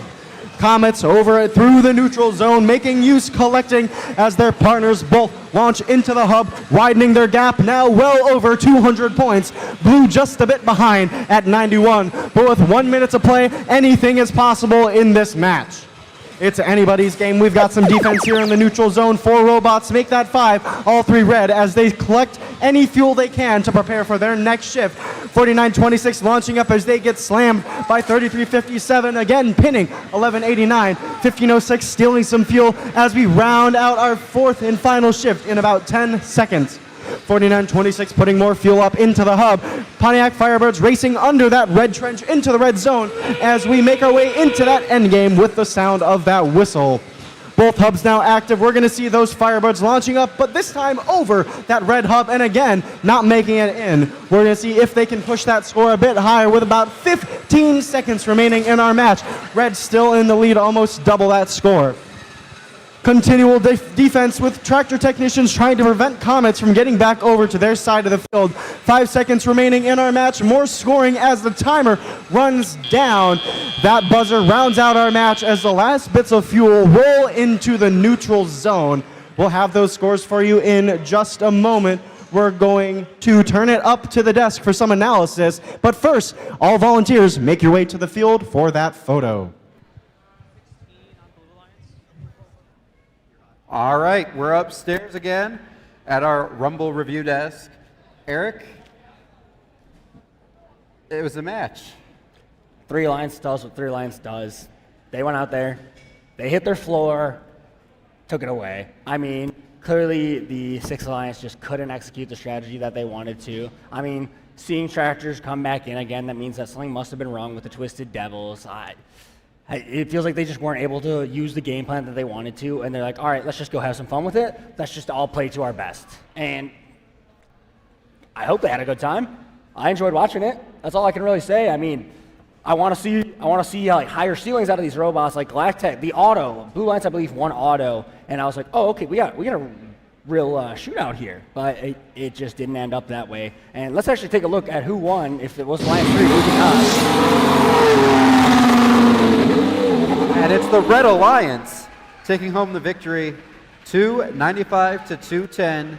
And so that does mean it's the end of the day for our Alliance number 6. So everyone, a huge round of applause to Team 4381, the Twisted Devils, Team 1189, the Gearheads, Team 4926, Galactech, and Team 3655, the home team, the Tractor Technicians. Great job this weekend, everybody, at Rainbow Rumble. But Alliance number 3, Eric, they are going to continue in that lower bracket. They're going to face Alliance number 1 to see who's our next finalist. Yeah, I mean, they're putting up a 295 against Alliance 6 with the dedicated defense bot. That's not the strategy Alliance 1 is running. 6120 is playing much more hybrid, shooting a bit, stealing a bit, actual defense a bit. They're doing whatever makes the most sense for them. So how is Alliance 3 going to change their strategy for that match? I don't think you can try to run the same thing here. I mean, maybe you're putting up 300, but their only time being close to 300 was when someone broke. Yeah. Do you really want to risk that? Do you want to play that same game and just hope you get lucky? Like, this is the lower bracket finals. It's 1 versus 3. You gotta bring something to the table.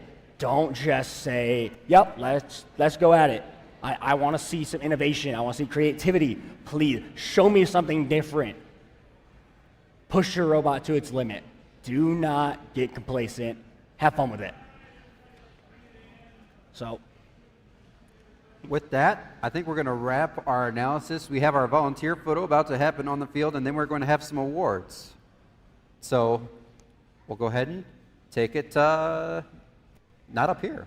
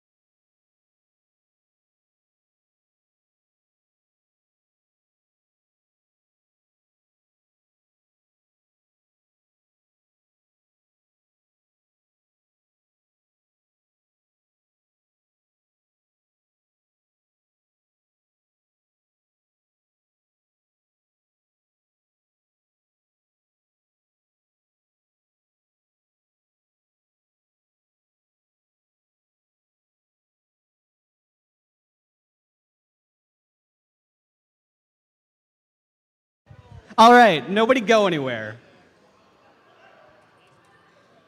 Nobody go anywhere.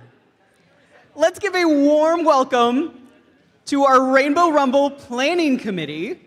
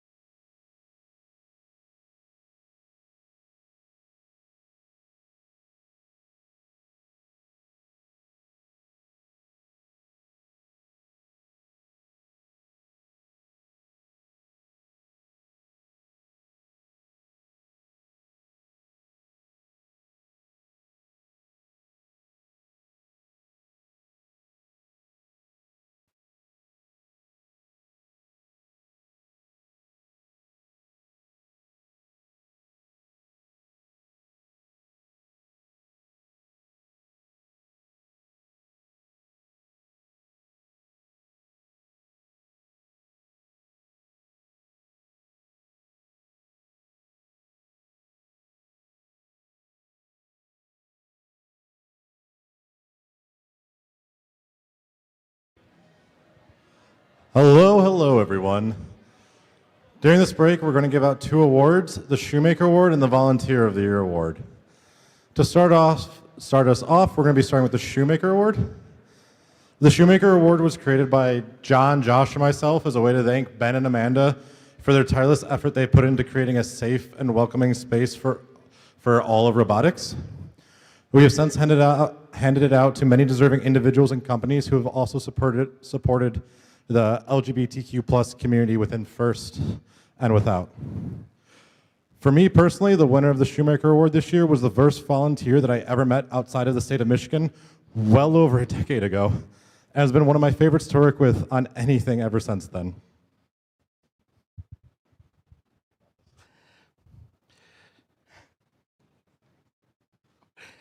This person has been involved with FIRST for a while. They started as a student on an FRC team before becoming heavily involved in other aspects of volunteer life. I first met them at an off-season event all the way back in 2011. The recipient of the Shoemaker Award this year has been pivotal in the development of so many LGBTQ plus related programs within FIRST. From redesigning the original LGBTQ at FIRST logo so that lapel pins could be made, which led to the founding of the Rainbow STEM Alliance, to designing the original custom Rainbow Rumble referee, FTA, and staff shirts that you see so many of us wearing here. She produced the original trophy graphics for Rainbow Rumble 1 and 2 and sat there helping me weed vinyl for hours. She has been with me through thick and thin and is one of my best friends. While we may not get to spend our days together at Andy Mark anymore, Rainbow Rumble would not be quite so bright and colorful if she was not involved. This year, we have been lucky enough to have her as our primary FTA. Please give the largest round of applause to Liz Smith, the 2026 Rainbow Rumble Shoemaker Award recipient.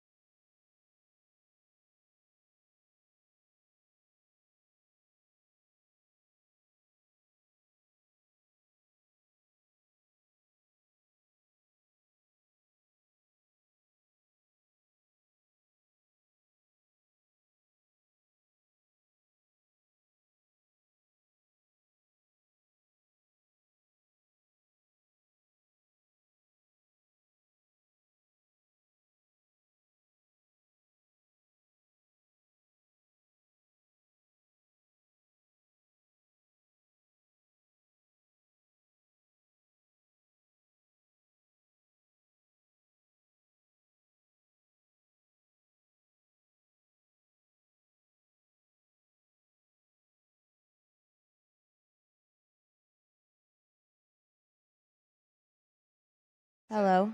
Hi. Okay. Hello. All right, the next one is the Volunteer of the Year award.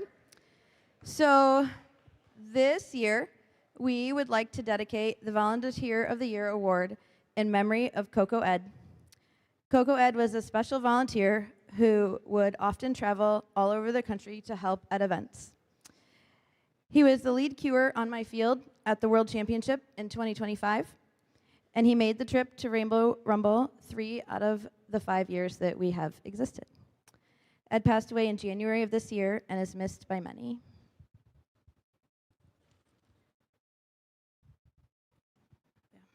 For this award, we first look for someone we feel has made a significant contribution to Rainbow Rumble. This person started volunteering in Mason in 2019. They have rarely missed an event since, including attending all 5 years of Rainbow Rumble. One reason this person stands out from the rest is their willingness to put others' needs first.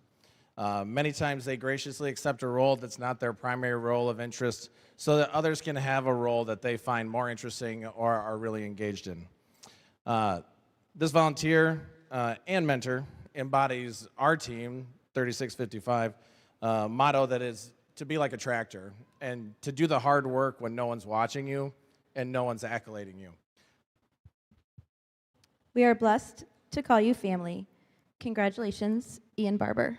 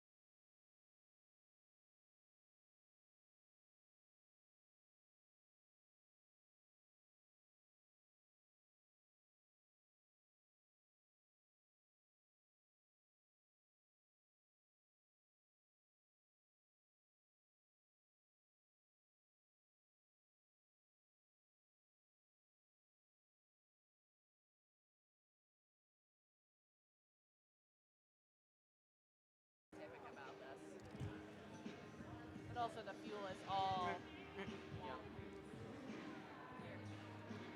Congratulations to our Shoemaker Award and Volunteer of the Year winners. We are going to get our field reset and get ready to play match number 13.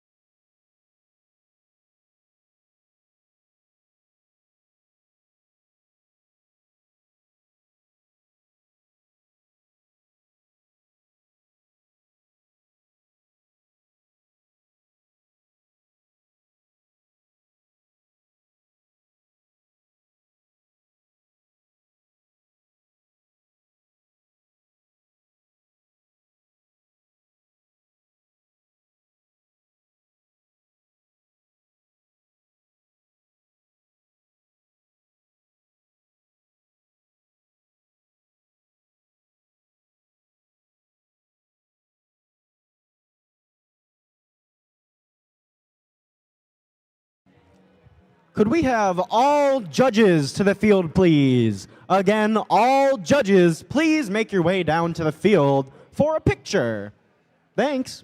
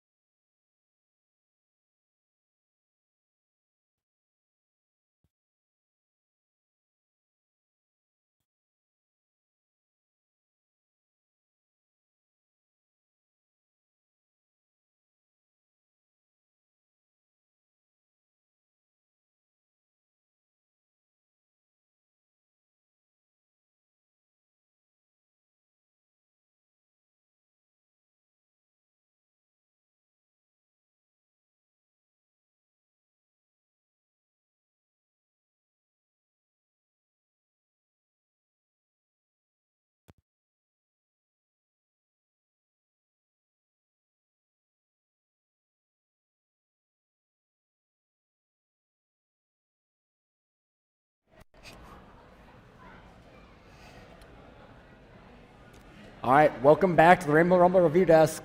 Congratulations, Volunteer of the Year, Ian. How do you feel? Thank you, Eric. Yeah, and, I mean, thanks to everybody. I mean, I kind of struggle to find the words. You know, this event, and I mean, just my whole family here in Mason took me in, and it, you know, this event and the people here are the reason I'm here today. You know, I come into college.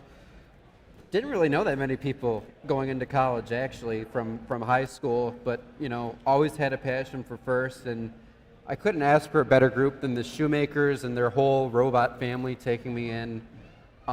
That's why I keep coming back. It's for that. It's to give everyone the experience they deserve, and you know, especially an event like this that gives everyone a place to feel safe and welcome.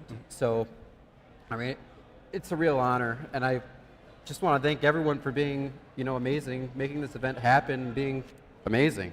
Yeah, really. I mean, I've done so many events with you over the time, but we've refed together. We're obviously on the desk together. The first time we've done this, but like, I love hanging out at events with you. It's always a great time, but we've got a match coming up. We do. It's our lower bracket finals, 1 versus 3. You want to meet the teams? I do want to meet the teams. So let's just real quick go over this while they're loading onto the field. So if we look at our preview, we got Alliance 1 in the lower bracket off of the 5460 auto, the 33E breakage, versus our 3 seed, where they have just been improving. They've looked solid. 1506 is getting better with every single match. I keep saying it. Firebirds, their shoot on the move is solid. Yeah, it's not high tide level. I don't expect it to be. Like, they're high tide. It's high tide orbit. Like, you know, you guys know. But they still look really solid here. Again, 80% shots is the number I'm giving it. It's entertaining to watch them. They're good on the passing. They're good on the shooting. Both of them are really effective. And then Comets are just playing defense and the passing role. Like, they're embodying that hybrid role that people misuse the title of so often. Yeah. Like, they are truly playing defense and truly playing offense at times, and they are actively contesting fuel. They aren't just going in the middle and running into someone. Sometimes they are, but like, they're really just doing whatever is, in their opinion, the correct call. And like, they embody that hybrid spirit, kind of like 6120, but 6120 is playing less of the defense role. Yeah. They're more of the offensive and help our offensive out of 33-54-60. So I'm leaning towards number 1 seed. Surely 33 has fixed the issue and it won't happen again, knock on wood, but who knows? I mean, 5460, they're not going to be on the blue side yet. They still got red on this one, but if the one wins this alliance, they will have to play on the blue side of the field, and with the auto missing in that last match, who knows if that's going to be a factor. But assuming they fixed it for this one, I'm ready to see. All right. Let's send it on down to the field and meet our teams for match 13.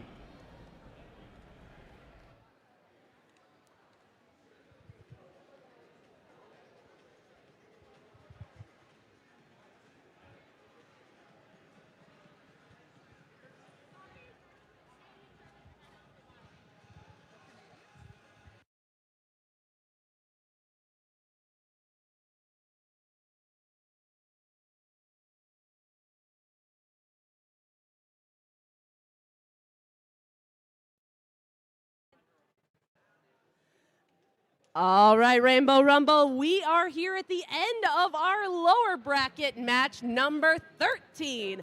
We have Alliance number 1 over here in red. They're facing down Alliance 3 in blue. Winner of this match will become our second finalist here at Rainbow Rumble. Loser, unfortunately, is headed home. So with that, let's meet our team. Starting us off over here on red, it's 61-20.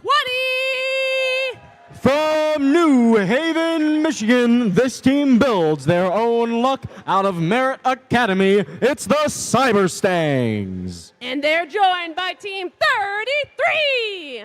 Out of Auburn Hills and the Killer Bees Robotics Foundation, the Killer Bees. And rounding out this alliance, it's your captain, it's 54-60. From Lapeer, Michigan, Lapeer High School and Center for Innovation, it's Strike Zone.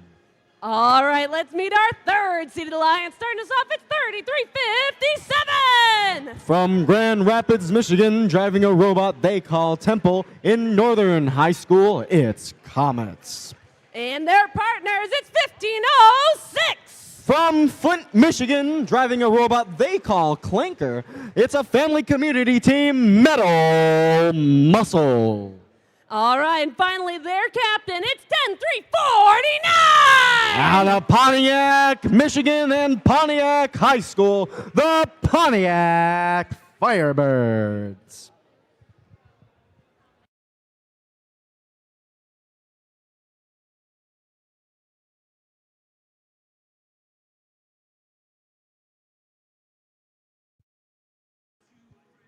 All right, we have a thumbs up here for match 13.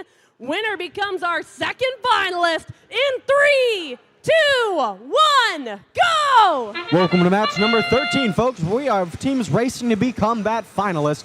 We've got fuel up into that blue hub, fuel into the red hub, and 4 robots in that neutral zone. 10-3-49, your Pontiac Firebirds launching over that bump and into the blue area.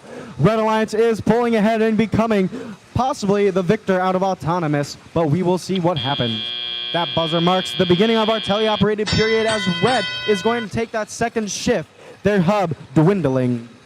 5 robots in the neutral zone. It goes down to 3 as we see some defense, 61-20 pushing Comets out of the way, taking advantage of their first shift. 1506 Metal Muscle and 10-349 Pontiac Firebirds launching fuel up into that hub. Meanwhile, 33 the Killer Bees collecting and scoring fuel, moving it over towards their alliance area. 5460 Strike Zone doing the same, collecting and stockpiling. 6120, that's your Cyberstangs, trying to collect as much fuel and steal it from that Blue Alliance as that shift begins. As soon as the clock ticks over, we have a double play on red. 33 and Strike Force launching fuel up into the hub. Meanwhile, 10-349, the Pontiac Firebirds collecting from midfield and putting it over onto the blue side, launching over that alliance wall and hitting their drivers. It's a slew of fuel from Strike Zone over by that red tower, and it does appear that the Red Alliance has completed that Fun Robotics Network Rainbow bonus, garnering them an extra 30 points after scores are settled. Metal Muscle, that's 1506, appears to be stuck on some fuel as that blue hub shift begins. Meanwhile, their partners, 10-349, the Pontiac Firebirds, making their way over, collecting some fuel and racing back under that trench, with some defense being played by Cyberstangs 61-20 over on the blue side. We've got quick action here. That shift goes over to the red side, and it's immediate scoring by Strike Zone, followed quickly by 33. 45 seconds in our match. That Red Alliance is already over 380 points. They are trying to stay alive, pushing that Blue Alliance to their brink. This is our lower bracket match determining a finalist. 10-349 in that neutral zone, still trying to collect as we begin our endgame. Both hubs are now active. We've got continued scoring from the Blue Alliance, 1506, 10-349, and their partners, the Comets, in the red side, playing some defense. Red is over 420 points. They go back down after some is canceled out. 1506 collecting with 15 seconds left. They're going to line up and launch. Comets doing the same, playing defense. We have double scoring by 33 and 5460 with a few more from their partners. 61-20 as our clock ticks down. The last few fuel roll into that red hub, out into the neutral zone, matched by blue. We'll have that score calculated in a jiffy, but first up to that booth for some further analysis.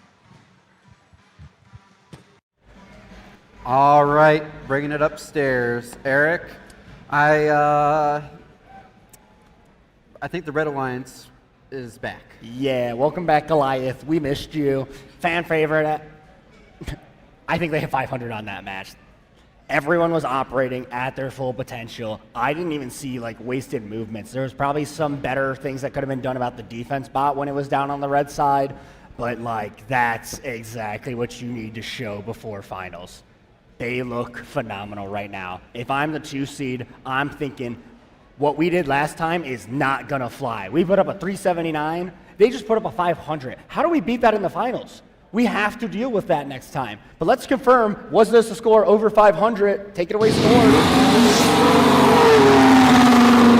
And it's going to be the Red Alliance. Alliance number 1 advancing to our finals. But please, let's give a huge round of applause to our 3rd place finished alliance, our number 3 alliance as it turns out as well. The captain first, team 103-49, the Pontiac Fireboards. Their first pick, team 1506, Metal Muscle, and team 3357, the Comets. A great showing. Congratulations on an awesome weekend, alliance number 3. Yeah, I mean, obviously, like, they didn't get the score that they wanted. They probably don't feel great right now, but they took a risk, and I want to point that out. And I want to hop right into the match review, where as soon as you look at auto, you can see they knew they were going to have some trouble, and they switched up their autos. Because before we were seeing 1506 was actually running the depot. They said, no, we have to go for maximum firepower. 1506, I need you to run that trench auto again. And the bad thing is they both get stuck on fuel. So that's why they had that 7 in auto. It's like, man, it's not what you want to see, but correct decision to try something different. I mean, look at the auto. Like, you have to change it up. You are not putting up 131 in auto before this. You had to do something different. I mean, the Red Alliance comes out of the transition just shy of 200 points.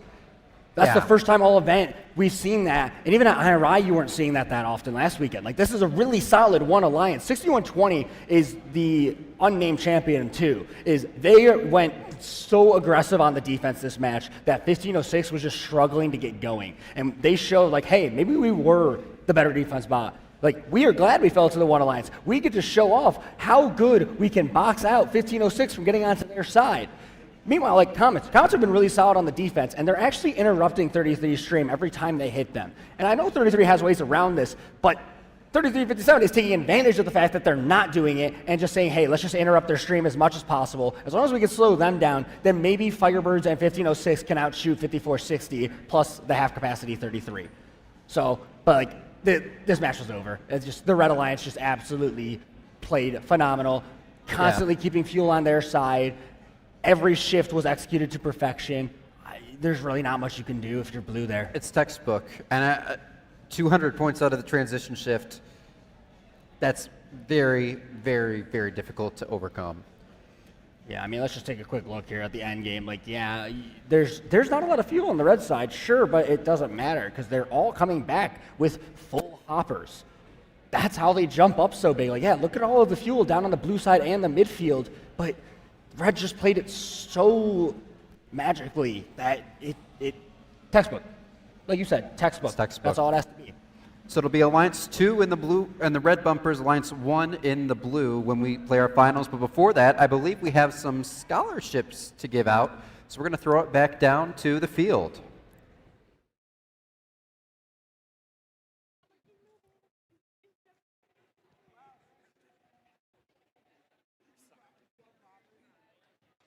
All right, folks. Before we announce the winners of our Rainbow Rumble scholarships, we want to recognize the generous sponsors that provided them. So huge thank you to the Rainbow STEM Alliance, Rev Robotics, the Thrifty Bot, TechSmith, Jeanette Kona-Larock, and Alex Golek. Please give a hand to our generous sponsors.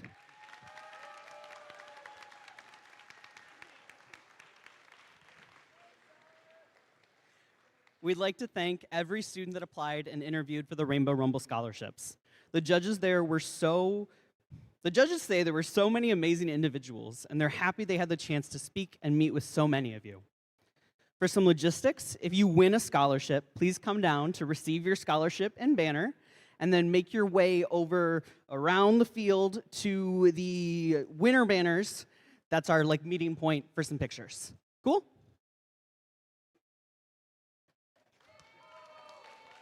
All right. We have 8 scholarships to give out at this time. So in no particular order, from team 4926, Viam.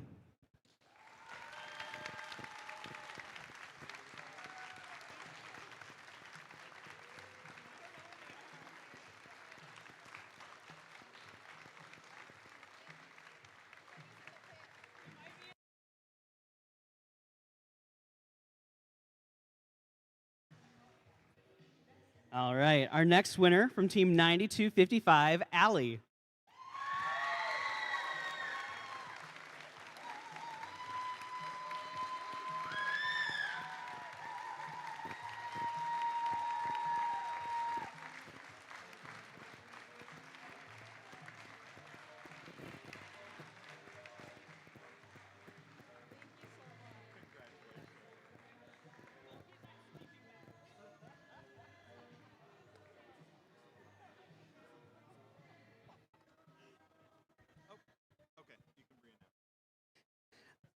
All right, from 4926, Viam.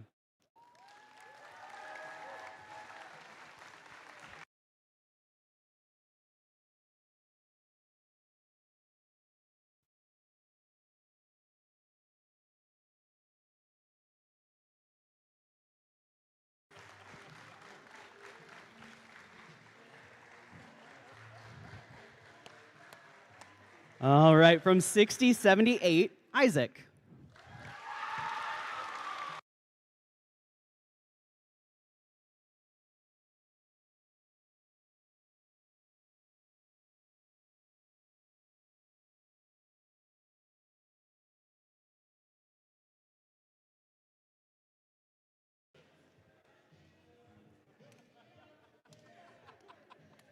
From 3655, Leo.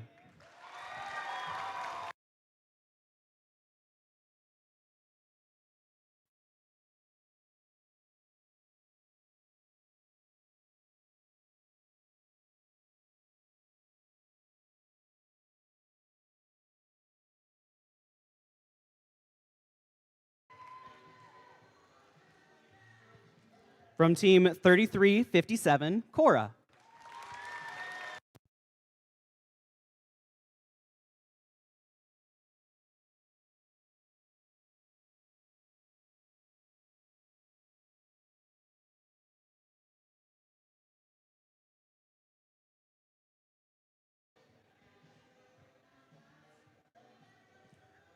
From team 247, Eliana.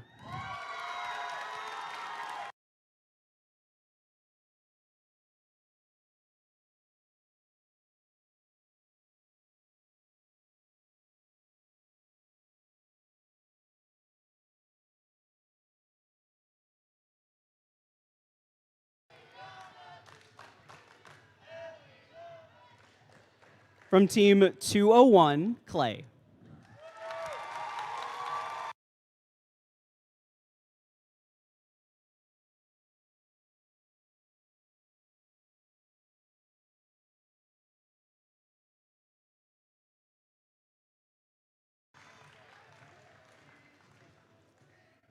And our last 2026 scholarship recipient from team 4926, Shandon.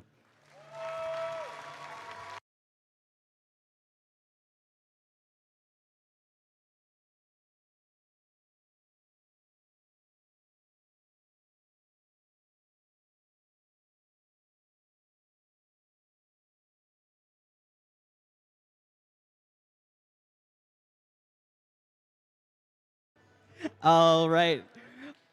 Huge congratulations to all of our scholarship award winners.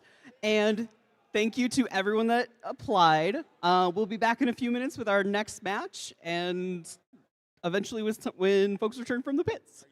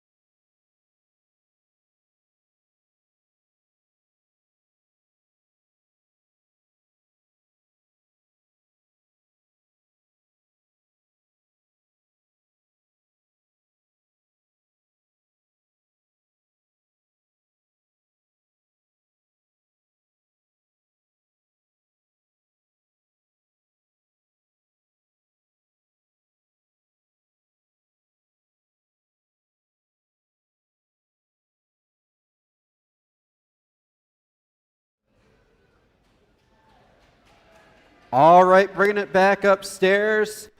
I'm joined with Preston, everybody. Preston's our head ref this weekend. Preston, how's it going? It's going great. Hope everybody is enjoying all the robot fun out here and having a good time. So Preston, before anything else, I'm kind of curious, how did you get your start in robotics? Were you a student? Was it right into volunteering? Student right into volunteering, started way back in 2010 in Breakaway, and we had a pretty fun time at Einstein our rookie year with poofs and pink team and some craziness. You know, I was in 4th grade back then. Oh, don't make me feel that old. So, yeah, that's right into volunteering. Now, you're usually a referee at competitions, correct? Yep. And, you know, I think it'd be kind of fun, actually, because we've known each other for quite a while now. You were actually one of the first volunteers I really got to work with when I swapped over to the volunteering side of things. Yeah, it was back in 2019, I think. We had we'd been scrambling for referees, as is usual in Michigan, because we run so many events around here, and we needed people to help out in the Mid-Michigan event, and I called you up and was like, hey, you're a graduate, you were on drive team, you probably know a thing or two about fouls and how to drive and how to interpret robot movements well. And you came in and did awesome the first event, and it's been pretty chill ever since. Yeah, I might be biased because you're here, but one of the best head refs to work with, in my opinion. Always a pleasure being on your crews. So, correct me if I'm wrong, this is now your 2nd year being the head ref here at Rainbow Rumble, correct? That is correct, yep. How have you enjoyed the off season and being here? This is my favorite off-season event, probably my favorite event, period, to do all year long, because the folks who run it are just such a treat to work with. We have all the fun additions of the Rainbow bonus to look forward to. And I think it's really important that we have an event like this in the community, one of the first queer-focused events to really run and prove that we can celebrate everybody. Absolutely. I'm kind of curious. So there's a couple unique things we've had at Rainbow Rumble over the years. I'm curious anything you can say about. First thing being the Rainbow bonus. This year it's in the form of our little Plinko game. In the years before, it's been, you know, tie-dyed game pieces, things of that nature. What's it like different from in-season, having to deal with the scoring of those? And then also, I guess, do you want to talk about video replay at all, which is something we don't have at all in season, and something, I believe, from the very beginning we've had at Rainbow Rumble? Yeah, the Rainbow bonus has always been a fun twist on each season's game to get creative and make something fun out of potentially a more unused game element, or just make an additional challenge for the drivers. If you remember in 23, we had the colored cones, which was so much fun, and the colored notes in 24. And then the addition of replay or video review capability has been so helpful this event in order to increase both the accuracy of the referee calls on the field and literally checking real time as the events are playing out in the field to make sure that we're getting the calls right and the fouls are assessed fairly, but also both the efficiency and the accuracy of the calls. The efficiency has gone way up because we don't need to huddle as often, and the huddles that do happen are pretty short, thankfully, because we got slow motion buttons and rewind buttons, and it's very fancy, but feels like it'd be lovely to have this in season if we could. Yeah, absolutely. I'm fully on board with you there. It would make our jobs as referees, not that I'm a referee apparently right now, I'm an announcer, but in spirit, it makes it so much easier, because I think that's something, I think a lot of people across all sports, umpires, referees, a lot of people get upset at officials because everyone has an opinion on the calls, but especially in first, I'm sure it's global, but it's always, everyone wants the call right. Both sides of the teams on the field and the officials, that's always what you're looking for. And it sucks when sometimes maybe something gets missed. Thankfully, I don't think it happens too often, at least in first, but it certainly is something that video replays, I think, a huge help. Yeah, and the helpful tidbit about video replays is there are going to be moments that feel bad for one alliance or another because of something that happened on the field. But having the video replay to be absolutely sure that that's what occurred and we're interpreting it in the correct manner is really what is, it feels like an extra safety blanket that I have the ability to go back and check to make sure my eyes saw the correct thing. And that is, that's been really nice to have this event. Anything else you got to say, Preston? Outside of let's get on to the finals. Awesome. Thank you. We'll see you again this time next year. Sounds great.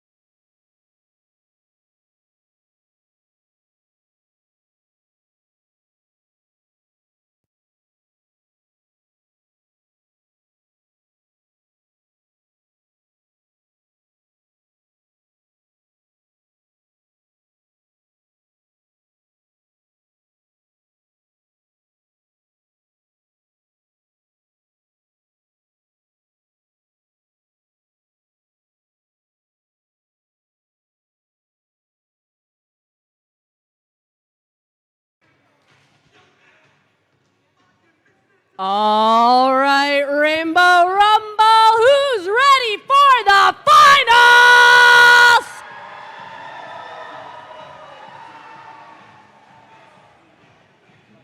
First, we're going to be meeting our number 2 Red Alliance. Starting off with your captains, it's Team 51! From Pontiac, Michigan, it's Wings of Fire. Next, we're going to be introducing their first pick with Team 201! From Rochester Hills, it's the Feds.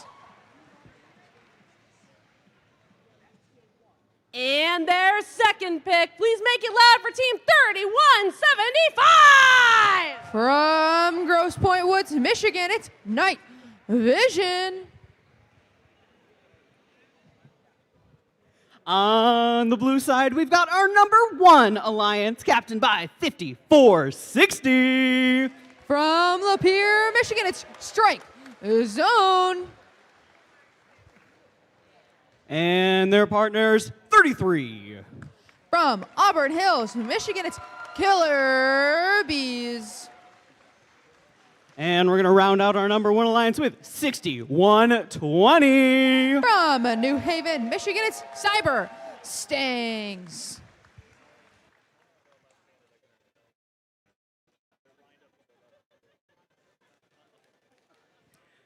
All right, let's give it up for our finalist alliances here at Rainbow Rumble 5.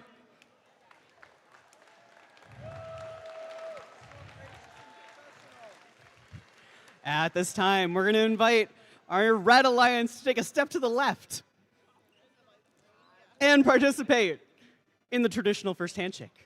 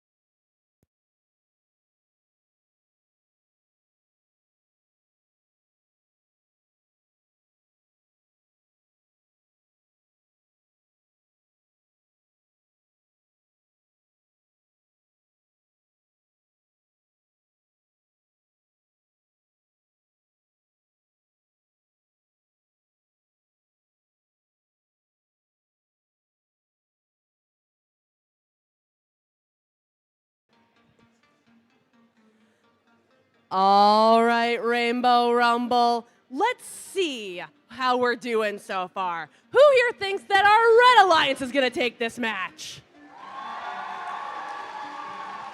Who thinks the Blue Alliance is going to take this match?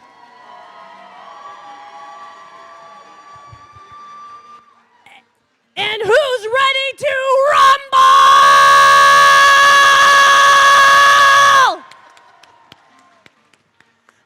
All right, Robo fans, we need help us count this match down together in 3, 2, 1, go!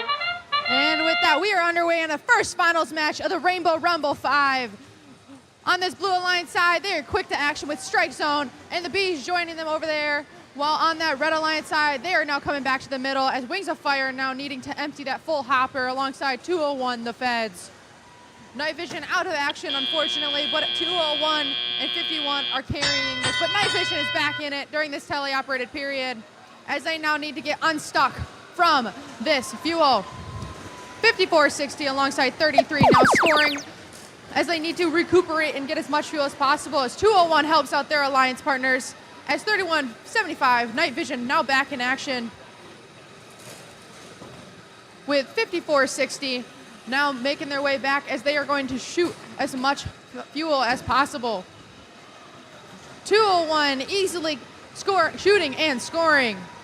As we make our way into the blue side, we are in the shift 2 of this match.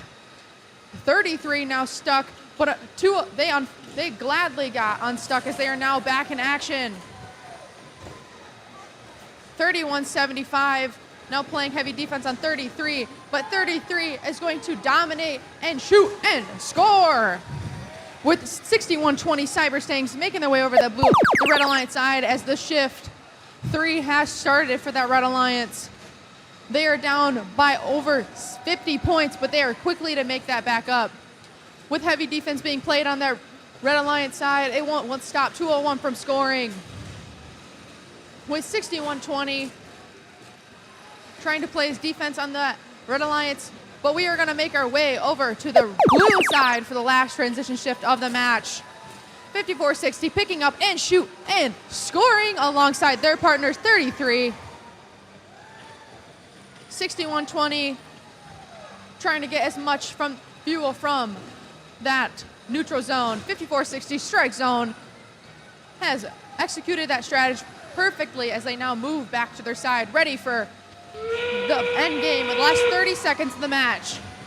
With Blue Alliance up by a considerable amount, the Red Alliance is not out of it as they are going to have a lot of fuel left on their Alliance side to shoot and score.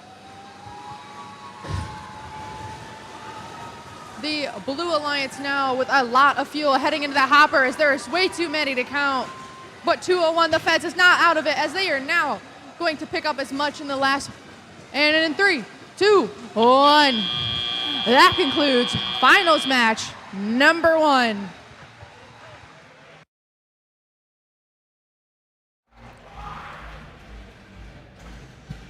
All right, finals match number 1 in the books, Eric. Looks like Alliance number 1 is trying to get a reverse of that match 11 outcome. Yeah, having 33 operational really did make the difference here. I will say, though, versus that match, 31-75's defense was so effective this time around. This match was genuinely close throughout the whole thing, but once 33 got a couple hoppers off kind of towards the middle end of the match, that was when Red's fate was sealed. Barring any crazy penalties, I think the Blue Alliance just kind of ran away with it. I mean, their auto advantage, they had, 150 after transition? Let's see the scores. And it will be the blue number 1 seeded Alliance taking home the victory 461 to 388. Both alliances getting that rainbow bonus. And you can see right here with those score totals, Eric, Blue Alliance won auto by about a ratio of 2 to 1 and then just slightly edged out in tie-up as well. But really it looks like based on this, auto was the difference. Yeah. I mean, that's what it comes down to is that Blue Alliance auto, having all 3 robots go out to the midfield is just so strong. 33 being able to go over the bump so that 61-20 can line up next to them. It just allows the Alliance to mesh so well, and then having the 2 robots and then the midfield, guaranteeing that transition cycle. It is exactly what you want to have, and that's why they're just putting up such a good performance. The one thing I want to point out is that we actually have 3 Rainbow Rumble winners trying to repeat. 51 has won once. They want to join the club of 2-time Rainbow Rumble winners. The only ones in that are 54-60 and 33. They won together last year, and 33 beat 54-60 in 2024. So they're going for a 3-peat, and if they can win the next match, they'll be the first team to do it. But let's go ahead and take a look at the match and actually watch how strong that auto was that gave the Blue Alliance the win.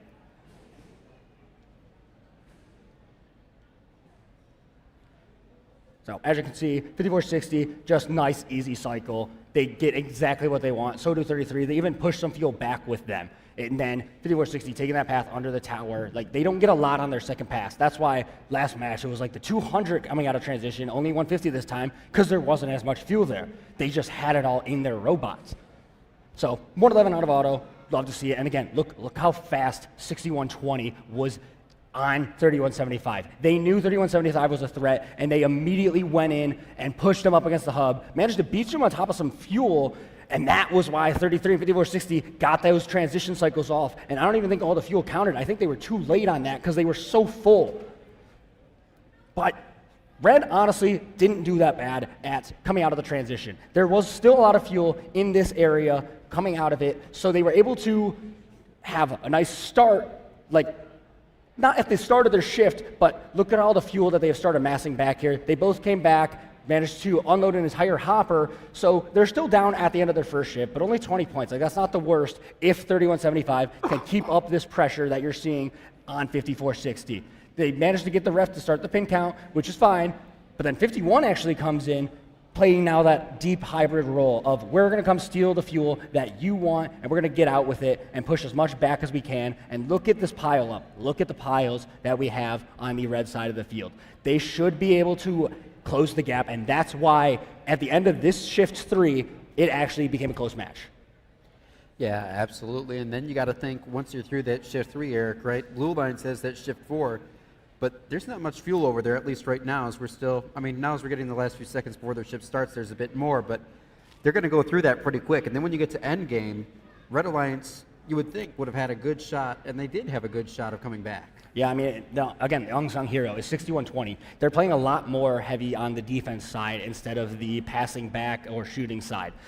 Like, I mentioned it before. Look at this huge pile of fuel on the red side. They were not able to score all of that. They will have it for endgame, but 6120, watch their defense on 201. They are pressuring them so hard on the left side of the field. 201 cannot aim. I think they actually took a tech foul there for contact, but then they did a nice little sweep, pushed about 20 balls back under the trench, towards the blue trench. 33's in the midfield, 5460's cleaning up, match is over.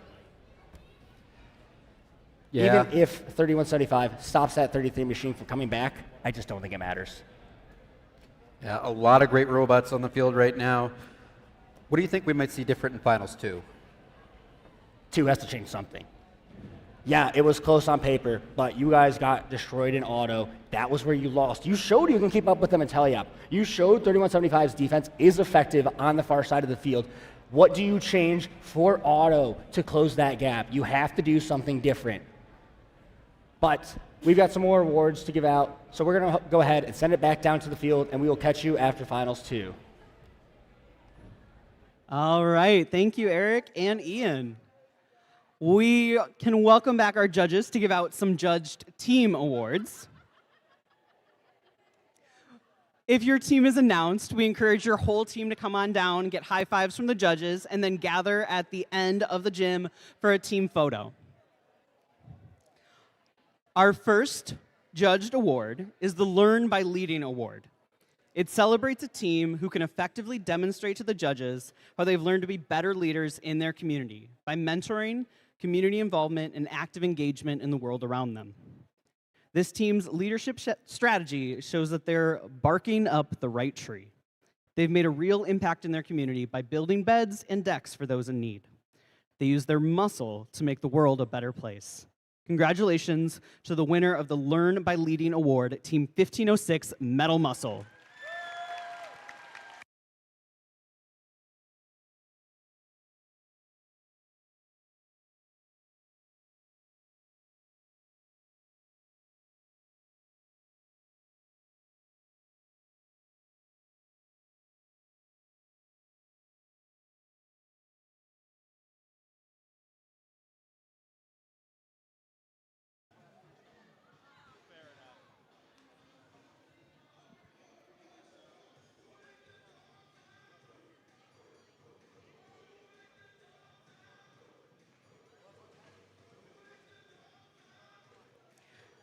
The Glitter Award is presented to a team who manages to make the world their stage. They have the glitz, glam, and glitter to prove that they know how to party and have fun at a first event. This team is strong in spite of their small size and has the power to crush boulders with their phenomenal art and rainbow flair. Just read entry 258 of the Pokedex to learn more about this team. Congratulations to the winner of the Glitter Award, Team 8424 Tractor Technicians Next Gen.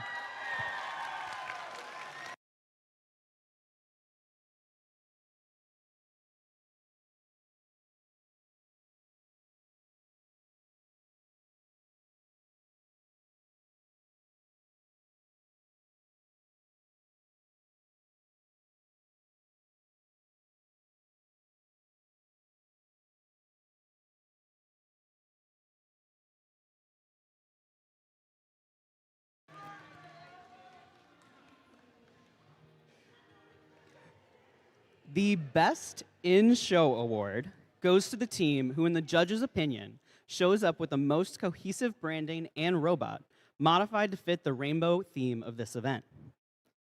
Using a blast from the past with a coat of the present, this team is flying in style.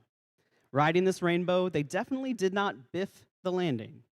Mount on up, this team doesn't just make history, they travel through it. Congratulations to the winner of the Best in Show, Team 7197 Mountie Megabots.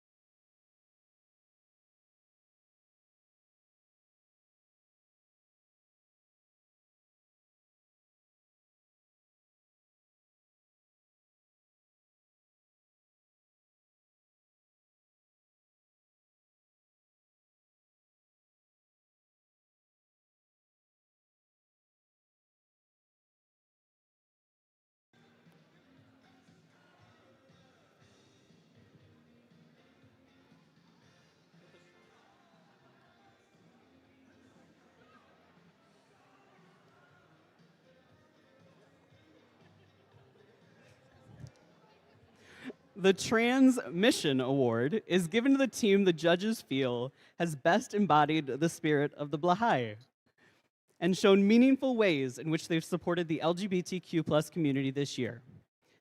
This team embodies how to create safe, inclusive, and accepting spaces for all students. By participating in celebrations of pride and making diversity the norm, they've transformed a treacherous ocean into a rainbow of opportunities for everyone. When it comes to supporting the LGBTQ+ community, this team really hammers the nail on the head. Congratulations to Team 226, the Hammerheads.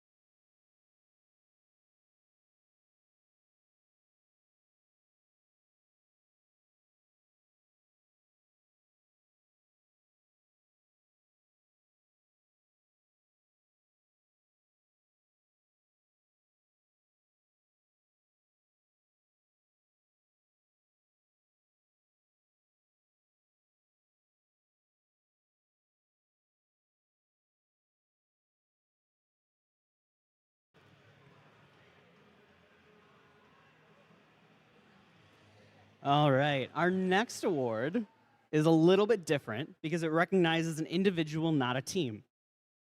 The Quintessential Award recognizes a mentor who, in the words of the students, embodies the essence of what it means to mentor. This mentor fosters an environment where every student feels seen, valued, and empowered to contribute. I want to personally thank all of the students who took the time to fill out a nomination. I think as first folks, we tend to go above and beyond by default, and we rarely slow down long enough to see the full scope of our impact. So students, thank you for your vulnerability. As you shared these incredibly personal stories, you made this a very difficult task for our judges. The judges read about many amazing mentors, but one nomination really struck a chord. This mentor empowered students to take the wheel and drive, letting each individual grow to their full potential. By genuinely asking, "How are you doing?" they created a zone for change. Congratulations to the winner of the Quintessential Award, Parker Duncan from Team 5460 Strike Zone.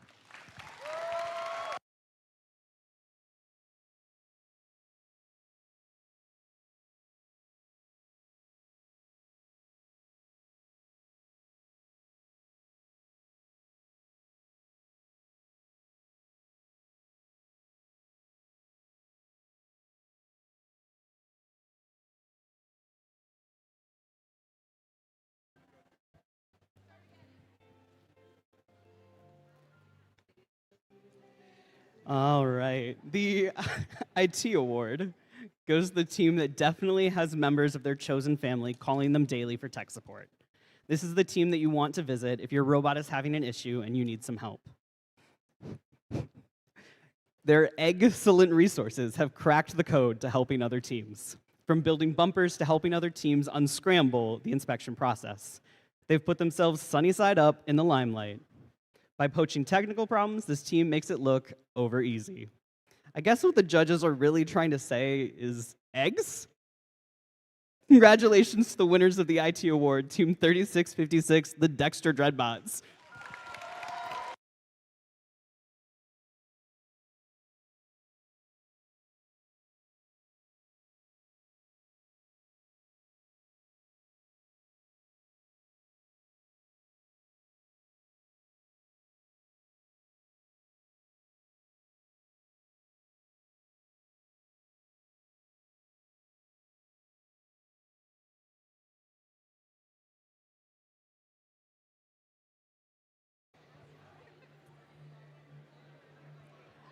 All right, the Alumni Award celebrates a team that builds great students into great alumni, furthering the FIRST program far beyond high school. This team actively keeps in touch with a large cast of alumni. By using Discord, team spirit, and breaking bread, they've made their team a close-knit family that lasts for generations. These suits have a stable structure that keeps futures looking bright. Congratulations to the winner of the Alumni Award, Team 201, the Feds.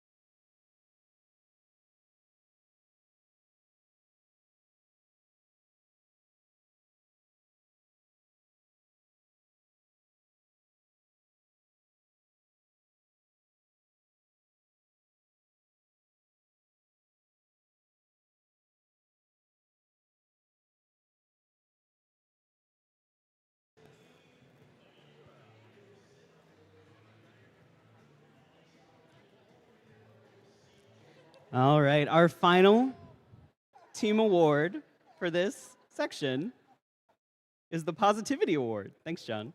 It goes to the team that shows how their positive attitude can make changes both in their school and in their local community. This team makes sure no one lacks knowledge when it comes to their community. Surrounded by butterflies, there's nothing they can't do. From hosting competitions to marching in community parades, this team embodies the saying, "No estudio para saber más, sino para ignorar menos." I do not study to know more, but to ignore less. Congratulations to the winner of the Positivity Award, Team 5577, the Kinematic Wolves.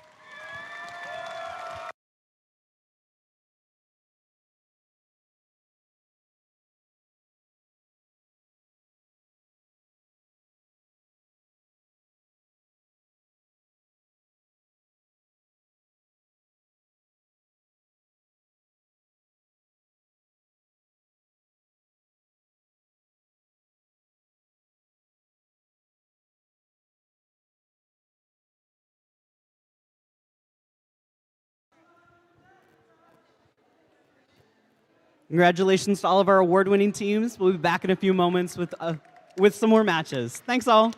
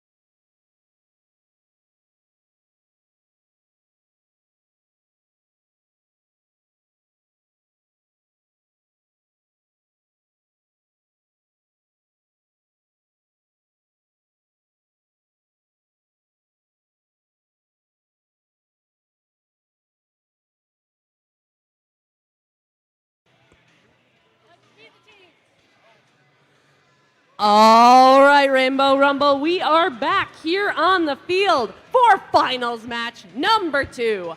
We have our Alliance number 2 in red facing Alliance 1 in blue. Alliance 1 took the first finals match, so if they take this one, we are going to have our champions here at Rainbow Rumble. However, if our Alliance number 2 has anything to say about it, then we're going to be heading to finals 3. And with that, let's meet our team, starting off on red with 3175! From Grosse Pointe Woods, Michigan, driving a robot they call Sisyphus, representing the University Liggett School, it's Night Vision! And their partners, it's 201! Out of Rochester Hills, Michigan, and Rochester High School, driving Agent Ditto, the Feds. And capping off Alliance number 2 with your captains, it's Team 51! The Hall of Fame team from Pontiac, Michigan, from the International Technology Academy and Pontiac High School, Wings of Fire.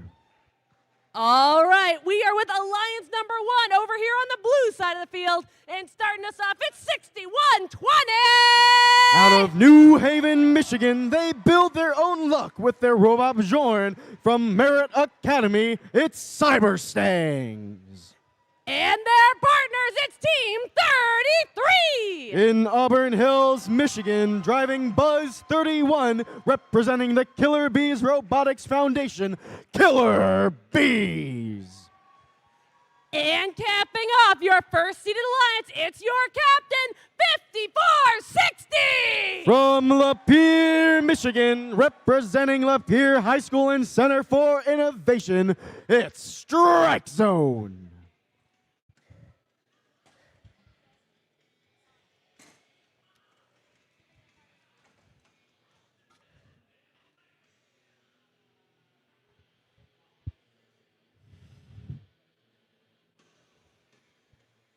All right, Rainbow Rumble, we have a thumbs up here on the field, so I need everybody to help me count this match down in 3, 2, 1, go! Welcome to finals number 2, folks. We've got a Team Alliance Red trying to stay alive and push it to a tiebreaker. The Blue Alliance wants the win to win it all. We've got a slew of fuel going up from 5460 and 33, making it through that blue hub. Meanwhile, over on red, 201 putting a bunch of fuel up, joined by 3175. It's a close one coming out of Autonomous, but blue takes the win, 105 to 34, 2 minute 20 on the clock. 5460 swoops in, 33-2. They're going to put some fuel up before that transition period runs out and blue sub deactivates. The final fuel roll through. Red stays active. We are in that first shift. 6120 is over on the red side. That is Cyberstangs. They're going to be defending 51, the Wings of Fire, as they and their partners, the Feds Team 201, put some fuel up into their hub, trying to close that gap. It's about a 100-point disparity between these two alliances. Blue is in the lead with 1:45 to play. We shift over to the blue side, Team 33 getting defended by Night Vision 3175, as they and their partners Strike Zone put a double stream of fuel up into that hub. Night Vision bumps past 33 as they are double defended by 201 into the hub. We've got a double stream of fuel going into that hub. The Red Alliance is about to take over as we make a shift. And it goes 201 the Feds with fuel up and in. 51 going over the bump and into the trench. Up goes the fuel. They're trying to close that gap. Both alliances over 100. Blue is about to break 300. They want this one. They want it bad. 5460 volleying some fuel over to stockpile as they prepare for their next shift. We're in shift number 3. 1 minute to play here. There goes the shift. Night Vision 3175 still playing some defense. 201 seems to join them, stealing some fuel as Strike Zone, that's 5460, goes under that tower, collecting fuel, lining up, and putting up that waterfall. Night Vision playing that defense with 40 seconds left. It's 154 to 355. 51, the Wings of Fire seem to have broken a little bit, but they're not out. 201 collecting as we enter the endgame period. 30 seconds, both hubs are active. 5460 collecting, they're lining up on the wall. Night Vision still defending. 33 racing around the outside of that hub. 20 seconds to go as we see 6120, your Cyberstangs, playing heavy defense, slamming into both 51 and 201. Fuel racing around that hub, 10 seconds to go. 201 launches Fuel up into the right hub, trying desperately to close that gap. It's 432 to 200. Last Fuel going up into the blue hub, into the red hub, through the serializer, into the neutral zone. Let's see those final points tacked on. We'll have those scores for you in just a moment. Turning it up for some final analysis.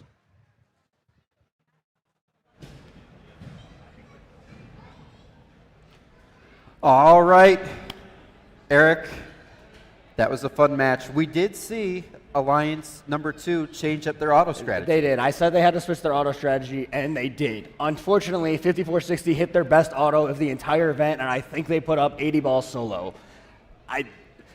They held 33 to 20 balls. 33 only got about 10 fuel out of the midfield because of that sabotage auto out of 3175. We have to give the Red Alliance credit for adapting their game plan. They knew they were outgunned, they knew they had to do something different, and they went nuclear. They changed it up, and the defense was phenomenal. It just wasn't enough.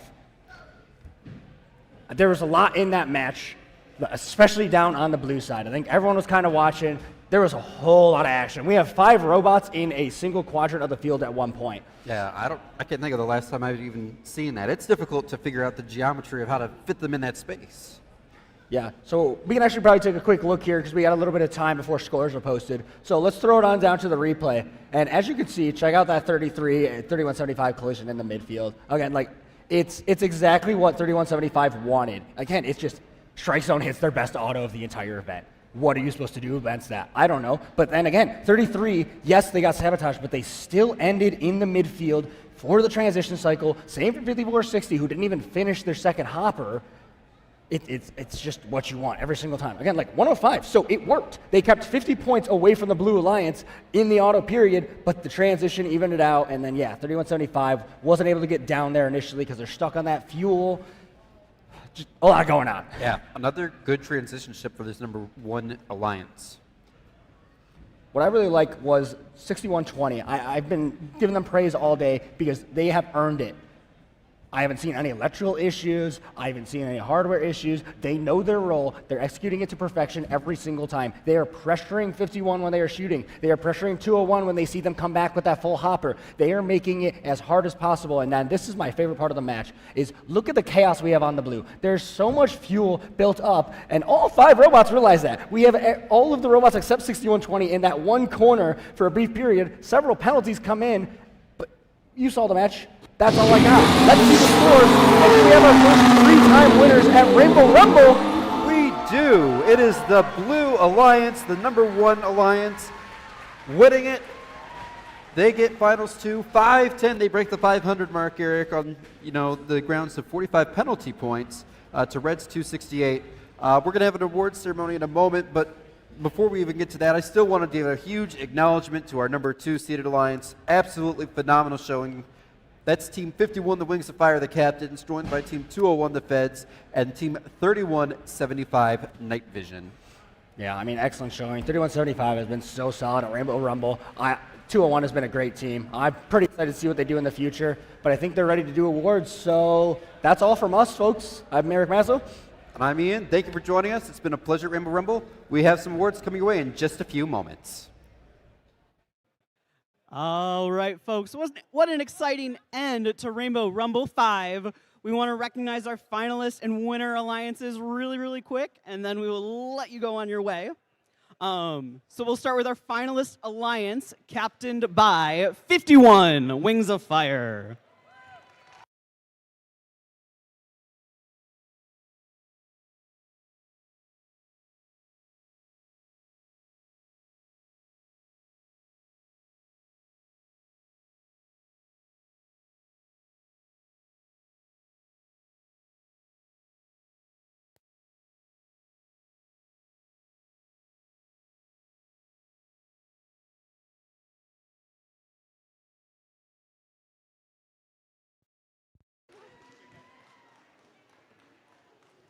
Their alliance partners, 201, the Feds.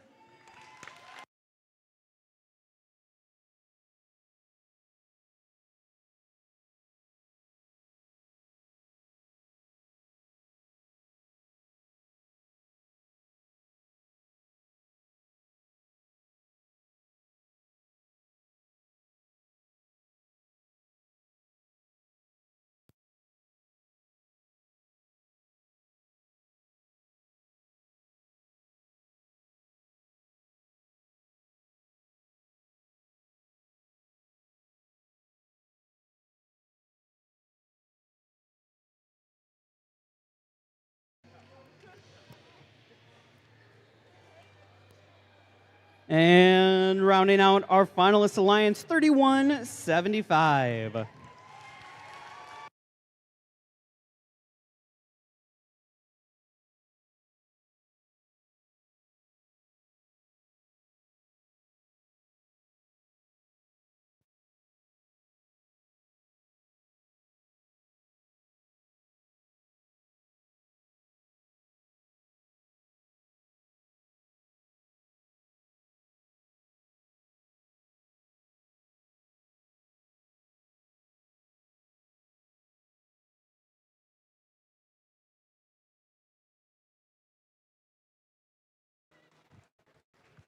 Congratulations to our finalist alliance.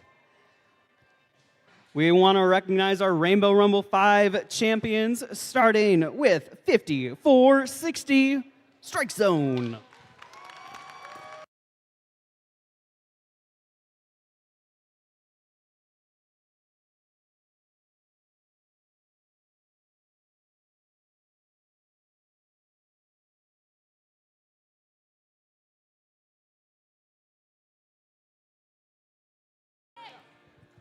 Their partners, 33, the Killer Bees.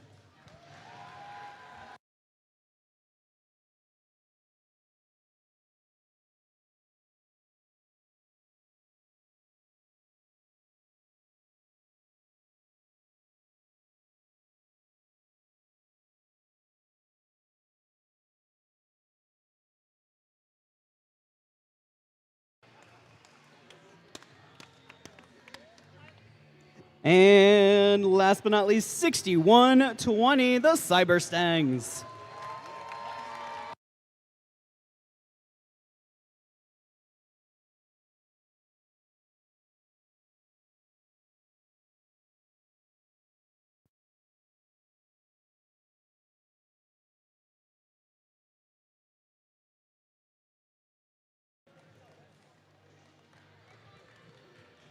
Congratulations to our winning alliance. Thank you everyone for participating in Rainbow Rumble. If you're staying to help tear down, we appreciate it. Otherwise, safe travels home.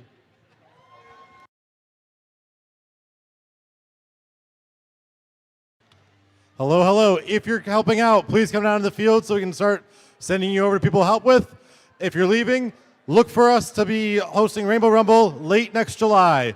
Thank you and goodbye.